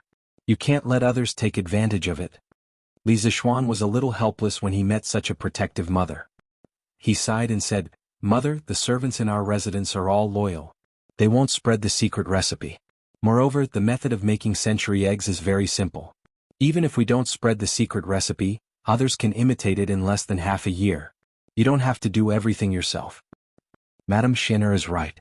The servants in our residence can withstand the test. You don't have to worry. Look, if you're exhausted, Xin'er will be worried, right? Seeing this, Li Jingma hurriedly said. He had been living a carefree life in Cloud Mountain recently. He didn't expect to be used as a coolie by his wife today, so he was naturally unhappy. At this moment, the situation took a turn, and Li Jingma didn't hesitate to assist. Madame Li glared at her husband and said after a while, Since Xin'er says so, then we'll do as you say. Teach us the steps first, and tomorrow we will call the servants over to help. Li Zixuan smiled and replied, All right, mother, come with me. In fact, the method of cooking the century egg was very simple. First, the surface of the egg was covered with lime that had been stirred with water. It had to be uniform. Then the outside was covered with a layer of grass ash or wheat husk. It was ready to be left for about a month. When the time comes, the raw eggs will turn into crystal clear cooked eggs. Together with tofu and vinegar, it will be a different kind of delicacy. Han Yushi asked curiously, Husband, how did this raw egg suddenly become a ripe egg? Li Zixuan explained with a smile, Dear, this is because quicklime is mixed with water. Xiaodong, did you sell your eggs to young master today? In the Han family manner, a woman in green clothes stood outside the courtyard and shouted at Han Xiaodong, who was enjoying the cool air inside. It's Aunt Luo. Yes, we sold more than 100 eggs to young master today. What's wrong? Han Xiaodong came to the front of the courtyard and asked doubtfully. Oh, so young master really accepted them. Aunt Luo opened her mouth in surprise and said, Then Xiaodong, do you know if young master will lose money by buying so many eggs? Han Xiaodong smiled and said, Young master will never lose money. Young master has never done anything that he is not confident of. Since he dared to accept them, it means that he will not lose money. Aunt Luo smiled and said, if that's the case, then I will send the eggs at home to young master in a while. I will also send the eggs from the child's uncle's house. Han Xiaodong hurriedly said, Aunt Luo, wait. Young master will only accept eggs from our manor now. I'm afraid he won't accept eggs from other manors. Oh, there's such a thing? Master Luo asked in disbelief. Yes, I don't think young master will be able to accept so many eggs at once. Han Xiaodong guessed. Then I'll go back and send the eggs from my house to young master first. Your Majesty, Dr. Wang and Dr. Qin from the Imperial Physician Department are here. In Ganlu Palace, Li Er was bent over the table and reading memorials. Today was the official day off, but as the emperor, it was not easy for him to have half a day off in the morning. Therefore, after leaving Yanhuang College, he was full of thoughts about official business again. At this time, an attendant from the yellow door came in from the outside and bowed in a low voice. Announce? Li Er did not even raise his head and said lightly. After a while, 2 middle-aged men carrying medicine boxes walked in from outside. They were the 2 doctors from the Imperial Physician Department who had followed Dugu Xan when he led the army to attack Snake Spirit Mountain, Dr. Wang and Dr. Qin. Your subject greets your Majesty. The two doctors bowed to Li Er in unison. No need for formalities. Li Er said lightly, then raised his head and looked at the two doctors. My two beloved officials, I have invited you here today because I have something to ask you. Dr. Wang and Dr. Qin's eyelids twitched uncontrollably. The two of them quickly stepped forward and cupped their hands. We dare not ask, Your Majesty. If there is anything you need, please let us know. Li Er stood up and walked to Dr. Wang and Dr. Qin. He thought for a while and asked, My two beloved officials, your medical skills are superb. I would like to ask if you know that locusts can be used as medicine to treat asthma? Dr. Wang and Dr. Qin frowned. After a while, Dr. Qin cupped his hands and said, Your Majesty, forgive me for my shallow knowledge, but I have never heard of locusts being used to treat asthma. Dr. Wang also bowed. I have also never heard of locusts being used to treat illnesses. Perhaps it exists in ancient books and I have never seen it. Dr. Wang saw that Li Er's expression was not very good, so he added on. Li Er stood on the spot, his expression uncertain. One could not tell whether he was happy, angry, sad, or happy just by looking at his face. All right, I understand. My two beloved officials, you may go about your business. After a long while, Li Er waved his hand and said, Your subject will take his leave. Dr. Wang and Dr. Qin bowed and left the palace. Chapter 754. Phew. Chonyo, your father is finally leaving. I only just realized how good Duke he is. As night fell, most of the students returned to their dormitory after eating dinner and bathing. Li Tai was wearing a white silk undergarment and lying on the bed. He sighed contentedly with Cheng Chumo, who was diagonally opposite him. Although Li Tai's words more or less had the intention of making up stories about his father, Cheng Chumo didn't feel offended at all. Instead, he nodded in agreement. I also don't want my father to be the chief instructor of the academy. Not only are you tired, but our special training class is even more tired. Our hands are sore from practicing the Modeo for the past 2 days. Uncle Qin's training is still easier for us. Sigh. I hope your father won't come in the future. Your hands are sore from practicing the Modeo, but our legs are about to break from running these past 2 days. Li Tai rubbed his knees. The little fatty clearly still had a lingering fear from what he had experienced in the past 2 days. He felt that the distance he had run in the past 2 days was almost equal to the distance he had run in the past 10 years. Chinke, you don't have to run. You're a prince and Duke Lu won't eat you. Sun Zifen chuckled eccentrically. Li Tai said in annoyance, F***, Sun Zifen, you make it sound so easy. Why don't you go and try it? Duke Lu made that little black room. Once you go in, you can't come out for 3 days. You have to eat, drink, go to the toilet and sleep in there. I can't stand it. There's an unlucky guy in class 10. What's his name again? Yes, he's called Chinyi. I remember that his father is the assistant minister of the Ministry of Works. This unlucky guy was found slacking off by Duke Lu when he was patrolling this morning, so he was directly thrown into the little black room. I went to take a look during dinner and found that this guy was almost dead. He was crying for his father and mother inside. Furthermore, I can smell the stench from far away. To be honest, the small dark room was indeed very relaxing. He didn't have to train under the hot sun every day, and there was even someone to deliver meals to him. However, for someone like Li Tai who was a serious germaphobe, he couldn't stand it no matter what. This was also one of the reasons why even though Qing Yaojing gave him an unusually large amount of training, Li Tai still gritted his teeth and persevered. Now that the 2 days of high-intensity training were over, Li Tai felt that it was a little unbelievable when he thought about it. He didn't expect that he could complete so much training. If a person didn't have the pressure of external factors, they would never know where their limits were. Wow. Is that little dark room so exaggerated? Sun Zifen sighed in shock. Li Tai rolled his eyes and said, Why don't you give it a try? That won't do either because with your size, that bucket probably won't be able to fit you. After staying with Cheng Chumo and Sun Zifen for so long, Li Tai had also learned a new skill, taunting. Sun Zifen was so angry that he stomped his feet. Damn. You're making it sound like you can fit inside. Chinke, don't you know your own size? Seeing that the two fatties were actually arguing with each other, Cheng Chumo grinned and laughed loudly. If it were up to me, the two of you should stop arguing. You definitely won't be able to fit inside. I'll ask my dad to specially make a large wooden bucket for you later. Damn. Cheng Chumo, you're courting death.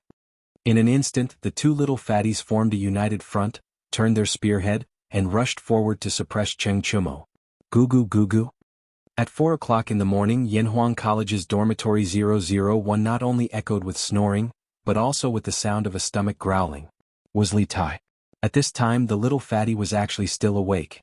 Instead he kept tossing and turning in bed, unable to fall asleep no matter how hard he tried. It was not for anything else but because he was hungry. Was there no hunger in this era? If you were hungry in the middle of the night, you could only hold your stomach and roll around in bed. In fact, to be precise, the little fatty was not hungry but gluttonous. During the day in the cafeteria, because of Li Er and Zhang Sun, he was able to eat 2 mouthfuls of meat with great difficulty. At that time he felt that he was going to die of happiness, but good things did not last long. In the end, Sun Zifan's arrival made his delicious lunch go up in smoke. In the first half of the night he had a dream. He dreamed that he was back in the prince's mansion, and the table was filled with all kinds of delicious food, fish and meat. Just as he was about to bite into the twice-cooked pork with his chopsticks, he suddenly felt a sharp pain in his arm. When he came back to his senses, he realized that he was dreaming, and the twice-cooked pork in his dream was his arm. After that, the little fatty could no longer fall asleep. Thinking back to the 2 mouthfuls of delicious food he had eaten at noon, and the table of fish and meat in his dream, Li Tai's mouth was full of sour water. There had never been such a moment that made him want to eat meat so badly. Now, as long as someone could give him a plate of meat to eat, Li Tai was even willing to exchange thousands of coins, or even tens of thousands of coins of wealth. In the end, Li Tai could not stand it anymore. He could only get out of bed and plan to go outside the dormitory to get some fresh air. At this time the instructors were all asleep, so no one would check on the dormitory. Therefore Li Tai was not worried at all.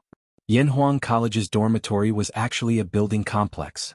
The rooms were neatly arranged in a very large courtyard. Since there was a courtyard, there was naturally a courtyard gate. Li Tai stood in front of the iron fence gate of the courtyard, enjoying the cool summer night breeze. Looking at the neat rows of trees outside the courtyard and their reflections under the moonlight, his agitated heart calmed down a little. Shah. At this moment, Li Tai suddenly heard the sound of footsteps coming from behind him. Little Fatty was startled and turned around to look. He saw that there was indeed a white-clothed figure with long hair behind him. The figure was about the same size as him. Li Tai thought that he had seen a ghost, so he was shocked at first. When he saw the face of the person in front of him, he was so angry that he immediately scolded, "Fuck! Sun Zifan, you didn't sleep well in the middle of the night and specifically came out to scare people. Are you crazy?" That's right, the person who came was Sun Zifan. Sun Zifan crossed his arms and said with a smile, "Hey, Qingke, didn't you also not sleep in the middle of the night? You still have the nerve to talk about me?" Li Tai reacted and quickly explained, I felt that the room was too hot, so I came out to get some fresh air. What does it have to do with you?" Sun Zifan raised his head and thought for a while, then said, "Then I saw you come out alone, Qingke. I was worried about your safety, so I came out to take a look." "What's wrong?" "Fuck, you're bullshitting. You're worried about me? Apui, no, this king needs you to worry about me?" Li Tai glared and scolded angrily. "Believe it or not." Sun Zifan sat on the stone bench next to the courtyard gate and snorted indifferently. Chapter 755. Forget it, I'll tell you the truth. Beside the door of the dormitory, Li Tai saw that Sun Zifan didn't believe him and decided to tell the truth. "I woke up hungry. I want to eat meat." Although it was night time, one could still see that Sun Zifan's eyes lit up. This little joker quickly nodded and said, Yes, I also woke up hungry. Qingke, your meat dishes at noon were too fragrant. I couldn't help but think of that smell when I lay in bed. It was too tempting. Sigh, it's just that I didn't get to eat it at noon. What a pity. Damn. Sun Zifan, you still have the nerve to say that. If it weren't for you, I would have had a big meal at noon and wouldn't be foolishly accompanying you to watch the moon. It would have been fine if Sun Zifan didn't say anything. Once he said it, Li Tai, this powder keg, directly ignited. The little fatty rushed to Sun Zifan's side and kicked the ladder twice. Then he suddenly raised his voice. Hey. Qingke, lower your voice. If you alarm the instructors, we'll all have to go to the small dark rooms. Sun Zifan jumped up from the sudden attack. However, he didn't immediately retaliate. Instead, he put a finger to his mouth and whispered to Li Tai. The little fatty immediately cowered. He glanced at the instructor's dormitory not far away. Seeing that there were no lights on there, Li Tai couldn't help but breathe a sigh of relief. No matter what, it's because you spoiled my dishes at noon that I didn't get to eat a big meal. Let's settle this grudge. Sun Zifan, just you wait. See how I'll deal with you in the future when I have the chance. Li Tai said hatefully, but his voice was much softer than before. It had to be said that his words, You spoiled my dishes, were used in the right place. Damn, you can't blame me for this. If you didn't spit into the dishes first, I wouldn't have spat too. Besides, if you're willing to share 2 pieces of meat with me, I won't spoil your dishes, right? It was not a good thing to be remembered by Li Tai. Moreover, he had gone overboard in the afternoon. Therefore, Sun Zifen thought for a while and added, Qingke, there's no point in talking about this. Both of us want to eat meat so much that we can't sleep. How about this, I'll take you out to eat meat tonight and we'll forget about what happened at noon? Li Tai pursed his lips and said in disbelief, Where can we go to eat meat this late at night? Who are you trying to fool? Sun Zifen said confidently, Hey, Qingke, if you don't believe me, tell me if you agree or not. Seeing this, Li Tai nodded without hesitation and said, Okay. As long as you don't bring me to eat meat tonight, I'll write off everything that happened before. To him, as long as he could eat meat, he would be willing to give any amount of money, let alone such an insignificant promise. Then Qingke, wait for a while. I'll go back to the dormitory to get something. Sun Zifen licked his lips and laughed proudly before sneaking back to the dormitory. Li Tai didn't have time to ask, so he could only sit on the stone bench beside the courtyard door and wait for Sun Zifen to return. After about half a cup of tea's time, Sun Zifen finally returned. However, there were 4 people behind him, Qing Chumo, Qin Huayu, Yuqi Jingda, and Li Qingqian. You 2 want to go out to get something good to eat and you didn't call me? Luckily I'm alert. Otherwise, wouldn't I have suffered a huge loss? Qing Chumo pointed at Sun Zifen and Li Tai as he laughed wantonly. Although this fellow's martial arts skills were at a half-baked level, his martial arts realm was still the highest among the 6 people in Dormitory 001. Previously, when Li Tai left the dormitory, Qing Chumo had already sensed it, but he was too lazy to move in bed, so he didn't care. When Sun Zifen returned, he jumped down to catch him and interrogate him about what he was up to. With this commotion, the few people in the dormitory woke up. When they heard that Sun Zifen was preparing to bring Li Tai out to get some meat, they all couldn't help but swallow their saliva and request to go together. Although Li Qingqian was the country's heir and couldn't do such a shameful thing, he was worried that Li Tai's group would be caught if they went out, so he came along. Tisk. Chonyo, you and Baolin have been eating meat for the past 2 days. Why are you joining in the fun now? With the help of the 2 experts, Qing Chumo and Yuqi Baolin, it would be easier for them to go out to get food. However, Li Tai's mouth was full of jealousy. TSK, we can't have enough meat. Alright, let's not talk nonsense here. Let's get out of the dormitory first. Otherwise, we'll be discovered by the instructors later. Qing Chumo glanced to the side and suggested. The few of them felt that it made sense and agreed. Come Baolin, lend me some strength. If they wanted to climb over the door, of course, they would need someone to support them from below. However, when it was Li Tai's turn, Qing Chumo felt a little diffident and said to Yuqi Baolin, who had just sent Qin Huayu to heaven. Coming. Yuqi Baolin responded and hurried over. With the combined strength of the 2, they finally sent Li Tai to the top of the door. Now all that was left was for the little fatty to hold onto the metal fence and slide down. Not long after, the 6 people from Dormitory 001 all climbed out of the dormitory door. And then? Sun Zifen, didn't you say you could bring me to eat meat? Where are we going next? Li Tai clapped his hands and looked at Sun Zifen. Climbing over the door of the academy dormitory was the first time Li Tai had done something so unorthodox. It was like a modern university student skipping class for the first time. While he was nervous, he also felt a little excited. Follow me, I'll bring you guys to eat chicken. I know a place with a lot of chickens. Sun Zifen rubbed his hands and chuckled. It was also his first time doing something so exciting.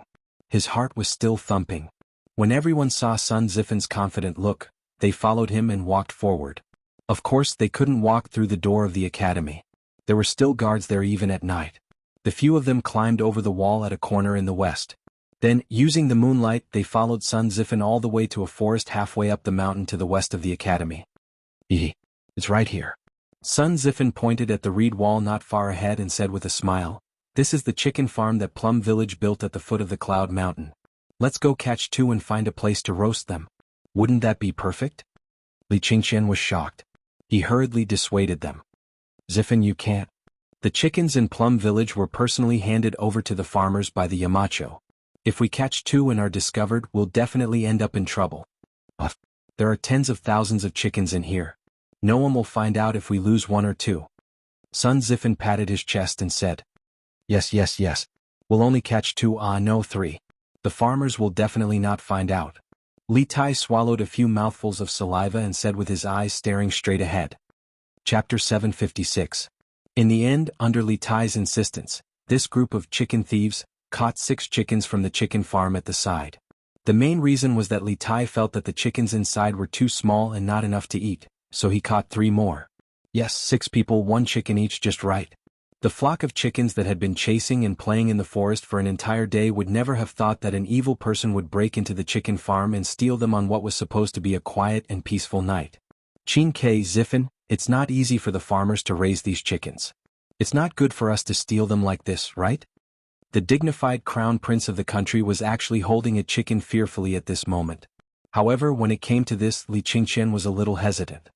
He turned back to look at the chicken farm and said with some pity, "Hey, we've already prepared for this, Your Highness, don't worry." Sun Zifen chuckled, then took out 2 strings of copper coins and threw them into the chicken farm. He then said with a smile, "There's no problem now, right? 6 chickens, 2 strings of copper coins, I'm sure the farmers won't suffer a loss." Everyone looked at Sun Zifen curiously. They probably didn't expect this joker to have a time when he considered things so thoroughly. "Hey, good. You're good. In this way, even if the farmers find out that 6 chickens are missing, I'm sure they won't make a fuss. Let's find a place to roast these chickens and eat." Li Tai praised Sun Zifen with satisfaction and then said, "Hey, come with me, I know a place suitable for roasting chickens." Sun Zifan took the initiative to volunteer. The few of them had no objections. They followed Sun Zifen to the top of the Cloud Mountain, to an open space in the east of the academy. There was a clear spring beside them, reflecting the moonlight. It was a quiet and empty valley with the moon shining between the pines and the clear spring flowing over the rocks. "Chonyo Baolin, you kill the chickens.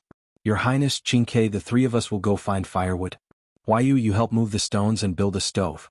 How about that?"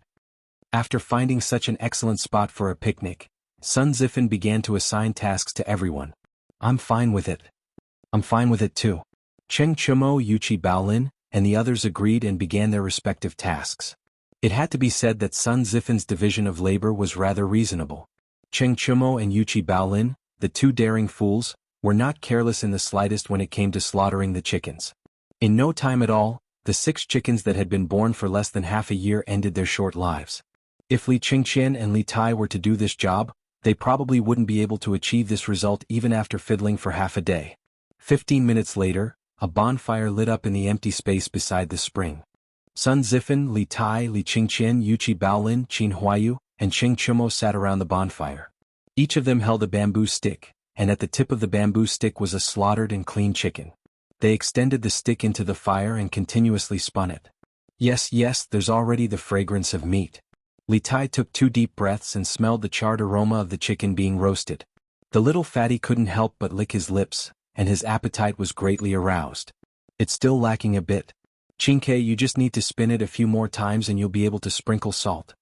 Sun Zifen glanced at the meat that Li Tai was roasting and said, "Sprinkle salt? Alright, we didn't bring any salt.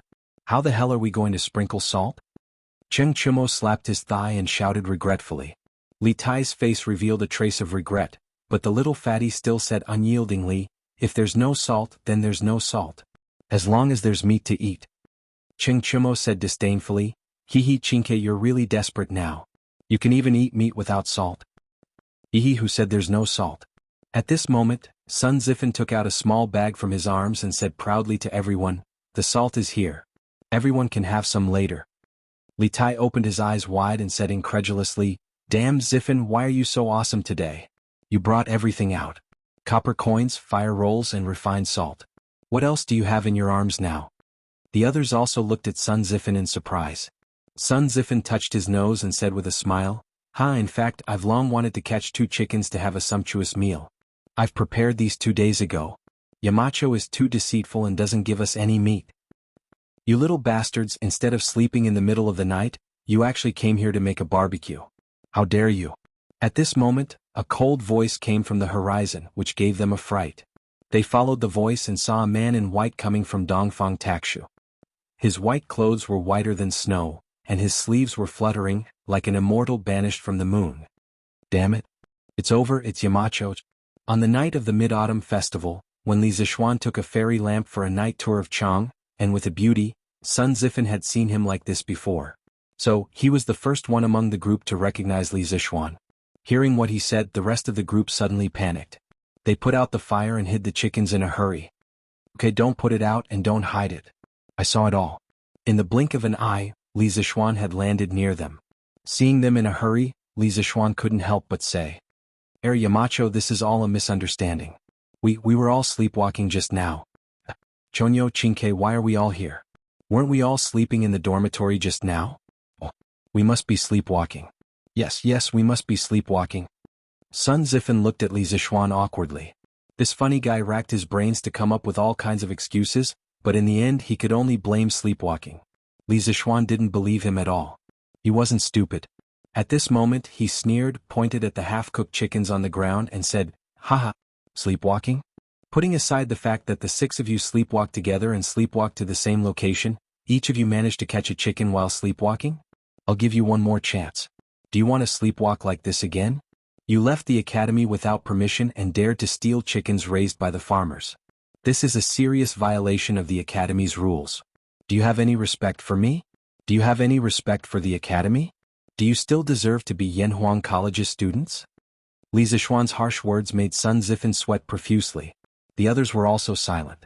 In the end, Li Qingqian could only step forward and plead. Xiaoxian, Yamacho, Qingke and Zifan were just greedy for food. They didn't deliberately violate the academy's rules. Can you spare them this time? Cheng Chumo, Sun Zifan, and Li Tai all looked at Li Zishuan anxiously. After all, today's matter could be serious or small. If it was serious, Li Zishuan could expel them because of this. Chapter 757. Oh, Xiaoxian Yamacho, this is indeed our fault. Don't lower yourself to our level. It's best if you just let us go. Seeing Li Zishuan's serious expression, Cheng Chumo could only shamelessly laugh. Li Zishuan had inadvertently caught a glimpse of a fire when he woke up at night. At that time he thought that there was a fire here. He didn't even bother to change his clothes and hurriedly used his qinggong to fly over. But when he arrived, the bonfire, chicken feathers and chicken meat on the ground all told him what had happened on the mountain tonight. Someone had the guts to steal chickens from a farmer while it was dark. The farmers worked hard to raise chickens to reduce their taxes. In the end, you guys ate their chickens because of a momentary lust. Tell me, aren't you guys wicked? Where's your conscience? Li Qingqian cupped his hands and said, Xiaoxian, when we caught the chickens, we already left a few strings of money for the farmer. I think it should be enough to make up for the farmer's losses. Li Zishuan's expression became slightly better. Seeing this, Li Qingqian continued, moreover, these chickens are already dead. They definitely can't be returned. Xiaoxian, don't be too angry. You guys really want to eat meat that much? Li Zishuan asked. Yes. Other than Li Qingqian and Qin Huayu, everyone else nodded. Yes, seeing that you guys left money for the farmer, I won't pursue your responsibility for now. Li Zishuan looked at the chicken feathers all over the ground and knew that Li Qingqian was telling the truth. Chickens couldn't be brought back to life. Now that what was done, there was no point in saying anything more. Of course he could only choose to forgive them. You two move aside. Li Zishuan kicked Sun Zifan and Cheng Chumo's legs twice. Hearing that Li Zishuan was letting them go, Cheng Chumo and Sun Zifan couldn't help but breathe a sigh of relief. But then they were inexplicably kicked again. The two of them were immediately depressed and looked at Li Zishuan in confusion. You two go and catch me another chicken. Wash it clean while you're at it. Don't forget to leave money for the farmer to buy the chickens. Li Zishuan looked at the two and said lightly. Oh, catch another chicken? This time, not only Cheng Chumo and Sun Zifan were dumbfounded, but the rest of the people were also in a state of confusion. Li Zishuan's words were not light. What? Hurry up. If you don't go, I'll lock you all in the little black room tomorrow. Li Zishuan glared and said.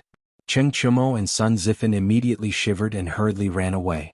Li Zishuan thought for a moment and said, There's meat but no wine. It's always a bit lacking. You guys continue to roast it here. I'll go back and get a jug of wine. Tonight, I'll accompany you guys and have a good chat. Li Tai's eyes lit up. He couldn't help but give Li Zishuan 32 likes. This move was really too damn considerate. The distance between here and the first courtyard was only 700 to 800 meters. Li Zishuan directly used qinggong to rush over. In a flash, he had already disappeared from everyone's sight. Hee.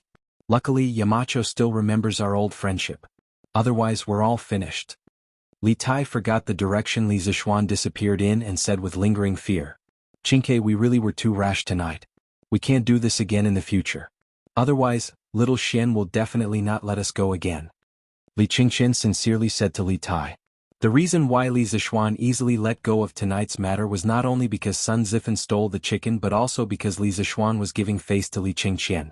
After all, among the 6 people, Li Qingqian wasn't a student of Yanhuang College. He was a country's heir who was experiencing life at Yanhuang College in the name of a supervisor. If Li Zishuan didn't give face to him, it would make Li Qingqian's face very ugly. Hee, I know. I definitely won't. Besides, tomorrow is the holiday. After returning to the prince's residence, I can eat as much meat as I want. I definitely won't steal chicken with Sun Zifan again. Li Tai sat back in his seat and continued to roast the chicken while responding to Li Qingqian's words. During the time when the 2 people were talking, Li Zishuan actually came back so quickly. The speed of his qinggong could be seen at a glance. Where are Sun Zifan and Cheng Chumo? Haven't they come back yet? Li Zishuan said as he swept his gaze over the surroundings while carrying a bag. Li Tai was speechless and said, they probably haven't reached the chicken farm yet. How could they come back so quickly? Mountain leader, your qinggong is really convenient for you to travel. TSK, if I had this ability I would directly fly back. As he spoke, Li Tai almost spilled the beans. Fortunately he stopped in time. Directly flew back to your prince's residence to eat meat, right? Li Zishuan helped the little fatty to say the words that he didn't say. Then he said unhappily, with your personality that can even throw away your life for food, it's already difficult to lose weight. You still want to practice qinggong? Even if you have my qinggong, it's a fool's dream for you to fly back to the prince's residence. It would be strange if the guards of Chang and city didn't shoot you into a sieves. After insulting the little fatty, Li Zishuan picked up a half-roasted chicken. It was unknown whether it was Cheng Chumo's or Sun Zifan's and continued to roast it. Since these 2 people haven't come back yet, then I'll roast it first. It's been a long time since I roasted a chicken myself. In his previous life, Li Zishuan was a child from the countryside, so his survival skills were naturally not bad. In this life he had followed spiritual master Ling Su in the mountains to learn from him and traveled around. He had a lot of experience surviving in the wild. Therefore, compared to Li Tai and the others, his roasting skills were naturally outstanding. After a while, the chicken in his hand emitted a rich aroma. Li Zishuan opened the package and began to sprinkle salt, pepper powder, cumin and other spices on the chicken. Then he roasted the chicken in the fire. Suddenly the aroma became even stronger. Goo goo. Li Tai greedily breathed in the aroma, and his stomach couldn't help but growl. He looked at the golden and fragrant chicken in Li Zishuan's hand, and then looked at the slightly black chicken in his hand.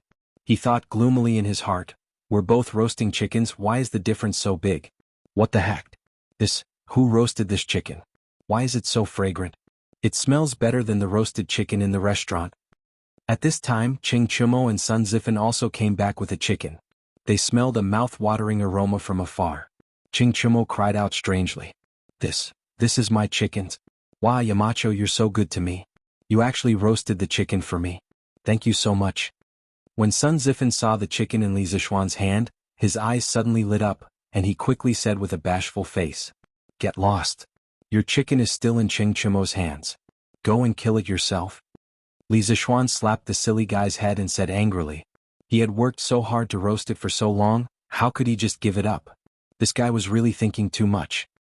Chapter 758. Bright moon, clear spring, roast chicken, fine wine and teachers and students. Tonight, the wasteland was supposed to be as ordinary as usual, but because of the arrival of Li Zishuan, Cheng Chumo and Sun Zifan, the place became very lively. Little Xian, come, let me give you a toast. I know you've put in a lot of effort for Yanhuang College, but we've always been talking about you in secret. We brothers haven't had a drink together like this in a long time. Cheng Chumo's expression changed slightly. He raised a bamboo tube of fine wine and gave a toast to Li Zishuan from afar. Li Zishuan was speechless. After a while he sighed and said, all right. Tonight there are only friends and brothers here, no teachers and students. I'll accompany you for a drink or two. Ever since Li Zishuan entered the Imperial College, his relationship with Cheng Chumo, Yuchi Baolin, Li Qingqian, and the others had more or less changed. The relationship between friends and brothers had become mixed with the relationship between teachers and students, and there was a sense of distance between them for no reason. Cheng Chumo's words just now made him feel a lot of emotions. Although he was a Yamacho of Yanhuang College, If he always acted like a Yamacho, it would be easy to neglect the relationship between brothers and friends. He didn't need to be like Kang Ingda, who always maintained the attitude of an old pedant, to maintain his prestige among the students. He was him. He was only 15 years old. Only others could imitate him. He didn't need to imitate anyone. Ah, good. To be honest, although I'm not a student of Yanhuang College, I always felt suppressed when I talked to you before. I only feel that kind of feeling when I talk to my father. It's rare to be able to drink and chat with you as a friend today. It's really delightful. Li Qingqian was one of the earliest people Li Zixuan knew. Feeling the subtle change in the atmosphere, Li Qingqian said with a joyful expression. He Gaoming, you're wrong. We're not just friends and brothers today. We'll be friends for life. It was just that sometimes, due to their different standpoints, they had no choice but to do business as usual. Come, let's drink. Li Zixuan opened the wine jug and poured a cup of wine into his bamboo tube. The others did the same. After all, the drunken immortal's degree of intoxication was too high. If this group of people drank too much, there was an 80% chance that they wouldn't be able to get up tomorrow morning. At that time they would definitely be punished. Hehe. Little Xian, since we are good brothers, why don't we exchange chickens? Look, my cock is bigger than yours. Do you want to trade? Everyone couldn't help but cry out in joy as the cool wine entered their stomachs. Li Tai, the clever kid, had his eyes on the tantalizing roast chicken in front of Li Zixuan. He couldn't help but lick his lips and chuckle. How can good wine not be matched with good meat? Li Zixuan was infuriated when he heard this. The little fatty's words were too King ambiguous. What did he mean by, my chicken is bigger than yours? He was obviously trying to stir up trouble. Scram. I'm not trading. My cock is 10 times bigger than yours. If you want to eat good food, you can do it yourself. Do it yourself and you'll have plenty to eat and wear. Li Zixuan looked at little fatty and said angrily. Li Tai didn't understand why Li Zixuan was angry, but he also knew that it was impossible to trade chickens. He could only ask for the next best thing. Little Xian, can you share some of the seasonings you brought with you? As the saying goes, there is no harm without comparison. At first, Li Tai thought that his roast chicken was pretty good. However, when Li Zixuan came, he instantly felt that the chicken in his hands was a little hard to swallow. Li Zixuan nodded and threw the bag of seasonings over. Everyone scrambled for it. After a quarter of an hour, with the help of various seasonings, the chicken in everyone's hands emitted waves of fragrance. Compared to before, the taste had obviously improved by more than a level. Woo-woo. Fragrant. So fragrant. I haven't eaten such fragrant roast chicken in a long time. There was no need for Li Zixuan to say anything. Li Tai had already started eating without a care for his image. Sun Zifan, Qing Chumo, Yuchi Baolin, and the others followed closely behind.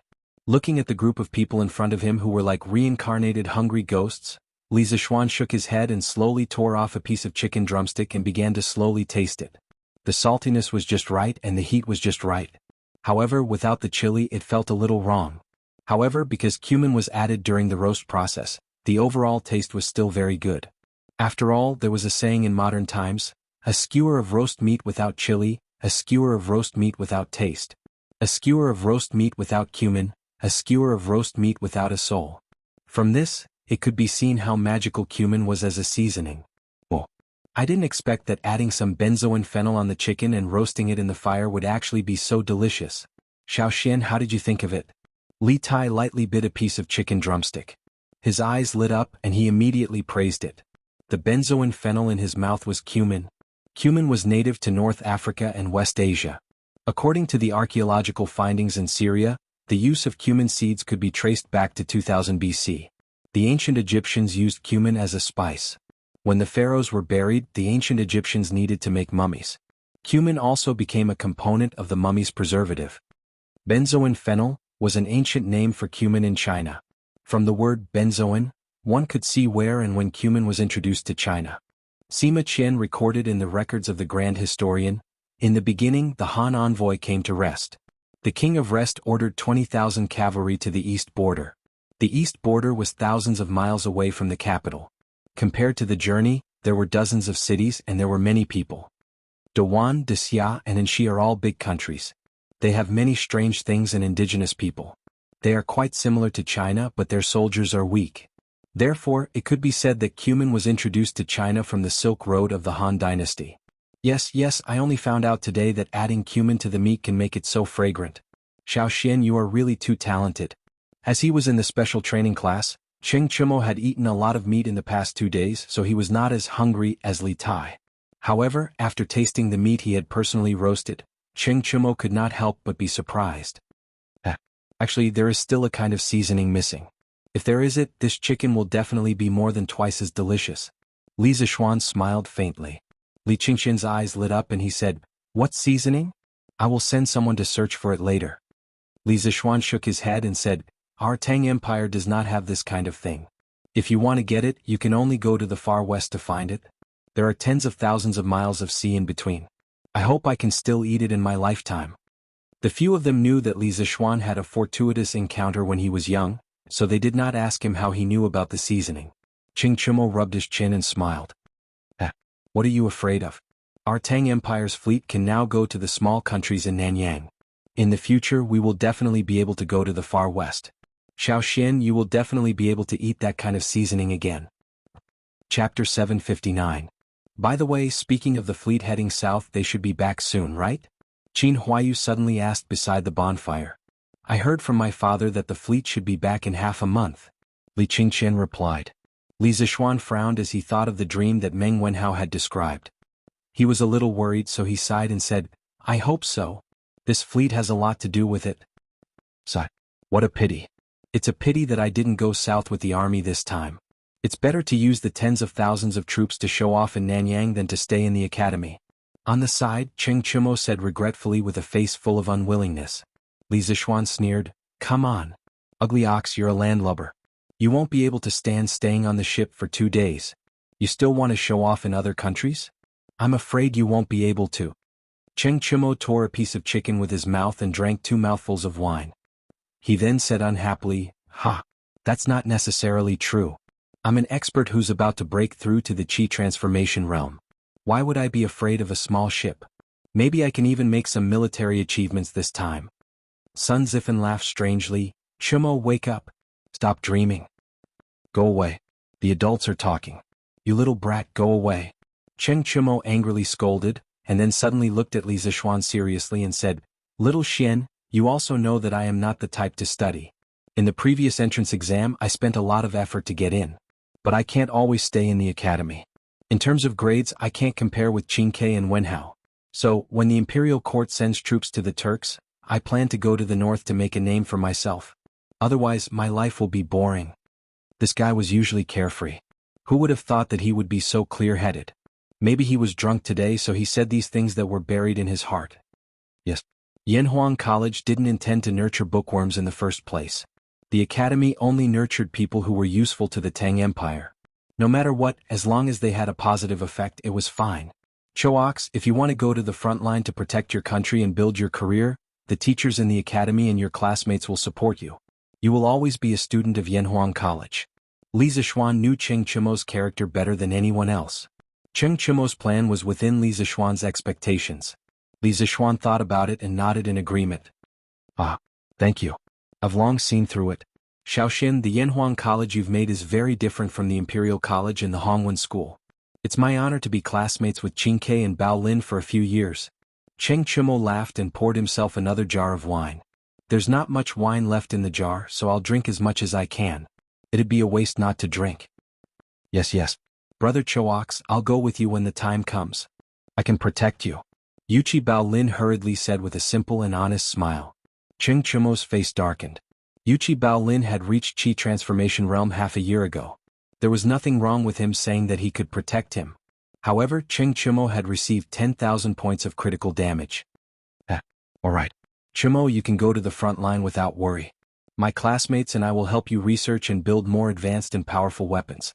We can guarantee that you'll win every battle without worrying about your life. You'll also be able to build countless military achievements. Li Tai's goals were clearly different from Cheng Chumo's. Of course, the main reason was that his physique and physical fitness limited him from going to the front line. That's right. Chumo will support you from behind. Although Qin Huayu was the eldest son of Qin Xiong and the second generation of the empire's military family, he was a scholar who didn't know anything about weapons. Therefore he was the same type of person as Li Tai. Alright. I believe in you and I believe in Xiaoshuan's skills.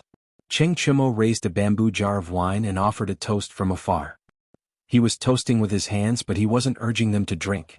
Then he laughed loudly. Li Qingqian shook his head. Cheng Chumo and the others could have their own dreams and could do whatever they wanted. However, as the empire's heir apparent, he could only obediently follow the emperor and hide under his father's incomparably tall figure to learn about politics and how to govern the country. In the past, when Li Tai competed with him for favor, this was the life he wanted to live. However, now that Li Tai was engrossed in his skills and no longer competed with him for favor, he realized that the position of heir apparent was just SOSO. Now, he was actually a little envious of Li Tai's life. Alright. Then, since you all have things to do, what should I do? Seeing that everyone was chatting enthusiastically, Sun Zifen was a little depressed. Compared to the others, this little joker was a typical example of someone who was neither proficient in academics nor martial arts. At present, he didn't seem to have anything that he could show off. Sun Zifen, it's not that I, old Cheng, want to criticize you, but you really embarrassed your father. You only scored 5 points more than me in the entrance exam. Cheng Chumo immediately mocked him. *CK. Isn't 5 points more a lot? You have to know that just because of these 5 points, I'm dozens of places ahead of you. Sun Zifen immediately said stubbornly. Fine. Only you can do it. But I, old Cheng, am better than you. At least I have something that I can show off. Cheng Chumo was obviously the type of person who had a cheap mouth. If he didn't attack others, he would feel bad. This blockhead winked at Sun Zifen and said sarcastically. Sun Zifen wanted to refute but found that he couldn't. He suddenly felt a little uncomfortable, and even the roast chicken in his hand became tasteless. Li Zishuan saw this and smiled meaningfully. It's still too early for you to say all this. After all, the academy hasn't started classes yet. In the future you will have to learn all kinds of courses. You have never heard of many of them, let alone seen them. So, by then you will really understand what you are good at. No matter what kind of knowledge you are good at, the academy will do its best to give you the space to show off your strengths. Everyone lowered their heads with a thoughtful look on their faces. My talents are born to be useful. Everyone who comes to this world has their own meaning and value. Everyone's potential is unlimited. When the day comes when you have done everything you can do, you will be surprised by yourself. Yanhuang College is a small world that I have created for you. I hope that you can find your own ideals and values in this small world. Before that, don't blindly deny yourself, understand? Li Zishuan said earnestly to everyone. Understood. Thank you, Yamacho. After a long time, Sun Zifen solemnly saluted Li Zishuan and said, Alright. Hurry up and finish your food and drink, then go back. Otherwise, don't blame me if you can't get up tomorrow and get punished. Li Zishuan stood up and said with a smile. Then he floated away, leaving the 6 thoughtful young men behind. Chapter 760. Drip, drip, drips. At 5 o'clock in the morning, when everyone was still asleep, sporadic raindrops began to fall from the sky and hit the roof, making a slight drip, drip, drip sound. At first, the raindrops were very sparse and the sound of the rain was also very soft. However, as time passed, the raindrops began to become heavier and denser. A torrential rain poured down, and the loud pitter-patter of raindrops woke many people from their dreams. It's raining? It's really raining? Does that mean we don't have to undergo military training today? That's great. At this time, it was less than a quarter of an hour before the academy's daily morning exercise time. After so many days of military training, many students had already formed a biological clock, and they would automatically wake up at this time every day. At this moment, they looked out of the window in the direction of the sound and found that it was pouring outside. One by one, they couldn't help but cheer loudly. This sentence of, "We don't have to undergo military training today," could be said to be a stone that stirred up 1,000 ripples. More and more people joined in the celebration, and soon, the student dormitory began to become restless. Why is it so noisy outside? Did the instructor blow the assembly call? In dormitory 001, Sun Zifen drank the least last night. It wasn't that he didn't like to drink, but that he wasn't as cunning as Cheng Chumo and the others. When he wanted to drink, there was no wine left. Therefore, he was the first to wake up in the dormitory this morning.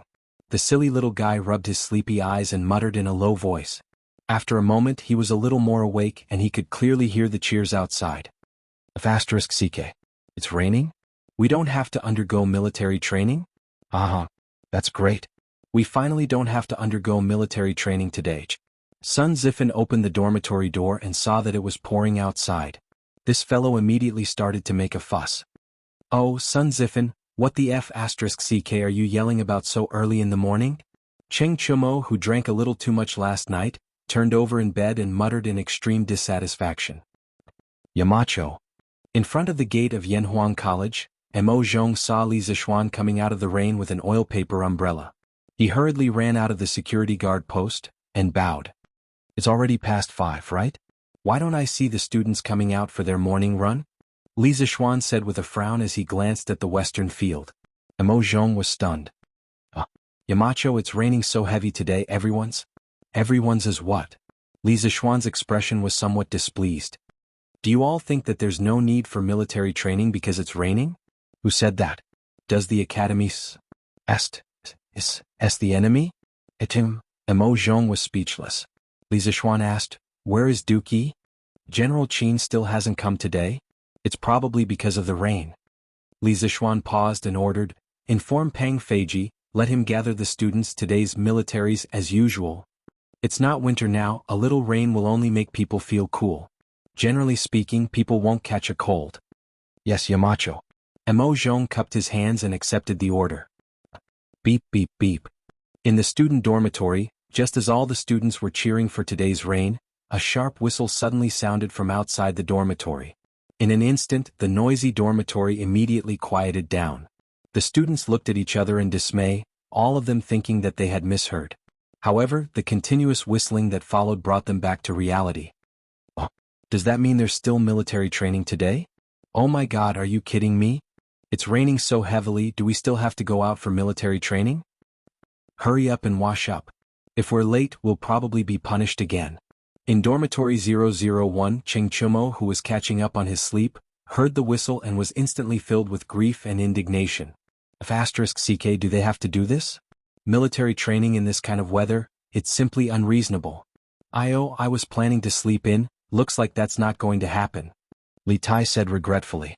After eating a sumptuous supper last night, he wasn't hungry at all, he just wanted to sleep. **CK, it's raining so heavily, I'll definitely get my clothes wet if I go out. If I knew this would happen, I wouldn't have washed them last night. What *King wastes? Sun Zifan's focus was different from the others. He felt that going out for military training in this kind of weather was equivalent to washing last night's clothes for nothing. Li Zixuan stipulated that the students had to dress neatly during military training. They had to wear camouflage uniforms, but each person only had one set of camouflage uniforms. This directly led to the students having to wash their clothes before going to bed at night, or else they would only be wearing smelly clothes the next day. Alright, hurry up and get up, don't laze around in bed. Li Qingqian said with a frown. Not long after, the open space in front of the dormitory was filled with students. The bean-sized raindrops soaked the students' clothes instantly, but they didn't have the time to care about that at this moment. Beep beep. Instructors of each class do a head count. Since Qin Xiong wasn't around, Pang Feiji became the head instructor. He blew his bamboo whistle and shouted loudly. Yes. Not long after, a continuous stream of reports sounded in the field. Everyone from Class 1 is here. Everyone from Class 2 is here. 2 people from Class 3 are missing. 1 person from Class 4 is missing. You go and call out the students who are late. In a while, lead them to run 10 laps alone. The rest of the students will start their morning run according to class order. Pang Feiji randomly pointed at a subordinate and instructed. Yes. Students from Class 1 start running. Bang bang bang. In the heavy rain, the students were like dragons in the sea, meandering toward the field. The sound of footsteps and chanting was endless, as if it was going to disperse the dark clouds in the sky. A day of military training began just like that. Chang'e is here too? Imperial Palace West Court, Lijiang Hall. Li Er, who had just finished the morning court, came here to visit. He entered the door and smiled in surprise. Greetings, father. Greetings, your majesty. Chang'e and Zhang Sun bowed one after another. Yes, you may rise. Li Er laughed, walked closer and asked, Guanyin maid, what are you doing? It's not even noon yet. Empress Zhang Sun smiled and said, Your Majesty, I heard from Li Xiannan at the academy yesterday that meteoric success can treat asthma, so I asked him to send some into the palace every day. This was just sent over, so I called Chang'e over and planned to have lunch together. Then Empress Zhang Sun opened the food box. There was a plate of golden dishes inside. It was the crushed version of meteoric success. Li Er's expression changed when he saw that and he said, "Don't eat this. Don't be fooled by that brat." Chapter 761. What does your Imperial Majesty mean by this? Seeing Li Er's reaction, Empress Jiangsun asked curiously. At this moment, Princess Changle's attention was also focused on Li Er. This was because she could sense that her imperial father was angry. Do you know what kind of material is used to make this so-called meteoric success? Thinking of this, Li Er became somewhat angry. He felt that he had been toyed with by Li Zixuan. This servant does not know. Empress Jiangsun shook her head and replied. She had wanted to investigate the materials used to make soaring to glory. However, when she used her chopsticks to take a look, she discovered that the inside was a flour-like substance. She could not tell what it was. The soaring to glory that the Academy made today was made with crushed locusts mixed with flour and eggs. It was not strange that Zhang Sun could not tell the ingredients. Locust. Soaring to glory was made with locusts. Li Zixuan, this stinking brat, actually dared to deceive us. We must properly deal with him. Li Er sat at the head of the table and angrily slapped it. Hearing that they had been eating locusts, Zhang Sun and Changle's faces turned deathly pale. Their stomachs churned and they nearly vomited. Imperial Father, please do not blame Brother Xiaoxian. Brother Xiaoxian definitely would not harm Changle. There must be something hidden here. Changle recovered her wits and promptly pleaded with Li Er. That's right. Your Imperial Majesty. Xiaoxian has always been a loyal and righteous child. He does not seem to be someone who does not know the gravity of the situation. Perhaps these locusts really are effective against asthma? Empress Jiangsun glanced at her eldest daughter and then spoke in support. Li Er coldly snorted and said, "Humph, there is no need for you to speak for that brat. Yesterday we already asked the 2 doctors of the Imperial Physician Bureau. They have never heard of locusts being able to treat asthma." From this, it can be seen that Li Zixuan's words are nothing but nonsense. As we see it, this stinking brat is definitely itching for a beating. Seeing that Li Er only spoke fiercely but did not have any intention of punishing him, how could Empress Jiangsun, who had been with Li Er for over 10 years, not understand what he was thinking? She could not help but inwardly breathe a sigh of relief. Perhaps this child remembered wrongly. It can be assumed that he does not have any ill intentions. Your Imperial Majesty, please do not blame him. I will settle the score with him in the afternoon. Take these things away and don't eat them in the future. Li Er pointed at the meteoric success in the food box and said with a straight face. Yes. Empress Jiangsun responded. Changle, who was next to her, rolled her black eyes as if she was thinking of something. The rain came quickly and left quickly. Around 9 o'clock in the morning, the raindrops had obviously lessened. By noon, 11 o'clock in the morning, the sky had cleared up, the dark clouds had dispersed, and the sun was about to come out. Leader, a lady sent a note to you saying that it's for you. When it was almost noon, Mo Zhong came to the principal's office and bowed to Li Zixuan. Oh? Did you ask about that woman's identity? Li Zixuan raised his eyebrows and asked curiously. That woman said, Yamacho, once you read the note, you will know who wrote the letter. Give it to me. Li Zixuan ordered. Mo Zhong stepped forward and handed over the note, then tactfully retreated. Li Zixuan opened it and looked at it. His expression changed slightly and he said with some exasperation, F***CK. This is really good intentions doing a bad thing. Old Li is really narrow-minded. You don't know anything and you still have the nerve to blame others? If Li Er heard this, he might go into battle and beat Li Zixuan up. Speaking of which, don't the doctors at this time realize the medicinal value of locusts? It shouldn't be. Now that old man's son is not in Chang, and what should I do? Yamacho, someone from the palace is here. He said that he wants you to prepare to enter the palace to meet the emperor. In the afternoon, Mo Zhong came to the principal's office again, but this time, Li Zixuan had already changed into a purple official's robe, as if he was already prepared to enter the palace. Okay, I got it. You go down first, I will come later.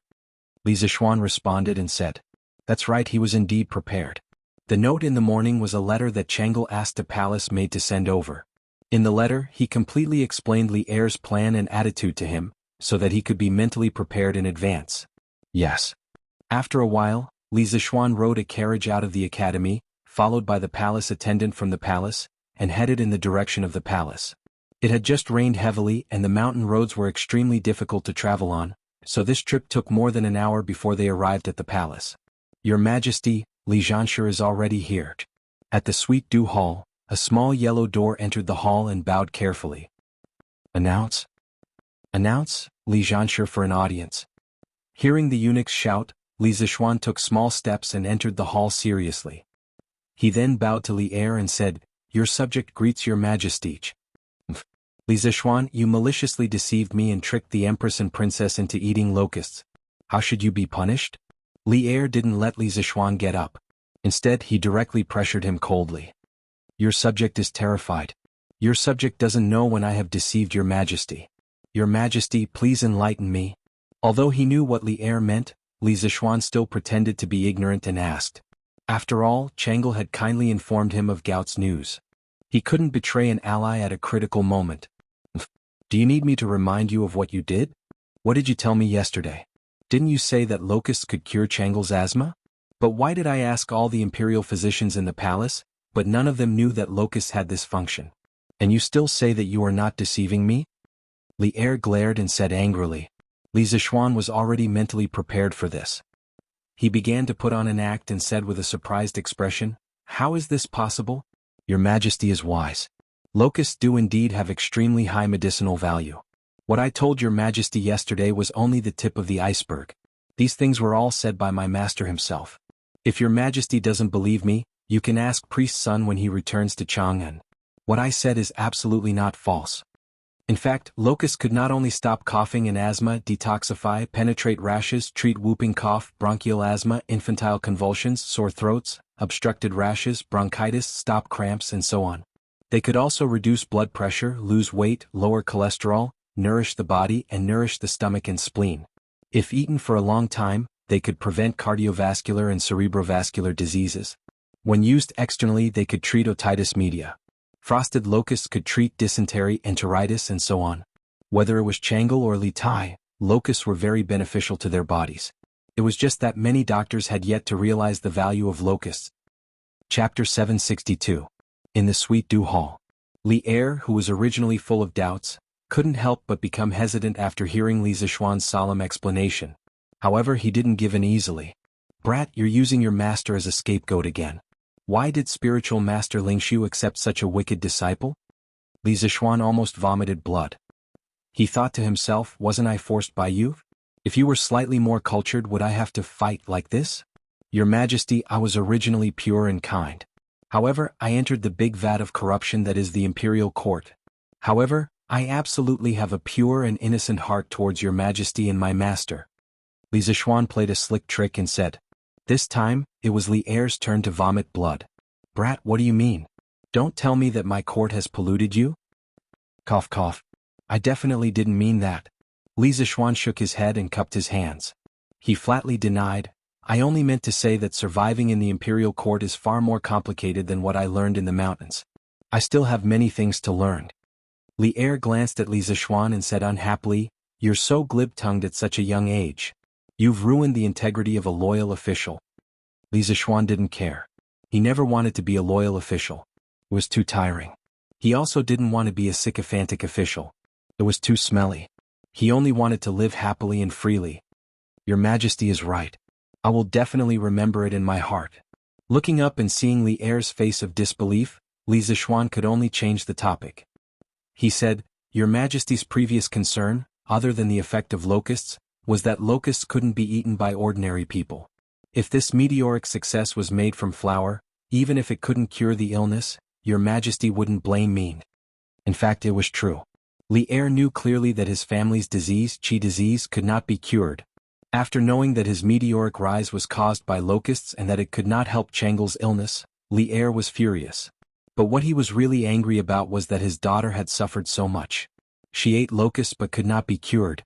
If meteoric rise was made by something slightly more normal, Li Er might not be so angry.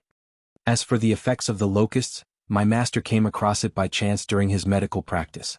He didn't leave behind any medical books or notes.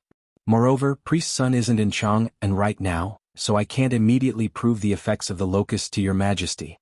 However, I can guarantee that the locusts are not disgusting insects. Their meat is very delicious and has high nutritional value. It is comparable to black chicken and bird's nest. Words have no proof. I just happened to bring some of the soaring meteoric success that the Academy made this afternoon. Speaking of this, Li Zixuan took out an oil paper package from his arms and opened it, revealing the golden soaring meteoric success inside.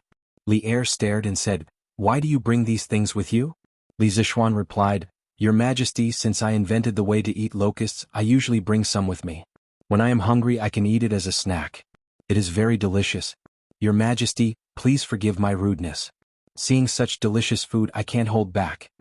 After saying this, Li Zixuan apologized to Li Er. Then he couldn't wait to grab a piece of soaring meteoric success and put it into his mouth.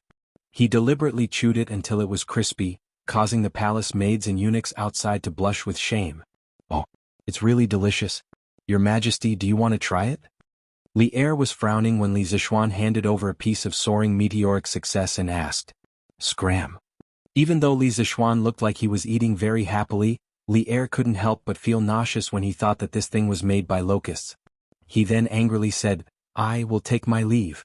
When Li Zixuan heard this, not only did he not feel ashamed, but he also felt like he had been pardoned.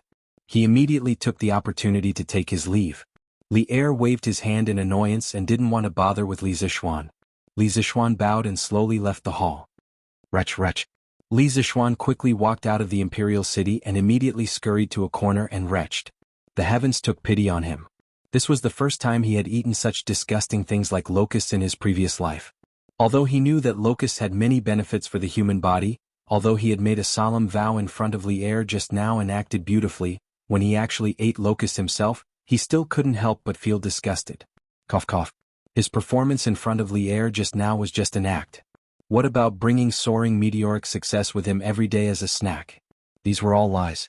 The reason he brought a bag of soaring meteoric success today was because Chang'e had secretly informed him in the morning and he had prepared it in advance to deal with Li Er. Therefore, the cause of these twists and turns was Chang'e, but the person who helped him through these difficulties was still Chang'e. So I've finally gotten rid of old Li. But in the end, it's still because there are too few medical books in this era that specifically introduce medicinal herbs. This led to the imperial physicians of the Imperial Medical Department not to recognize the magical effects of locusts. It seems that when Old Sun returns to Chang'e, it's necessary to ask him to compile a medical book similar to the Compendium of Materia Medica. After calming down his tumbling stomach, Li Zixuan thought silently in his heart. In fact, there were many medical books that could be used in the Tang Empire, such as Xinnong's Materia Medica, Emperor's Canon of Internal Medicine, Yellow Emperor's Canon of Internal Medicine, Treatise on Typhoid and Miscellaneous Diseases, Synopsis of the Golden Chamber, and the 1,000 gold prescription that Sun Simiao might have started writing. These medical books could be said to have built a more complete medical system, but there were still certain limitations. Because the starting point of these medical books was to prescribe medicine for diseases. Overall, their contents were mainly prescriptions for various diseases. But there were millions of diseases in the world, how could they cover all of them? Therefore, at this time, a medical book was needed to find another way to improve the current medical system. The Compendium of Materia Medica was a peerless book that was compiled in the style of categorizing categories. It was different from the previous medical books in that it introduced prescriptions by categorizing the herbs in the world into categories. Li Shizhen used about 27 years, and after 3 rewrites, it was finally completed in the 6th year of the Wanli era. There were more than 1.9 million words in the book, containing 1,892 types of medicine, 11,092 medical prescriptions, and 1,160 beautifully drawn illustrations. It was divided into 16 parts and 60 categories. It was a comprehensive collection of traditional Chinese medicine from the Han Dynasty in ancient China.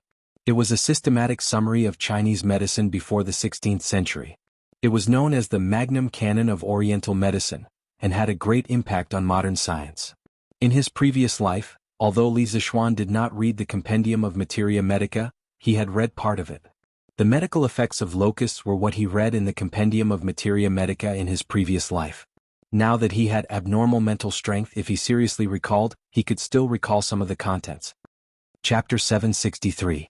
After leaving the palace safely, Li Zixuan went straight back to the academy. From afar, he could hear the deafening cheers from the field. The students were especially enthusiastic about their training this afternoon. As for the reason, of course, it was because today was a holiday. According to the academy calendar that Li Zixuan set, today was Friday. After the afternoon training, the students would welcome a 2-day holiday. For the students who had been tortured for such a long time, this was undoubtedly great news. No wonder they were not excited. When Li Zixuan was in the military training in the university in his previous life, he spent his weekends and days in the military camp. In comparison, this group of students was considered very lucky. Shaking his head, Li Zixuan walked towards his office. The field was in full swing and extremely noisy, but the Guanghua building was unusually quiet. This was because the teachers of the academy were racing against time to study the courses that they were going to teach this semester. How is it? Can you see it? How far can you see it? When Li Zixuan walked to the 9th floor, he suddenly heard Yan Xiaoning's voice from the corridor. He could not help but stop and turn around to walk there. In the corridor, Mo Lingwei was holding a black cylindrical object. One end was placed on her left eye socket and the other end was facing the foot of the mountain in front of the academy. Yan Xiaoning was extremely anxious at the side. He was very eager to know the result. However, Mo Lingwei did not care about him at all. She was still focused on looking at the scenery. Hey, wait, tell me quickly. Did you succeed this time? Can you see the scenery from afar? Yan Xiaoning was so anxious that he scratched his ears and cheeks. If he was not afraid of the girl in front of him, he would have already snatched it. It was worth mentioning that before he called Mo Lingwei an ink girl. Now he directly called her Wei.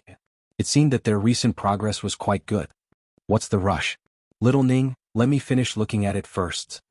Mo Lingwei waved her fists and pretended to chase Yan Xiaoning away. No way, you've been looking at it for almost half an hour. Are you not done yet? How long are you going to look at it? At this moment, Yan Xiaoning felt that women were really troublesome. They were not cute at all. It's only been half an hour. You've lost your patience after half an hour? Little Ning, you're a man. Why are you nagging like an old woman? Are you still a man? Hearing the urging, Mo Lingwei immediately Yan Xiao Shui Yan. Yan Xiaoning was so angry that he was trembling. For a long time, but he couldn't say anything. Suddenly he had an idea. He moved his feet and came to the front of Mo Lingwei. Then he used his right eye to look at the other end of the cylindrical object in Mo Lingwei's hand. Then the image froze there. Ah. Little Ning, you're courting death. After about 3 breaths of silence, Mo Lingwei suddenly screamed and took a few steps back. She looked at Yan Xiaoning with dissatisfaction and said angrily, God knows how she would feel when a huge eye appeared in her field of vision. Anyway, the person involved, Mo Lingwei, didn't want to experience this kind of experience again. Li Zixuan, who had just witnessed this scene, suddenly couldn't help but think of a song from his previous life. After confirming with my eyes, I met the right person. I waved my sword and turned around, and blood like red lips. In the memory of the previous dynasty, it's not the blade that hurts people. It's your reincarnated soul. After confirming with my eyes, I met the right person. I spurred my horse to battle. The sound of the horse's hooves is like running tears. The moonlight on the bluestone floor shines into the mountain city. I followed you all the way to reincarnate. I have deep feelings for you, the old tree roots beside Luoyang City. This song was pretty king fitting here. Yan Xiaoning and Mo Lingwei just looked at each other after confirming with their eyes. What are you shouting for? I just asked you to show it to me. If you don't want to, I can go and see it myself. Do you have to have such a big reaction? Yan Xiaoning's eyes were sharp and his hands were fast. Taking advantage of Mo Lingwei's panic, he snatched the cylindrical object from her hand and then looked at it himself happily. What the C came? So, Xiaoxian. When did you come over? You didn't even make a sound when you walked. Are you trying to scare me to death in broad daylight? Yan Xiaoning adjusted the direction of his gaze and saw Li Zixuan's huge figure in his field of vision. He was so scared that he almost threw the thing in his hand away. As the saying goes, if you don't do anything wrong in the day, you won't be afraid of ghosts knocking on your door in the middle of the night. Xiaoning, you're so flustered, could it be that you have a guilty conscience? Li Zixuan stared into Yan Xiaoning's eyes and said meaningfully, Damn, you're so weird. I think you're the one with a guilty conscience. Yan Xiaoning rolled his eyes and said in annoyance, As a straight man who was destined to be alone for the rest of his life, how could he have a guilty conscience? This was called being calm, okay? Yamacho, you're here. Just in time, come and take a look at the clairvoyance that we just made. Xiaoning, quickly take out the clairvoyance. Mo Lingwei couldn't help but feel a little angry when she saw Yan Xiaoning acting like a block of wood. But when she thought of the results of the past few days of hard work, she couldn't help but come forward and say excitedly to Li Zixuan. Oh. Yan Xiaoning responded dully and then handed the clairvoyance in his hand to Li Zixuan. The outer shell was made of wood. Li Zixuan judged the material of the clairvoyance's outer shell as soon as he held it in his hand. It was made of high-quality Phoebe Jinan wood, complemented by peerless carving skills. It was very classy and impressive. This was obviously the masterpiece of Strange Pavilion's heavenly knife Lu. 2 lenses were embedded at both ends of the wooden tube, one big and one small. Li Zixuan put the clairvoyance close to his eye socket and then looked into the distance. He realized that the flowers, grass, and trees at the gate of the academy were all reflected in his eyes, and even the texture was unusually clear. Cough cough, although with Li Zixuan's current eyesight he could still see things that were so far away even without the clairvoyance, but with the clairvoyance he still felt that things were bigger and clearer. Not bad. You've already adjusted the distance between these 2 lenses very well, and it can meet the requirements of the clairvoyance. Ink Girl shouting, you've done very well and the progress is also quite fast. I'm very satisfied. Li Zixuan looked at the 2 of them and sincerely praised them. Oh. It's rare that you're satisfied with Yamacho. It's really not easy. Mo Lingwei said excitedly with a bright smile on her face. Logically speaking, it could be said that Mo Lingwei and Yan Xiaoning had put in a lot of effort to be able to go from nothing to making the clairvoyance in just 10 days. Although they had the support of the powerful and advanced production capabilities of the workshop behind them, their hard work couldn't be ignored. It was indeed very difficult. Chapter 764. Yamacho, does this mean that I've succeeded? You have to keep your promise to me. Mo Lingwei became excited when she heard Li Zixuan's affirmation. Li Zixuan chuckled. Haha, you're still far from success. Back then, I asked you to build an astronomical telescope. Miss Mo, don't tell me you think you can see the moon in the sky with this little thing? Mo Lingwei blinked curiously. Why can't I? My clairvoyance can already see very far. Can't I use it to see the moon? Of course not. Seeing that Yan Xiaoning was also puzzled, Li Zixuan had no choice but to patiently explain to them, I've told you guys before that the magnification of the clairvoyance is related to the focal length of the objective lens and the eyepiece. The clairvoyance that you guys are making now has a magnification of at most 7 to 8 times. That is to say, a person who uses this to see a distance of 1,000 feet will only be able to see a distance of about 10 to 12 feet. The moon is about 880,000 miles away from us. Do you think we can clearly see what the moon looks like with this? Usually, the moon is about 400,000 kilometers away from the Earth. In the Tang dynasty, Li Shimin's 2 steps, 1 step for each of his left and right feet, was used as the standard. It was called Bu. It was stipulated that 300 steps was 1 Li and 1/5 of 1 Bu was 1 Qi. In the Tang dynasty, 1 Qi was 0. 303 meters and 1 Li was 454 meters. The distance between the Earth and the Moon was about 880,000 miles in the Tang dynasty. 880,000 miles? How far is that? The 2 of them were speechless. Yan Xiaoning thought for a while and asked, Xiaoxian, according to what you said, we just need to increase the magnification of the clairvoyance next? Li Zixuan rubbed his chin and replied, yes, but it's not just about increasing the magnification. When the magnification is too high, the final image of the clairvoyance will be seriously distorted. You have to think of a way to reduce the distortion of the image. Otherwise, no matter how high the magnification is, it will be useless. Mo Lingwei frowned and asked, Yamacho, what do you mean by image distortion?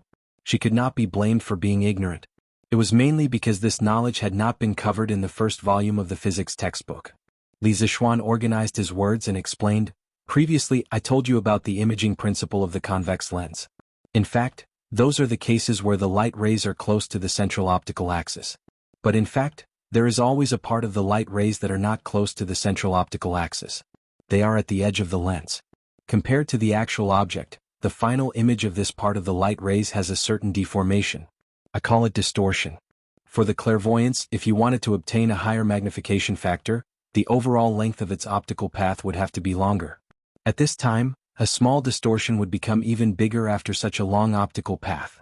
So in the future, when you increase the magnification of the clairvoyance, don't neglect the image quality. According to my experience, as long as you can ensure that the magnification is above 30 times, you can basically meet the requirements of astronomical observation. Li Zixuan was very familiar with binoculars. When he was in high school, one of his roommates brought a pair of binoculars with the excuse of looking at the scenery opposite the dormitory. But in reality, he was only looking at the girls' dormitory. In the end, the boys' binoculars were confiscated by the head teacher, who suddenly came to check on the dormitory. When he was in university, thanks to the school's geographical location, He once spent 35 yuan to go in on the opening day of a certain planetarium in the capital. It could be said that he personally used an astronomical telescope. Moreover, his undergraduate and postgraduate studies involved a considerable part of the knowledge of optics. He even personally polished lenses during his internship. In the Tang dynasty he could be called an expert in optics. This was also why he could explain it to Mo Lingwei, Yan Xiaoning, and the others so clearly and logically. Then Xiaoxian, how should we solve the imaging distortion? To be honest, Yan Xiaoning wasn't shocked at all by the endless stream of new knowledge that kept popping out of Li Zixuan's head because he was already numb to it. What was more important than being shocked was that he had to try his best to absorb the new knowledge that Li Zixuan spat out. This is very difficult. Li Zixuan shook his head with a complicated expression. To solve the imaging distortion and chromatic aberration problem of lenses, the method of cementing lenses was often used in modern times. By fixing 2 or more lenses with photosensitive glue and baking them with ultraviolet light, after going through 2 curing processes, a set of cemented lenses could be obtained. In modern times, some of the precision optical components such as the objective lens of a microscope, the eyepiece of a telescope, and so on, used lens sets that were cemented with photosensitive glue. If only a simple convex or concave lens was used, it would be very difficult to obtain a better imaging result. However, in this era where basic science was extremely backward, wanting to control the imaging distortion like modern optical lens companies was tantamount to a fool's dream. Not to mention that there was no photosensitive glue, there was no way to even obtain pure ultraviolet light. In this case, how could they make a cemented lens set? Although it's very difficult, you can think of a way to replace a simple single lens with a lens set composed of many small lenses that are very close to each other. Also, you have to keep the overall imaging light path unchanged. This way the results might be different. After pondering for a long time, Li Zixuan could only give it a shot and said in the end. Yan Xiaoning and Mo Lingwei both fell into deep thought. Clang clang clang clang. With the crisp sound of gongs and drums, Yanhuang Academy's training for the day was finally over. Qin Qiong, who was late because of the heavy rain in the morning, as the chief military instructor of the academy, blew the whistle decisively. School is over. The students' enthusiasm for training today was very high. There was no need to deliberately make things difficult for them, so Qin Qiong's impression of the instructors was quite good. Once school was over, he decisively let the students go to school without any hesitation. Oh, it's the holidays. I can finally go home and sleep in. I must eat a lot of meat these 2 days. Drunken Immortal Restaurant, this young master is coming. The students burst into cheers and then Yanhuang College became a sea of joy. Cheers could be heard everywhere. The students ran back to the dormitory like a gust of wind, then rushed out of the dormitory, out of the college gate, and directly down the mountain to Chang'an City. Chapter 765. 2/3 of the students in Yanhuang College came from outside Chang'an City, so only a small number of students went home during the 2-day holiday. Although the rest of the students could not go home, they were very happy that they did not have to go through military training. However, as the saying goes, fortune and misfortune depend on each other, and misfortune hide within each other. Sometimes, not being able to go home was actually a kind of luck. *CK, I just came back and I want to poop. Jianghu, bring this young master some toilet paper. It didn't take long for Cheng Chumo to return to Chang'an. As soon as he entered the house, he suddenly felt that his chrysanthemum was tight and he wanted to poop. Cheng Chumo quickly went straight to the outhouse and ordered his errand boy. Jiang Wuyun, who was in the front yard, saw Cheng Chumo enter the courtyard. He wanted to greet him, but when he heard such a sentence, he was suddenly stunned. Hey, young master, what is toilet paper? Jiang Wuyun chased after Cheng Chumo and shouted loudly. Cheng Chumo, who had just walked to the front of the cottage, paused his steps, patted his head and said in annoyance, *CK, I almost forgot, there is no toilet paper at home. Forget it, bring me some newspapers. Jiang Wuyun took the order and left. Cheng Chumo shook his head and went into the outhouse with an unhappy face. *CK, why is it so smelly? Cheng Chumo, who was used to the outhouse of the academy, came back and saw his own outhouse and immediately began to dislike it. His outhouse not only did not have the white and smooth toilet of the academy, but also did not have a complete flushing system. It looked disgusting and smelled bad. No wonder this guy began to dislike it. Young master, our outhouse has always been like this? Jiang Wuyun, who had just brought a newspaper, stood outside the outhouse and said in amazement. Okay, I know you can go. Cheng Chumo stretched out his hand and took the newspaper into the outhouse and said helplessly. Cheng Chumo, who had just left Yanhuang College for less than an hour, had already begun to miss his life in Yanhuang College. When he was in the academy, he wanted to leave the academy. Now that he was out of the academy, he wanted to go back to the academy. Was this the legendary act of being cheap? In fact, Cheng Chumo was not the only student who was embarrassed. When the students returned home, they were not used to the sudden change in architectural style. Most of the buildings in Yanhuang College were foreign-style buildings made of cement bricks, while the students' homes were in the classical style with wooden doors and windows. It was hard to say which style was better or worse. It could only be said that the students were used to living in the classical style of wooden buildings and windows. When they first entered Yanhuang College, they felt that living in the style of Yanhuang College was more comfortable. In addition, similar to Cheng Chumo's situation, the students all discovered the superiority of the academy's toilets. The clean and hygienic toilets were incomparable to their own toilets. Housekeeper, go to Chitsu Pavilion and help me buy some toilet paper. In the Sun Mansion, Sun Zifen came out of the outhouse with a constipated expression on his face and said to the housekeeper in the courtyard. Looking at this guy's expression, God knows how much he suffered in the outhouse. Young master, what is toilet paper? The housekeeper looked at Sun Zifen with a puzzled face and asked. Sun Zifen frowned and impatiently waved his hand and said, it's very hygienic paper. Housekeeper, you can go to Chitsu Pavilion and ask. The people there will definitely know. The steward answered in a daze and went out. However, after a while, he turned back and said embarrassedly, Young master, now that the gate is about to close, there should be no one at Strange Interest Pavilion. Sun Zifen was speechless and said, Then let's go tomorrow morning. Most of the Yanhuang College students who returned to Chang and encountered the embarrassing situation of not having toilet paper in the outhouse. After leaving the academy, they felt uncomfortable everywhere. But there was one person who was luckier, and that was Li Tai. Hey. Fortunately, royal sister has toilet paper, otherwise wouldn't this prince be slaughtered? Li Tai came out of the outhouse with a roll of toilet paper in his arms. He was very satisfied as he thought to himself. Now in the entire Tang dynasty, except for Li Zishuan's house and Yanhuang College, only Chang'e had toilet paper. Previously, when Chang'e followed Li Zishuan and Empress Jiangsun to tour Yanhuang College, Li Qingqian suddenly had a stomachache, and Chang'e inadvertently discovered the wonderful use of toilet paper. Then the little girl took the initiative to ask Li Zishuan for a batch of toilet paper. Li Zishuan had always treated such an obedient and lovely little girl like Chang'e as his own sister. After hearing Chang'e's request, Li Zishuan naturally agreed. He arranged for a cart of toilet paper to be sent to the palace that day. Li Tai took advantage of this loophole and was able to obtain the precious toilet paper. Sigh. The only flaw is that the outhouse in the residence is not as comfortable as the one in the academy. I have to admire Xiaoshuan's design skills. He can even come up with new tricks in the outhouse.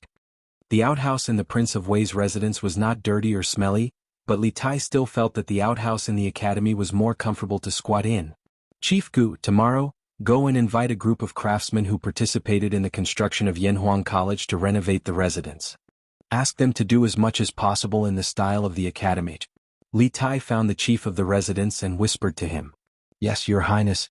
The so-called Elder Gu was a middle-aged scholar in his early 30s. He bowed and said, By the way, ask someone to buy some toilet paper from the Wonderful Taste Pavilion tomorrow. It's not good to keep borrowing toilet paper from Chang'e. Li Tai added after some thought. Chief Gu was speechless. What kind of borrowing is this? What's the difference between borrowing and not returning and stealing? Yes, Your Highness. To a certain extent, the Yanhuang College students who returned home during the holidays were like a batch of sparks that spread to the world and ignited a prairie fire. Through word of mouth, people gradually learned about toilet paper, water pipes, showers, and other novelties. After listening to the descriptions of the students from the academy, they felt that these things were quite useful. Especially toilet paper, this soft thing that could replace the hard as iron toilet paper was simply a blessing to everyone. As long as one was not short of money and valued quality of life, there was no one who did not yearn for toilet paper. But where should they buy it? Many people subconsciously thought of the Wonderful Taste Pavilion because toilet paper first appeared in Yanhuang College. Li Zishuan was the Yamacho of Yanhuang College and the big boss of the Wonderful Taste Pavilion. If toilet paper were to be sold to the public, it would definitely be at the Wonderful Taste Pavilion. Thus, early the next morning, the Wonderful Taste Pavilion welcomed a large group of customers. The line had already filled the entire street. Chapter 766. Whoa.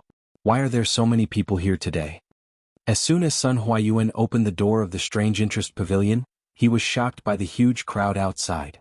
He rubbed his eyes and couldn't help but wonder, Strange Interest Pavilion hasn't launched any new products recently? Why are all these people here? Did Lord Zhu come up with some new information? Ever since the Divine Mirror and Azure Glaze Cup were launched a few days ago, Curious Pavilion's customer flow had been relatively stable. Today, however, there was a sudden surge in customer flow. Sun Huayuan, the shopkeeper of Curious Pavilion, couldn't understand it. Shopkeeper Sun, you've hidden it well. Curious Pavilion has such a good item like toilet paper, but you didn't sell it earlier. You're too mean. Chao Wendong, who was at the front of the line, laughed loudly when he saw Sun Huaiming. He was rich, so of course he didn't need to line up every time. However, he wanted to build a good relationship with Li Zixuan and the people around Li Zixuan. Moreover, he valued Li Zixuan's business opportunity very much. Therefore, whenever Curious Pavilion launched a new product, Chao Wendong would always be in the line to buy it. That's right. Boss Sun, you're too mean. In the past, Li have patronized every new item in Strange Interest Pavilion. That's right. If I didn't hear from old Wang's son next door, I wouldn't have known that Curious Pavilion has toilet paper. Shopkeeper Sun, you can't hide it. If you have something good, you should share it with everyone. It's not like we can't afford it, right? Yes. As long as it's good, it doesn't matter if it's a little expensive. We earn so much money, but in the end we still want to enjoy ourselves. These were the words of two seemingly stupid but rich fellows. Sun Huayuan was a little stunned by this indiscriminate bombardment. He only reacted after a while. He cupped his hands and asked, "Dear guests, where did you hear that Curious Pavilion sells toilet paper? Forgive me for being blunt, but I've never received any news that my boss is selling toilet paper." Buzz. Sun Huayuan's gaze was like a drop of water splashed into a boiling pot of oil. The people who had been lining up for a long time immediately exploded. What? Odd Interest Pavilion doesn't sell toilet paper? I've been waiting in line for almost half an hour. What are you doing? In order to buy toilet paper for my young master, I've been waiting here for an hour. In the end, I didn't manage to buy it. It's over now. I'm going to get scolded when I go back. Two young men wearing servant hats complained to each other after hearing Sun Huayuan's words. Damn it. Shopkeeper Sun, you can't scare people like this. Who doesn't know that toilet paper was invented by the Yamacho?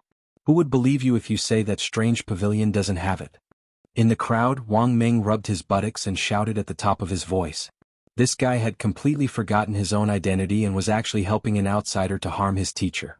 Cough cough. The main reason was that he was used to using toilet paper at Yanhuang College. After returning home yesterday, he had to use toilet paper again, so he wasn't used to it. It just so happened that he was unlucky. There was a thin and short bamboo stick on the toilet paper, and Wang Meng's buttocks were instantly pierced by it. That was why he hurried over to Strange Interest Pavilion early in the morning to try his luck. However, he didn't expect that there would be so many heroes who had the same idea as him. Wang Meng's voice was famous for being loud. Sun Huayuan could hear him clearly even from afar. After hearing what he said, his old face darkened, and he was so angry that he almost went downstairs to drag Wang Meng out and give him a good beating. This was because he knew that the person who had spoken was definitely a student from Yanhuang College. A student who actually dared to scam the Yamacho. If such a student didn't deserve to be beaten up, then who should be? That's right. Shopkeeper Sun, from what you said just now, it seems like you already know about the existence of toilet paper. Moreover, Strange Interest Pavilion also seems to have toilet paper, but why don't you take the initiative to sell it? Chao Wendong's eyes suddenly lit up. He found the contradiction in Sun Huayuan's words, so he asked. The other merchants, servants, students, and commoners all quieted down. They wanted to see how Sun Huayuan would answer. Sun Huayuan smiled bitterly and said, Boss Chao, I indeed knew about the existence of toilet paper a long time ago. However, at the beginning, the workshop's production of toilet paper was limited. In fact, Faubert didn't want to waste resources to produce this kind of meaningless toilet paper. All the toilet paper produced was sent to the boss's residence. After that, Yanhuang College started school, and the workshop opened a branch in Plum Village. Only then did the production of toilet paper gradually increase. However, at that time, the toilet paper was mainly supplied to the teachers and students of Yanhuang College. The boss didn't have any intention of selling it outside. The surrounding crowd was speechless. What else could they say when they encountered a willful boss, who didn't want to earn money even if he had it? They could only cry without tears. Boss son, if such a good thing can't be sold outside, it would be a pity. Strange Interest Pavilion is a shop that constantly brings joy and convenience to everyone's lives. My brothers and I have always liked and supported it very much. I hope that shopkeeper's son and Lord Ju can seriously consider including toilet paper in the queue for goods to be sold. Chao Wendong and Sun Huayuan stirred up emotions for a while before pleading with a sincere expression. That's right. Boss Chao is right. We have always supported Strange Interest Pavilion, and we hope that Lord Li can consider our requests. That's right, it's just some toilet paper. I don't think Lord Li will care about this. Seeing that the atmosphere in the hall had been stirred up again, Sun Huayuan had no choice but to agree in order to be safe. Everyone, please don't be impatient. I will personally convey your request to the boss. In the end, it will still be up to him. Okay. Thank you for your trouble, shopkeeper's son. Yo, shopkeeper's son. In the Yunshan residence, Li Zixuan had a guest who had never been to his house before. Lord Ju, I hope I'm not disturbing you? Sun Huayuan looked at the Western-style house in front of him and asked carefully. No, shopkeeper's son, is there something you need from me? Come in, let's talk. Li Zixuan ordered the servants to serve tea as he brought Sun Huayuan to the study on the first floor. After seeing the luxurious interior of the Western-style house, Sun Huayuan was shocked again. He thought about the rumors that many Yanhuang College students couldn't help but return to school today after going home for the holidays. He sighed in his heart. I've heard that Yanhuang College's construction is extremely luxurious. If the decorations are like this house, then it's possible that the students can't bear to leave school and return. Chapter 767. Lord Ju, this is what happened from the beginning to the end. I was forced by them to come and disturb you. In the study room, Sun Huayuan told Li Zixuan about what happened in the morning with a bitter face. Speaking of which, it was easy for Li Zixuan to be a hands-off shopkeeper, but Sun Huayuan was not at all relaxed as the front shopkeeper. He had to be smooth and slick and not provoke enemies for the main house for no reason. When facing all kinds of customers, he had to be careful and greet them with a smile. Oh, these people are really interesting. They actually came to you to ask for toilet paper. Li Zixuan raised his eyebrows in surprise. Then he muttered, the current workshop can supply the toilet paper, but there are so many people fighting for it. It's easy to fall short of supply. So I forget it. I'll sell it first.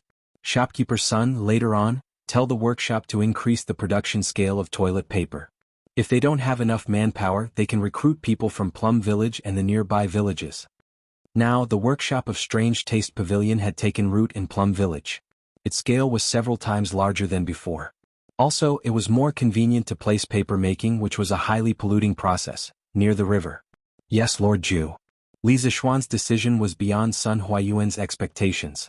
He had tried to persuade Li Zixuan to sell toilet paper in the past, but Li Zixuan had never taken it seriously. He knew that the main reason was because the fairy mirror and colored glass cup were available in the Strange Taste Pavilion, while the winery had Drunken Immortal and Gentle Village. Li Zixuan didn't care about the profits from toilet paper. This time he didn't have high hopes, but he didn't expect Li Zixuan to agree. Sun Huayuan left with satisfaction. This result allowed him to report to Chao Wendong and the other rich businessmen. He did not have to be in a difficult position anymore. Of course, he had reason to be happy. Li Zixuan sat in the study room. His fingers tapped rhythmically on the armrest of the chair. He had a thoughtful look on his face. Husband, what's wrong? Is there something on your mind? Han Yushi saw that Sun Huayuan had come out of the study room, but Li Zixuan did not come out. She could not help but come in to see what was going on. She saw Li Zixuan leaning on the armchair with an inexplicable expression. So she walked up and asked softly, "Oh, wife, come sit here." Li Zixuan came out of his thoughts. He moved a little to the right of the chair and pointed to the empty space on the left. He smiled at Han Yushi. The armchairs in his house were quite spacious. They were the kind that was more than enough for one person to sit on, but it would be a little crowded if two people sat on them. This guy wanted to take advantage of his wife blatantly. Han Yushi glared at her husband, but after thinking about it, she still walked to Li Zixuan's side and sat down. Li Zixuan smiled. He put his arm around his wife's waist and said, Sun Huayuan just came here to plead for the people of the people. Just now, shopkeeper's son came to petition on behalf of the people. Today, the curious pavilion was surrounded by many merchants and ordinary people who wanted to buy toilet paper. It seems that the people of our great Tang have all suffered the harm of toilet paper. This was a private matter. Thinking about how she had used toilet paper in the past, Han Yushi blushed and asked, Husband, you agreed just now, right? I saw that Sun Huayan was in a very good mood when he left. Ah, my wife is smart. Li Zishuan praised. Then he sighed and said, your husband has never cared about the small profits brought in by toilet paper. However, your husband has neglected the needs of the people of the Great Tang. He has also neglected the original intention of establishing the Strange Taste Pavilion. When the Strange Taste Pavilion was established, it was to create new and interesting things in the world to make life easier for the people. But now, Sai, wife, do you think that your husband is obsessed with money? In fact, this was also the main reason why Li Zishuan had agreed to Sun Huayuan's request. Chao Wendong and the others' words in front of the Strange Taste Pavilion had made him happy and alert. He had thought that toilet paper would not make much money, so he had never considered selling it. Obviously, this went against the original intention of establishing the Strange Taste Pavilion. The market should not be decided by profits but by practicality. Otherwise, he would become a businessman who only cared about profits and not a great man of the era. So this is what my husband is thinking about? Han Yushi giggled and said, actually, my husband, you are thinking too much. In my opinion, the reason why my husband hasn't sold the toilet paper is not because the profit is small, but because my husband is now wholeheartedly devoted to the affairs of the academy and doesn't want to manage these trivial matters. That's true. After hearing Han Yushi's words, Li Zishuan's mood immediately improved. He hugged his wife and laughed shamelessly, ha, my wife knows me best. In the evening, Li Zishuan made another trip to the academy because there were still more than 400 foreign students living there.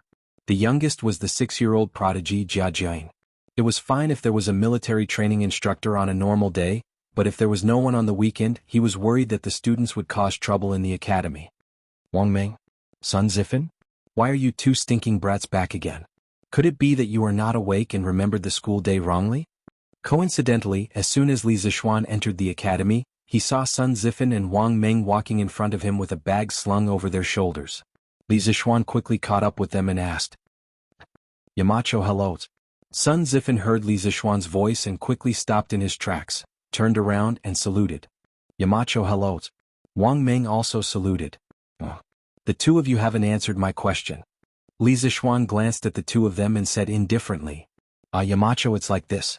When I returned home, I realized that studying at the academy was more fulfilling than wasting time at home, so I returned to the academy and planned to use the break to prepare for the upcoming lessons.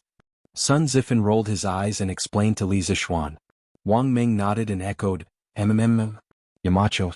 I also came to the academy to prepare for my lessons. Do you think I will believe you? Li Zishuan glared at the two of them and said angrily, nonsense, do you believe that I will ask Instructor Pang to discipline the two of you separately tomorrow? Sun Zifan was shocked and quickly waved his hands. No, Yamacho, I'm not used to staying at home, so I came back to the academy. After all, life at the academy is good and I can eat, sleep and poop well. Chonyo, Bao Lin and Qin Kei came back earlier than us and arrived at noon. He really wanted to say, I came to the academy to freeload food and toilet paper, but if he said so directly he would definitely be beaten up again. Li Zishuan suddenly understood. He looked at Wang Meng and said, Wang Meng, I heard that you have a lot of free time in the morning. Wang Meng's eyebrows twitched and his legs trembled. He was about to explain when Li Zishuan said, all right, you guys can go now. Only then did he feel as if he had been granted amnesty. He dragged Sun Zifan and hurriedly fled. Chapter 768. Wang Meng, what did Yamacho say to you just now? Yanhuang College. On the way back to the dorm, Sun Zifan nudged Wang Meng's arm and asked. Nothing. Wang Meng hurriedly waved his hand. He couldn't possibly say that he was mischievous because he didn't manage to buy toilet paper from Quirk Pavilion in the morning, could he? Since Li Zishuan didn't hold him responsible, the fewer people who knew about this, the better. Tsk. It's fine if you don't want to say it, but you're still acting mysterious. Sigh. We're finally back at the college. Don't you think it's strange? We were tortured at the college a few days ago, but when we were back at home we felt uncomfortable. Now that we're back at the college, everything is normal again. It's really baffling. Looking at the dormitory building not far ahead, Sun Zifan stroked his bald chin and sighed emotionally. What a pity. Wang Meng glanced at Sun Zifan and finally said, maybe this is what Yamacho means when he says I'm cheap. Damn it. Wang Meng, how dare you scold me in a roundabout way. I'm going to beat the shit out of you today. Sun Zifan was furious and wanted to kick Wang Meng. Wang Meng naturally wouldn't just stand there and wait to be beaten. He took advantage of his long legs and ran out of Sun Zifan's attack range. Yo, Boss Huang, you're here too? Our Chang'an City's god of wealth invited me, how could I not come? Even if I can't do business, it's still good to gain some wealth and build good karma. Ah, that's right. In just half a year, Lord Li was able to accumulate so much wealth without stealing or robbing. Compared to him, people like us who have been doing business all our lives are really ashamed. Early the next morning, a group of businessmen dressed in different clothes came to the entrance of Yanhuang College. At this time, the gate of the college was not open yet, but they stood in front of the gate and began to whisper to each other. Sigh. Perhaps this was what a genius was. At such a young age, not only is Lord Li doing well in business, but he is also very knowledgeable. He is comparable to many famous scholars. Otherwise, how could he become the Yamacho of Yanhuang College? Speaking of which, this Yanhuang College is really impressive. Of course, Yanhuang College's limelight was about to overshadow the directorate. Let's wait for next year's imperial examination to see how many of them can pass. Yo, isn't that Boss Liao? I heard that Boss Liao's good friend, Boss Feng, went out to sea with the imperial court's army. The two of them together have more than 30 big ships. Then Boss Feng is going to make a killing this time. I heard from Lord Li that the wealth at sea is endless. Hey, Boss Chow is here. The noisy crowd suddenly quietened down, and the merchants consciously opened up a path for Chow Wendong. He was dressed in plain clothes, but his noble aura could not be concealed. He walked to the front of the crowd with steady steps. Good morning, my friends.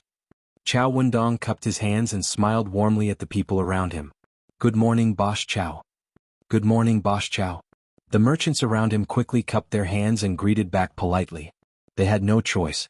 Chow Wendong was definitely one of the most important people who could get in touch with Li Zixuan. They had no choice but to be polite. We're still too early. I estimate that it will take another half an hour before the academy opens. Chow Wendong looked at the sky and pondered. It's fine. I can afford to wait. It's rare to have such an opportunity to listen to Lord Li's teachings. Let alone half an hour, even if it's a quarter of an hour, we are willing to wait. Yes. With that said, the merchants immediately said politely. Chow Wendong stroked his beard and smiled without saying a word. Half an hour later, the door of Yanhuang College opened on time. Under the lead of Mo Zhong, the merchants filed in and came to the conference room of Guanghua Building. Everyone, please wait here for a moment. The mountain will be here soon. Mo Zhong, who had already received Li Zixuan's instructions, said to the people who came in. Okay, thank you. The merchants did not dare to show any dissatisfaction. Instead, they were all full of smiles.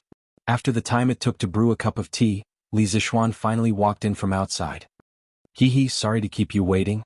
Li Zixuan cupped his hands in salute and said sincerely. You are too polite, Lord Ju. We just arrived and did not wait for long. Chow Wendong stood up and said with a bow. Yes, we just arrived. Besides, Lord Ju is very busy every day. It's normal for you to be delayed by something. Liao Shifan stood up and cupped his hands. The rest of the people quickly agreed. Li Zixuan gestured with his hands, then looked around at the people in the room and said with a smile. Since you are here today, you must have heard that I want to raise money to build roads and develop Plum Village. Plum Village is close to the Ba River and the waterway is smooth. Moreover, the new workshop of Strange Interest Pavilion is also in Plum Village. Therefore, we have the most advanced workshop products here. We will not have to worry about sales no matter where we ship them. To the north of Plum Village is Yunshan and Yanhuang College. In the future, this place will become the holy land of learning for all the scholars in the world. It will bring countless talents to Great Tang. Moreover, with the promotion of academic knowledge, the workshop technology will be more advanced in the future. It will be able to produce more interesting and practical things. Correspondingly, this land will produce a huge amount of wealth. Currently, the only factor restricting the development of Plum Village and Yanhuang College is roads. For everything that I have just mentioned, roads are the most basic and important. That's why I've invited all of you here today. I want all of you to participate in the future Feast of Wealth by investing in the company. I want to establish a Yanhuang Chamber of Commerce. In the future, only members of the Chamber of Commerce will be able to sell the goods produced by Strange Interest Pavilion. At the same time, they will be able to enjoy the protection of the Chamber of Commerce. As for the first batch of members to join the Chamber of Commerce, the amount of money donated today will determine the weight of their words in the Chamber of Commerce in the future. You have a total of 200,000 shares to subscribe. The final 6 people will be the first batch of members of the Chamber of Commerce. Then let's not waste any more time. Let's start the voting. At first, Li Zixuan only wanted to accept 5 members. However, after seeing so many people today, he decided to add 1 more member. The rest of the people did not find it strange. They were just secretly glad. As soon as he finished speaking, the meeting room was so silent that one could hear a pin drop. Although these people had heard about the Yanhuang Chamber of Commerce from Chao Wenzhong, hearing Li Zixuan say it personally still made them feel a little strange. I will subscribe for 40,000 strings of cash. If there is any left in the end, I will take it all. Chao Wendong was the first to respond. Chapter 769. 40,000 strings of cash. Chao Wendong's words immediately shocked everyone. It should be all the merchants. After all, there were very few people present who could casually take out 40,000 strings of cash like him. Moreover, judging from Chao Wendong's behavior, 40,000 strings of cash was clearly not his limit. He was prepared to increase his investment at any time. Rich and overbearing, this is what it means to be rich and overbearing. Alright.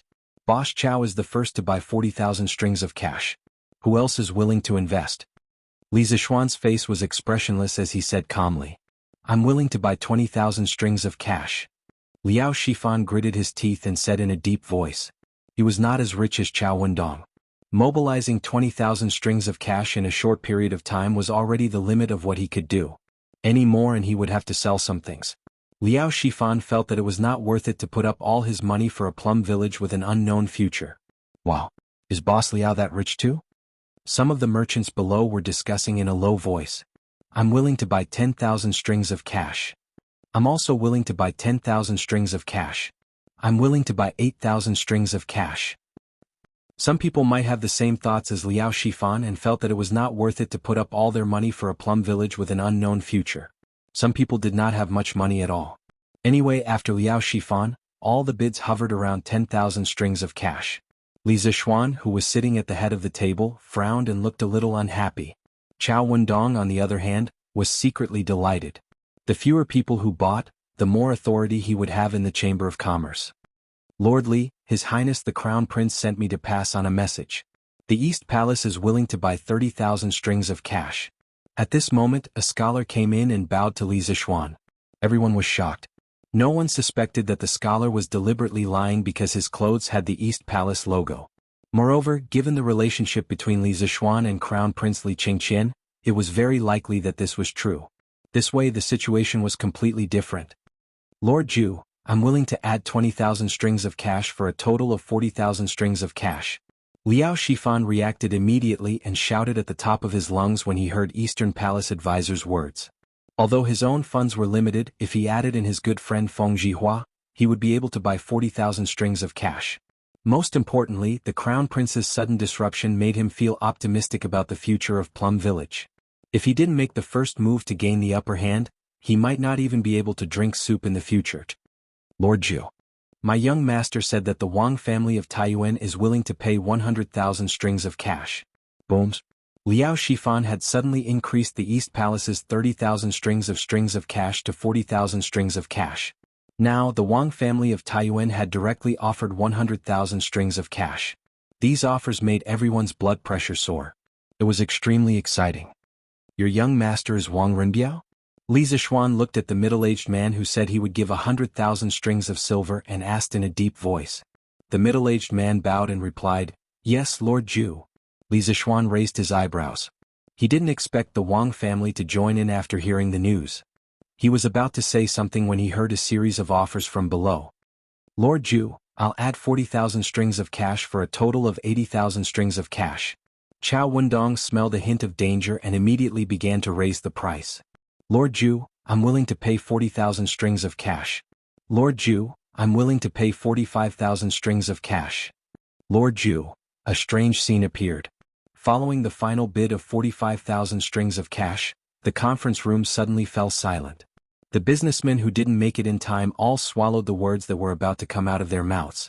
They looked at each other in frustration, but no one dared to make a rash offer. It wasn't that they couldn't afford a higher price, but because Li Qingqian had offered 30,000 strings of cash. There were already 5 people who had offered more than 30,000 strings of cash. If the remaining people offered a price higher than 30,000 strings of cash, wouldn't they squeeze Crown Prince Li Qingqian out of the picture? They wouldn't dare even if they had 10 guts. People who had been in the business world for many years had to have this level of EQ and eyesight. Otherwise, they wouldn't have the qualifications to sit here and bid. What's wrong? No one's bidding anymore? Li Zishuan asked curiously. Previously it was still lively, but now these people suddenly became silent. Hehe, I'm not bidding anymore. I'm not bidding anymore. Most of the businessmen forced a smile on their faces as they chuckled. Chao Wendong stroked his beard and was very satisfied with the situation. The businessman surnamed Lin who made the final bid of 45,000 strings of cash had a flushed face. He couldn't hide his smug expression. All right. Since no one's bidding, I'll announce the results. Li Zishuan picked up the paper in front of him and said in a deep voice, the first batch of members of the Flaming Yellow Chamber of Commerce are Wang Renbiao, Chao Wendong, Lin Wenyuan, Liao Shifan, Zhang Jingyang, and His Highness the Crown Prince. The subscription limit is 100,000 strings of cash, 80,000 strings of cash, 45,000 strings of cash, 40,000 strings of cash, 30,000 strings of cash, for a total of 335,000 strings of cash, which exceeds the limit by 135,000 strings of cash. The excess will be temporarily used as backup funds for the construction of the roads. After the roads are repaired, the unused money will be returned to you according to the proportion of your subscription. Does anyone have any objections? If not, then today's auction is over. I have no objections. I have no objections either. I have no objections. Those who were on the list naturally didn't have any objections. Those who were not on the list, although unwilling, didn't dare to openly object. They could only blame themselves for being slow to react. Lord Zhu, I wonder if we'll have the chance to become a member of the Flaming Yellow Chamber of Commerce in the future? A greasy middle-aged man with a full beard stood up and cupped his hands towards Li Zishuan. The other businessmen immediately looked at Li Zishuan with hopeful eyes. Of course. But the members of the Flaming Yellow Chamber of Commerce are valued by quality, not quantity. It'll only get harder and harder to join in the future. Of course, friends who haven't joined the Flaming Yellow Chamber of Commerce can choose to work with members of the Flaming Yellow Chamber of Commerce. I believe it'll be very profitable. Li Zishuan said calmly. I understand now. The greasy middle-aged man bowed with a determined look. Good. Then that's all for today. Let's welcome the first batch of members of the Flaming Yellow Chamber of Commerce. Li Zishuan stood up and clapped his hands with a smile. Everyone knew that he was sending them off and hurriedly stood up. Li Zishuan continued seriously, but no one is to spread the news of what happened here just now, especially news related to the Crown Prince. If the news is leaked, I'll investigate one by one. If I find out who it is, don't even think about having a foothold in the Tang dynasty in the future. Do you all understand? Don't worry, Lord Zhu. We know the severity of the matter. Chao Wendong led the crowd in response. That's good. Meeting adjourned. Li Zishuan nodded and waved his hand. Chapter 770. Little Xian, come with me. The first batch of shares of the Yanhuang Chamber of Commerce had been oversubscribed. Li Zishuan was in a good mood. Of course, whether it was Li Qingqian's interference or Wang Renbiao's sudden involvement, they were all outside of his expectations. In the corridor outside the meeting room, Li Zishuan bumped into Li Gang. Just as he was about to greet him, he heard the old man say in a low voice, "Oh, good." Li Zishuan felt that the old man was in a bad mood. He was a little confused. The two of them came to Li Gang's office. Li Gang closed the door and looked at Li Zishuan. Little Xian, you were the one who called those merchants over, right? Li Zishuan seemed to understand something. He paused and nodded. Yes. Li Gang pointed at Li Zishuan and said bitterly, "You're stupid, stupid. I know that you gathered them to discuss something. I don't have any prejudice against merchants, but Yanhuang College is an important place for learning. How can you let this place be tainted with the stench of money? This is an insult to the saints, an insult to the educated people." Li Zishuan said disapprovingly, Mister, you're wrong. First of all, today is the school's holiday. I gathered all the merchants here to discuss the future development of Plum Village. There's nothing wrong with that. Secondly, I founded Yanhuang College mainly to be practical, not to pretend to be virtuous. What do you mean by the stench of money? Mister, you're an enlightened person. Why are you associated with the commoners? If not for the stench of money that scholars talk about, how could Yanhuang College develop to such a scale in such a short time? How could Plum Village develop so quickly?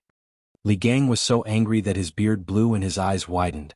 You Are you saying that I'm vulgar? Short-sighted? Pretending to be virtuous? Li Zishuan quickly waved his hand and said, absolutely not. Sir, please don't misunderstand. I just want you to know that academics and money don't conflict in many cases. In fact, they even complement each other. For example, money can provide a good learning environment and promote the rapid development of academics. Academics can also promote technological innovation and earn more benefits. You also know that not all of the students trained by Yanhuang College will become officials in the future. Li Gang furrowed his brows and remained silent. He had taught and educated people all his life, and had written books to establish a theory. How could he be as sharp-tongued as Li Zishuan, who had lived 2 lives? Seeing this, Li Zishuan cupped his hands towards Li Gang and said, Sir, if there is nothing else, then I will take my leave. Then, seeing that Li Gang was still deep in thought, he left.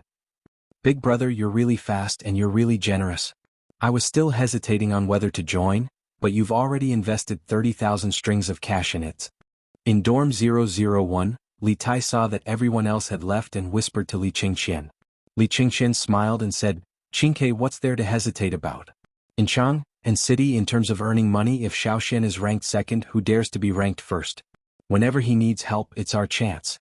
Besides, this 30,000 strings of cash was earned for me by Xiaoxian. Even if I lose everything, I have nothing to lose. Don't you think so? Big brother is wise.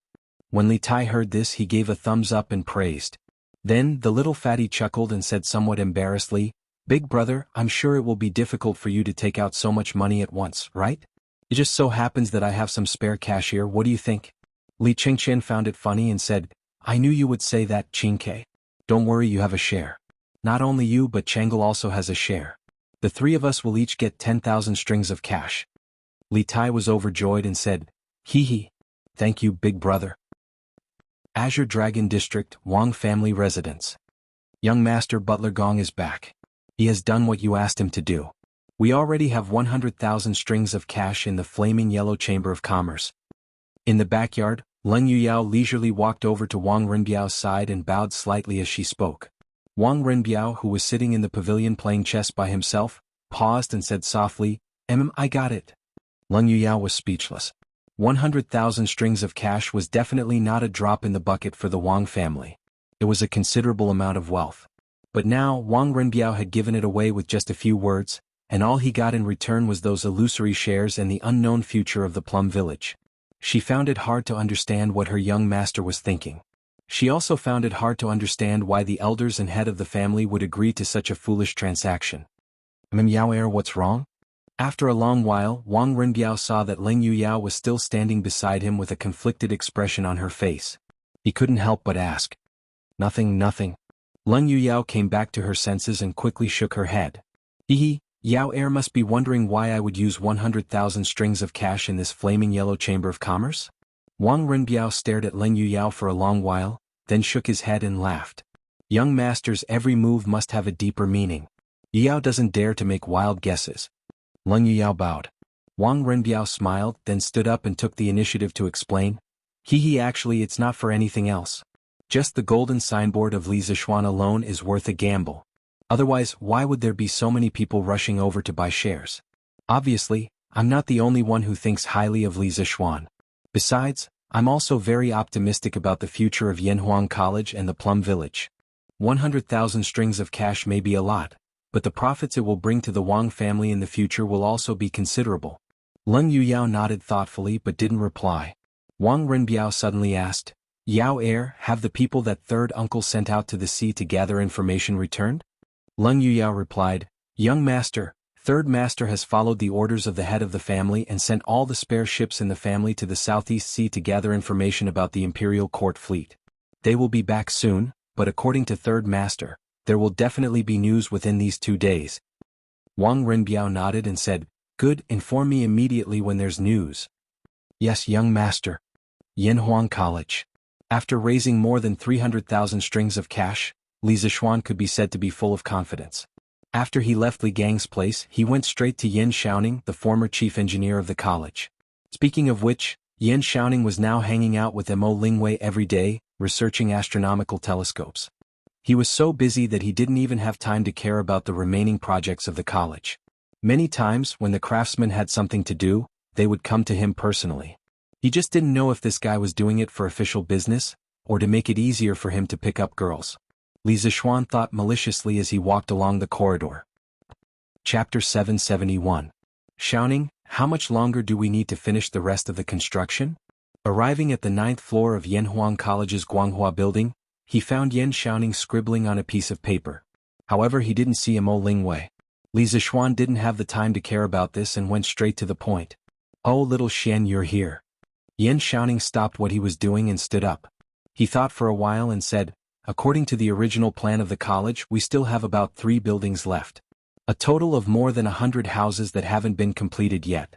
If the construction team goes all out, it'll take about half a month to finish. What's wrong? Little Xian? Why are you suddenly asking about this? Did something happen? Li Zishuan sat on the chair beside him and sighed. He replied, something did happen. Xiaoning, I'm planning to send some of the craftsmen to help me build the road. Yan Xiaoning didn't know much about the Yanhuang Chamber of Commerce. He asked curiously, build the road? Little Xian, what kind of road are you repairing now? The road from Plum Village to Chang'an. Now the workshop and the academy are both in Plum Village. Have you forgotten how crowded the roads were when the academy started school and how difficult it was for carriages and horses to pass? Moreover, with the current road, it'll take at least 2 hours to get from the workshop to Chang'an. It's as slow as a turtle. If this road isn't built, Yanhuang College and Plum Village won't be able to develop much in the future. Li Zishuan explained seriously. Yan Xiaoning was speechless. He felt that Li Zishuan was making a mountain out of a molehill. However, since Li Zishuan looked so confident, he must have come prepared. Yan Xiaoning could only agree. Okay. Then tell me how you're going to build it. How many people do you need? Li Zishuan was prepared for this question. He replied, I'm planning to build a cement road. The width of the road should be more than 6 feet. I need at least 1/3 of the craftsmen. Damn, are you crazy? After Yan Xiaoning heard this, he shouted, if you want to build a road, then build a road. Why do you have to build a cement road? Is the cement produced by the workshop enough for you to build such a long road? Also, if you ask for so many craftsmen, the progress of the academy's construction will definitely be greatly affected. Have you considered this? Li Zishuan answered his questions one by one. The cement output of the workshop has gradually caught up. Also, the students of Yanhuang College are now undergoing military training. It doesn't make any difference if the college is completed a few days earlier or later. In comparison, road repair is more important. Seeing Li Zishuan's attitude, Yan Xiaoning knew that he had no choice but to fix this road. He spread his hands and said, all right. You have the final say. I'll fix it if you say so. When do we start construction? Within 3 days. I'll have at least 300,000 strings of cash in 3 days. I can guarantee that we won't have to worry about anything in the future. Yan Xiaoning thought that Li Zishuan was going to pay 300,000 strings of cash. He was a little surprised. He didn't know how much money his good brother had, but it wasn't appropriate for him to ask this kind of question. He could only reply, all right. I'll arrange a group of craftsmen in advance. Happy days were always so short, at least for the students of Yanhuang College. The 2-day weekend passed in the blink of an eye, and they ushered in a new week of military training. Even if they were very unwilling, they could only obediently comply with the old-fashioned chief instructor Qin Qiong and the strict system of the academy. At the same time, they hoped that the next holiday would come soon. Yamacho, there's a person called Wang Renbiao outside who wants to see you. The next morning, Li Zishuan was strolling on the academy's field and checking on the students' morning run. He saw Mo Zhong trotting over from afar and cupping his fist. Wang Renbiao? Li Zishuan's heart skipped a beat and he hurriedly said, take me there. Mo Zhong saw that Li Zishuan was so concerned about Wang Renbiao that he actually wanted to personally greet him. He knew that it might be important, so he quickly responded and led Li Zishuan to the academy's gate. Cousin Ren, long time no see. How are you doing? Li Zishuan smiled and greeted the indifferent Wang Renbiao and the frosty Leng Yuyao outside the academy's gate. I'm fine. Xiao Xian, I'm here today to tell you something. I found the traces of the Imperial Court's fleet. Wang Renbiao cupped his fist and said. Leng Yuyao on the side pouted and snorted. She was obviously angry that her young master came all the way here to deliver the news but was rejected at the door. Li Zishuan was startled at first, but then he smiled and said to Mo Zhong, young Master Wang is an honored guest. You don't need to report when you come to the academy in the future. You can come in directly, understand? Understood, Yamacho. Mo Zhong carefully glanced at Wang Renbiao, trying to remember his appearance thoroughly. Leng Yuyao's face looked better. Renbiao, let's talk inside. Li Zixuan looked at Wang Renbiao and said. The three of them came to Li Zixuan's office. Leng Yuyao temporarily acted as a maid and poured a glass of water for each of them. Li Zixuan hurriedly asked, Renbiao, you said that you've inquired about the Imperial Court's fleet. Quickly tell me, how are they now? Did they encounter any accidents? Wang Renbiao's face turned serious and he replied, Accidents? They really did encounter a group of pirates in the Southeast Sea. Li Zixuan's heart skipped a beat. He didn't expect that the fleet would really encounter an accident, so he hurriedly asked, and then? Were there any casualties among the crew? Where are they now? Wang Renbiao replied, I just received the news this morning. It said that the fleet docked on an unknown island that night and was ambushed by a group of pirates. Dozens of crew members and defenders were killed. The commander Prince Hejian was furious. After chasing the pirates without success, he mobilized the army to go to Neon and ask the king of Neon for an explanation. Because according to the investigation, the pirates were from Neon. His Highness went to Neon? Li Zixuan widened his eyes and said worriedly, the Neon are cunning and cunning. His Highness went deep with a large number of supplies alone. It's inevitable that some thieves would want to harm him. Renbiao, how is the situation over there now? Wang Renbiao smiled and said, Don't worry, Xiaoxian.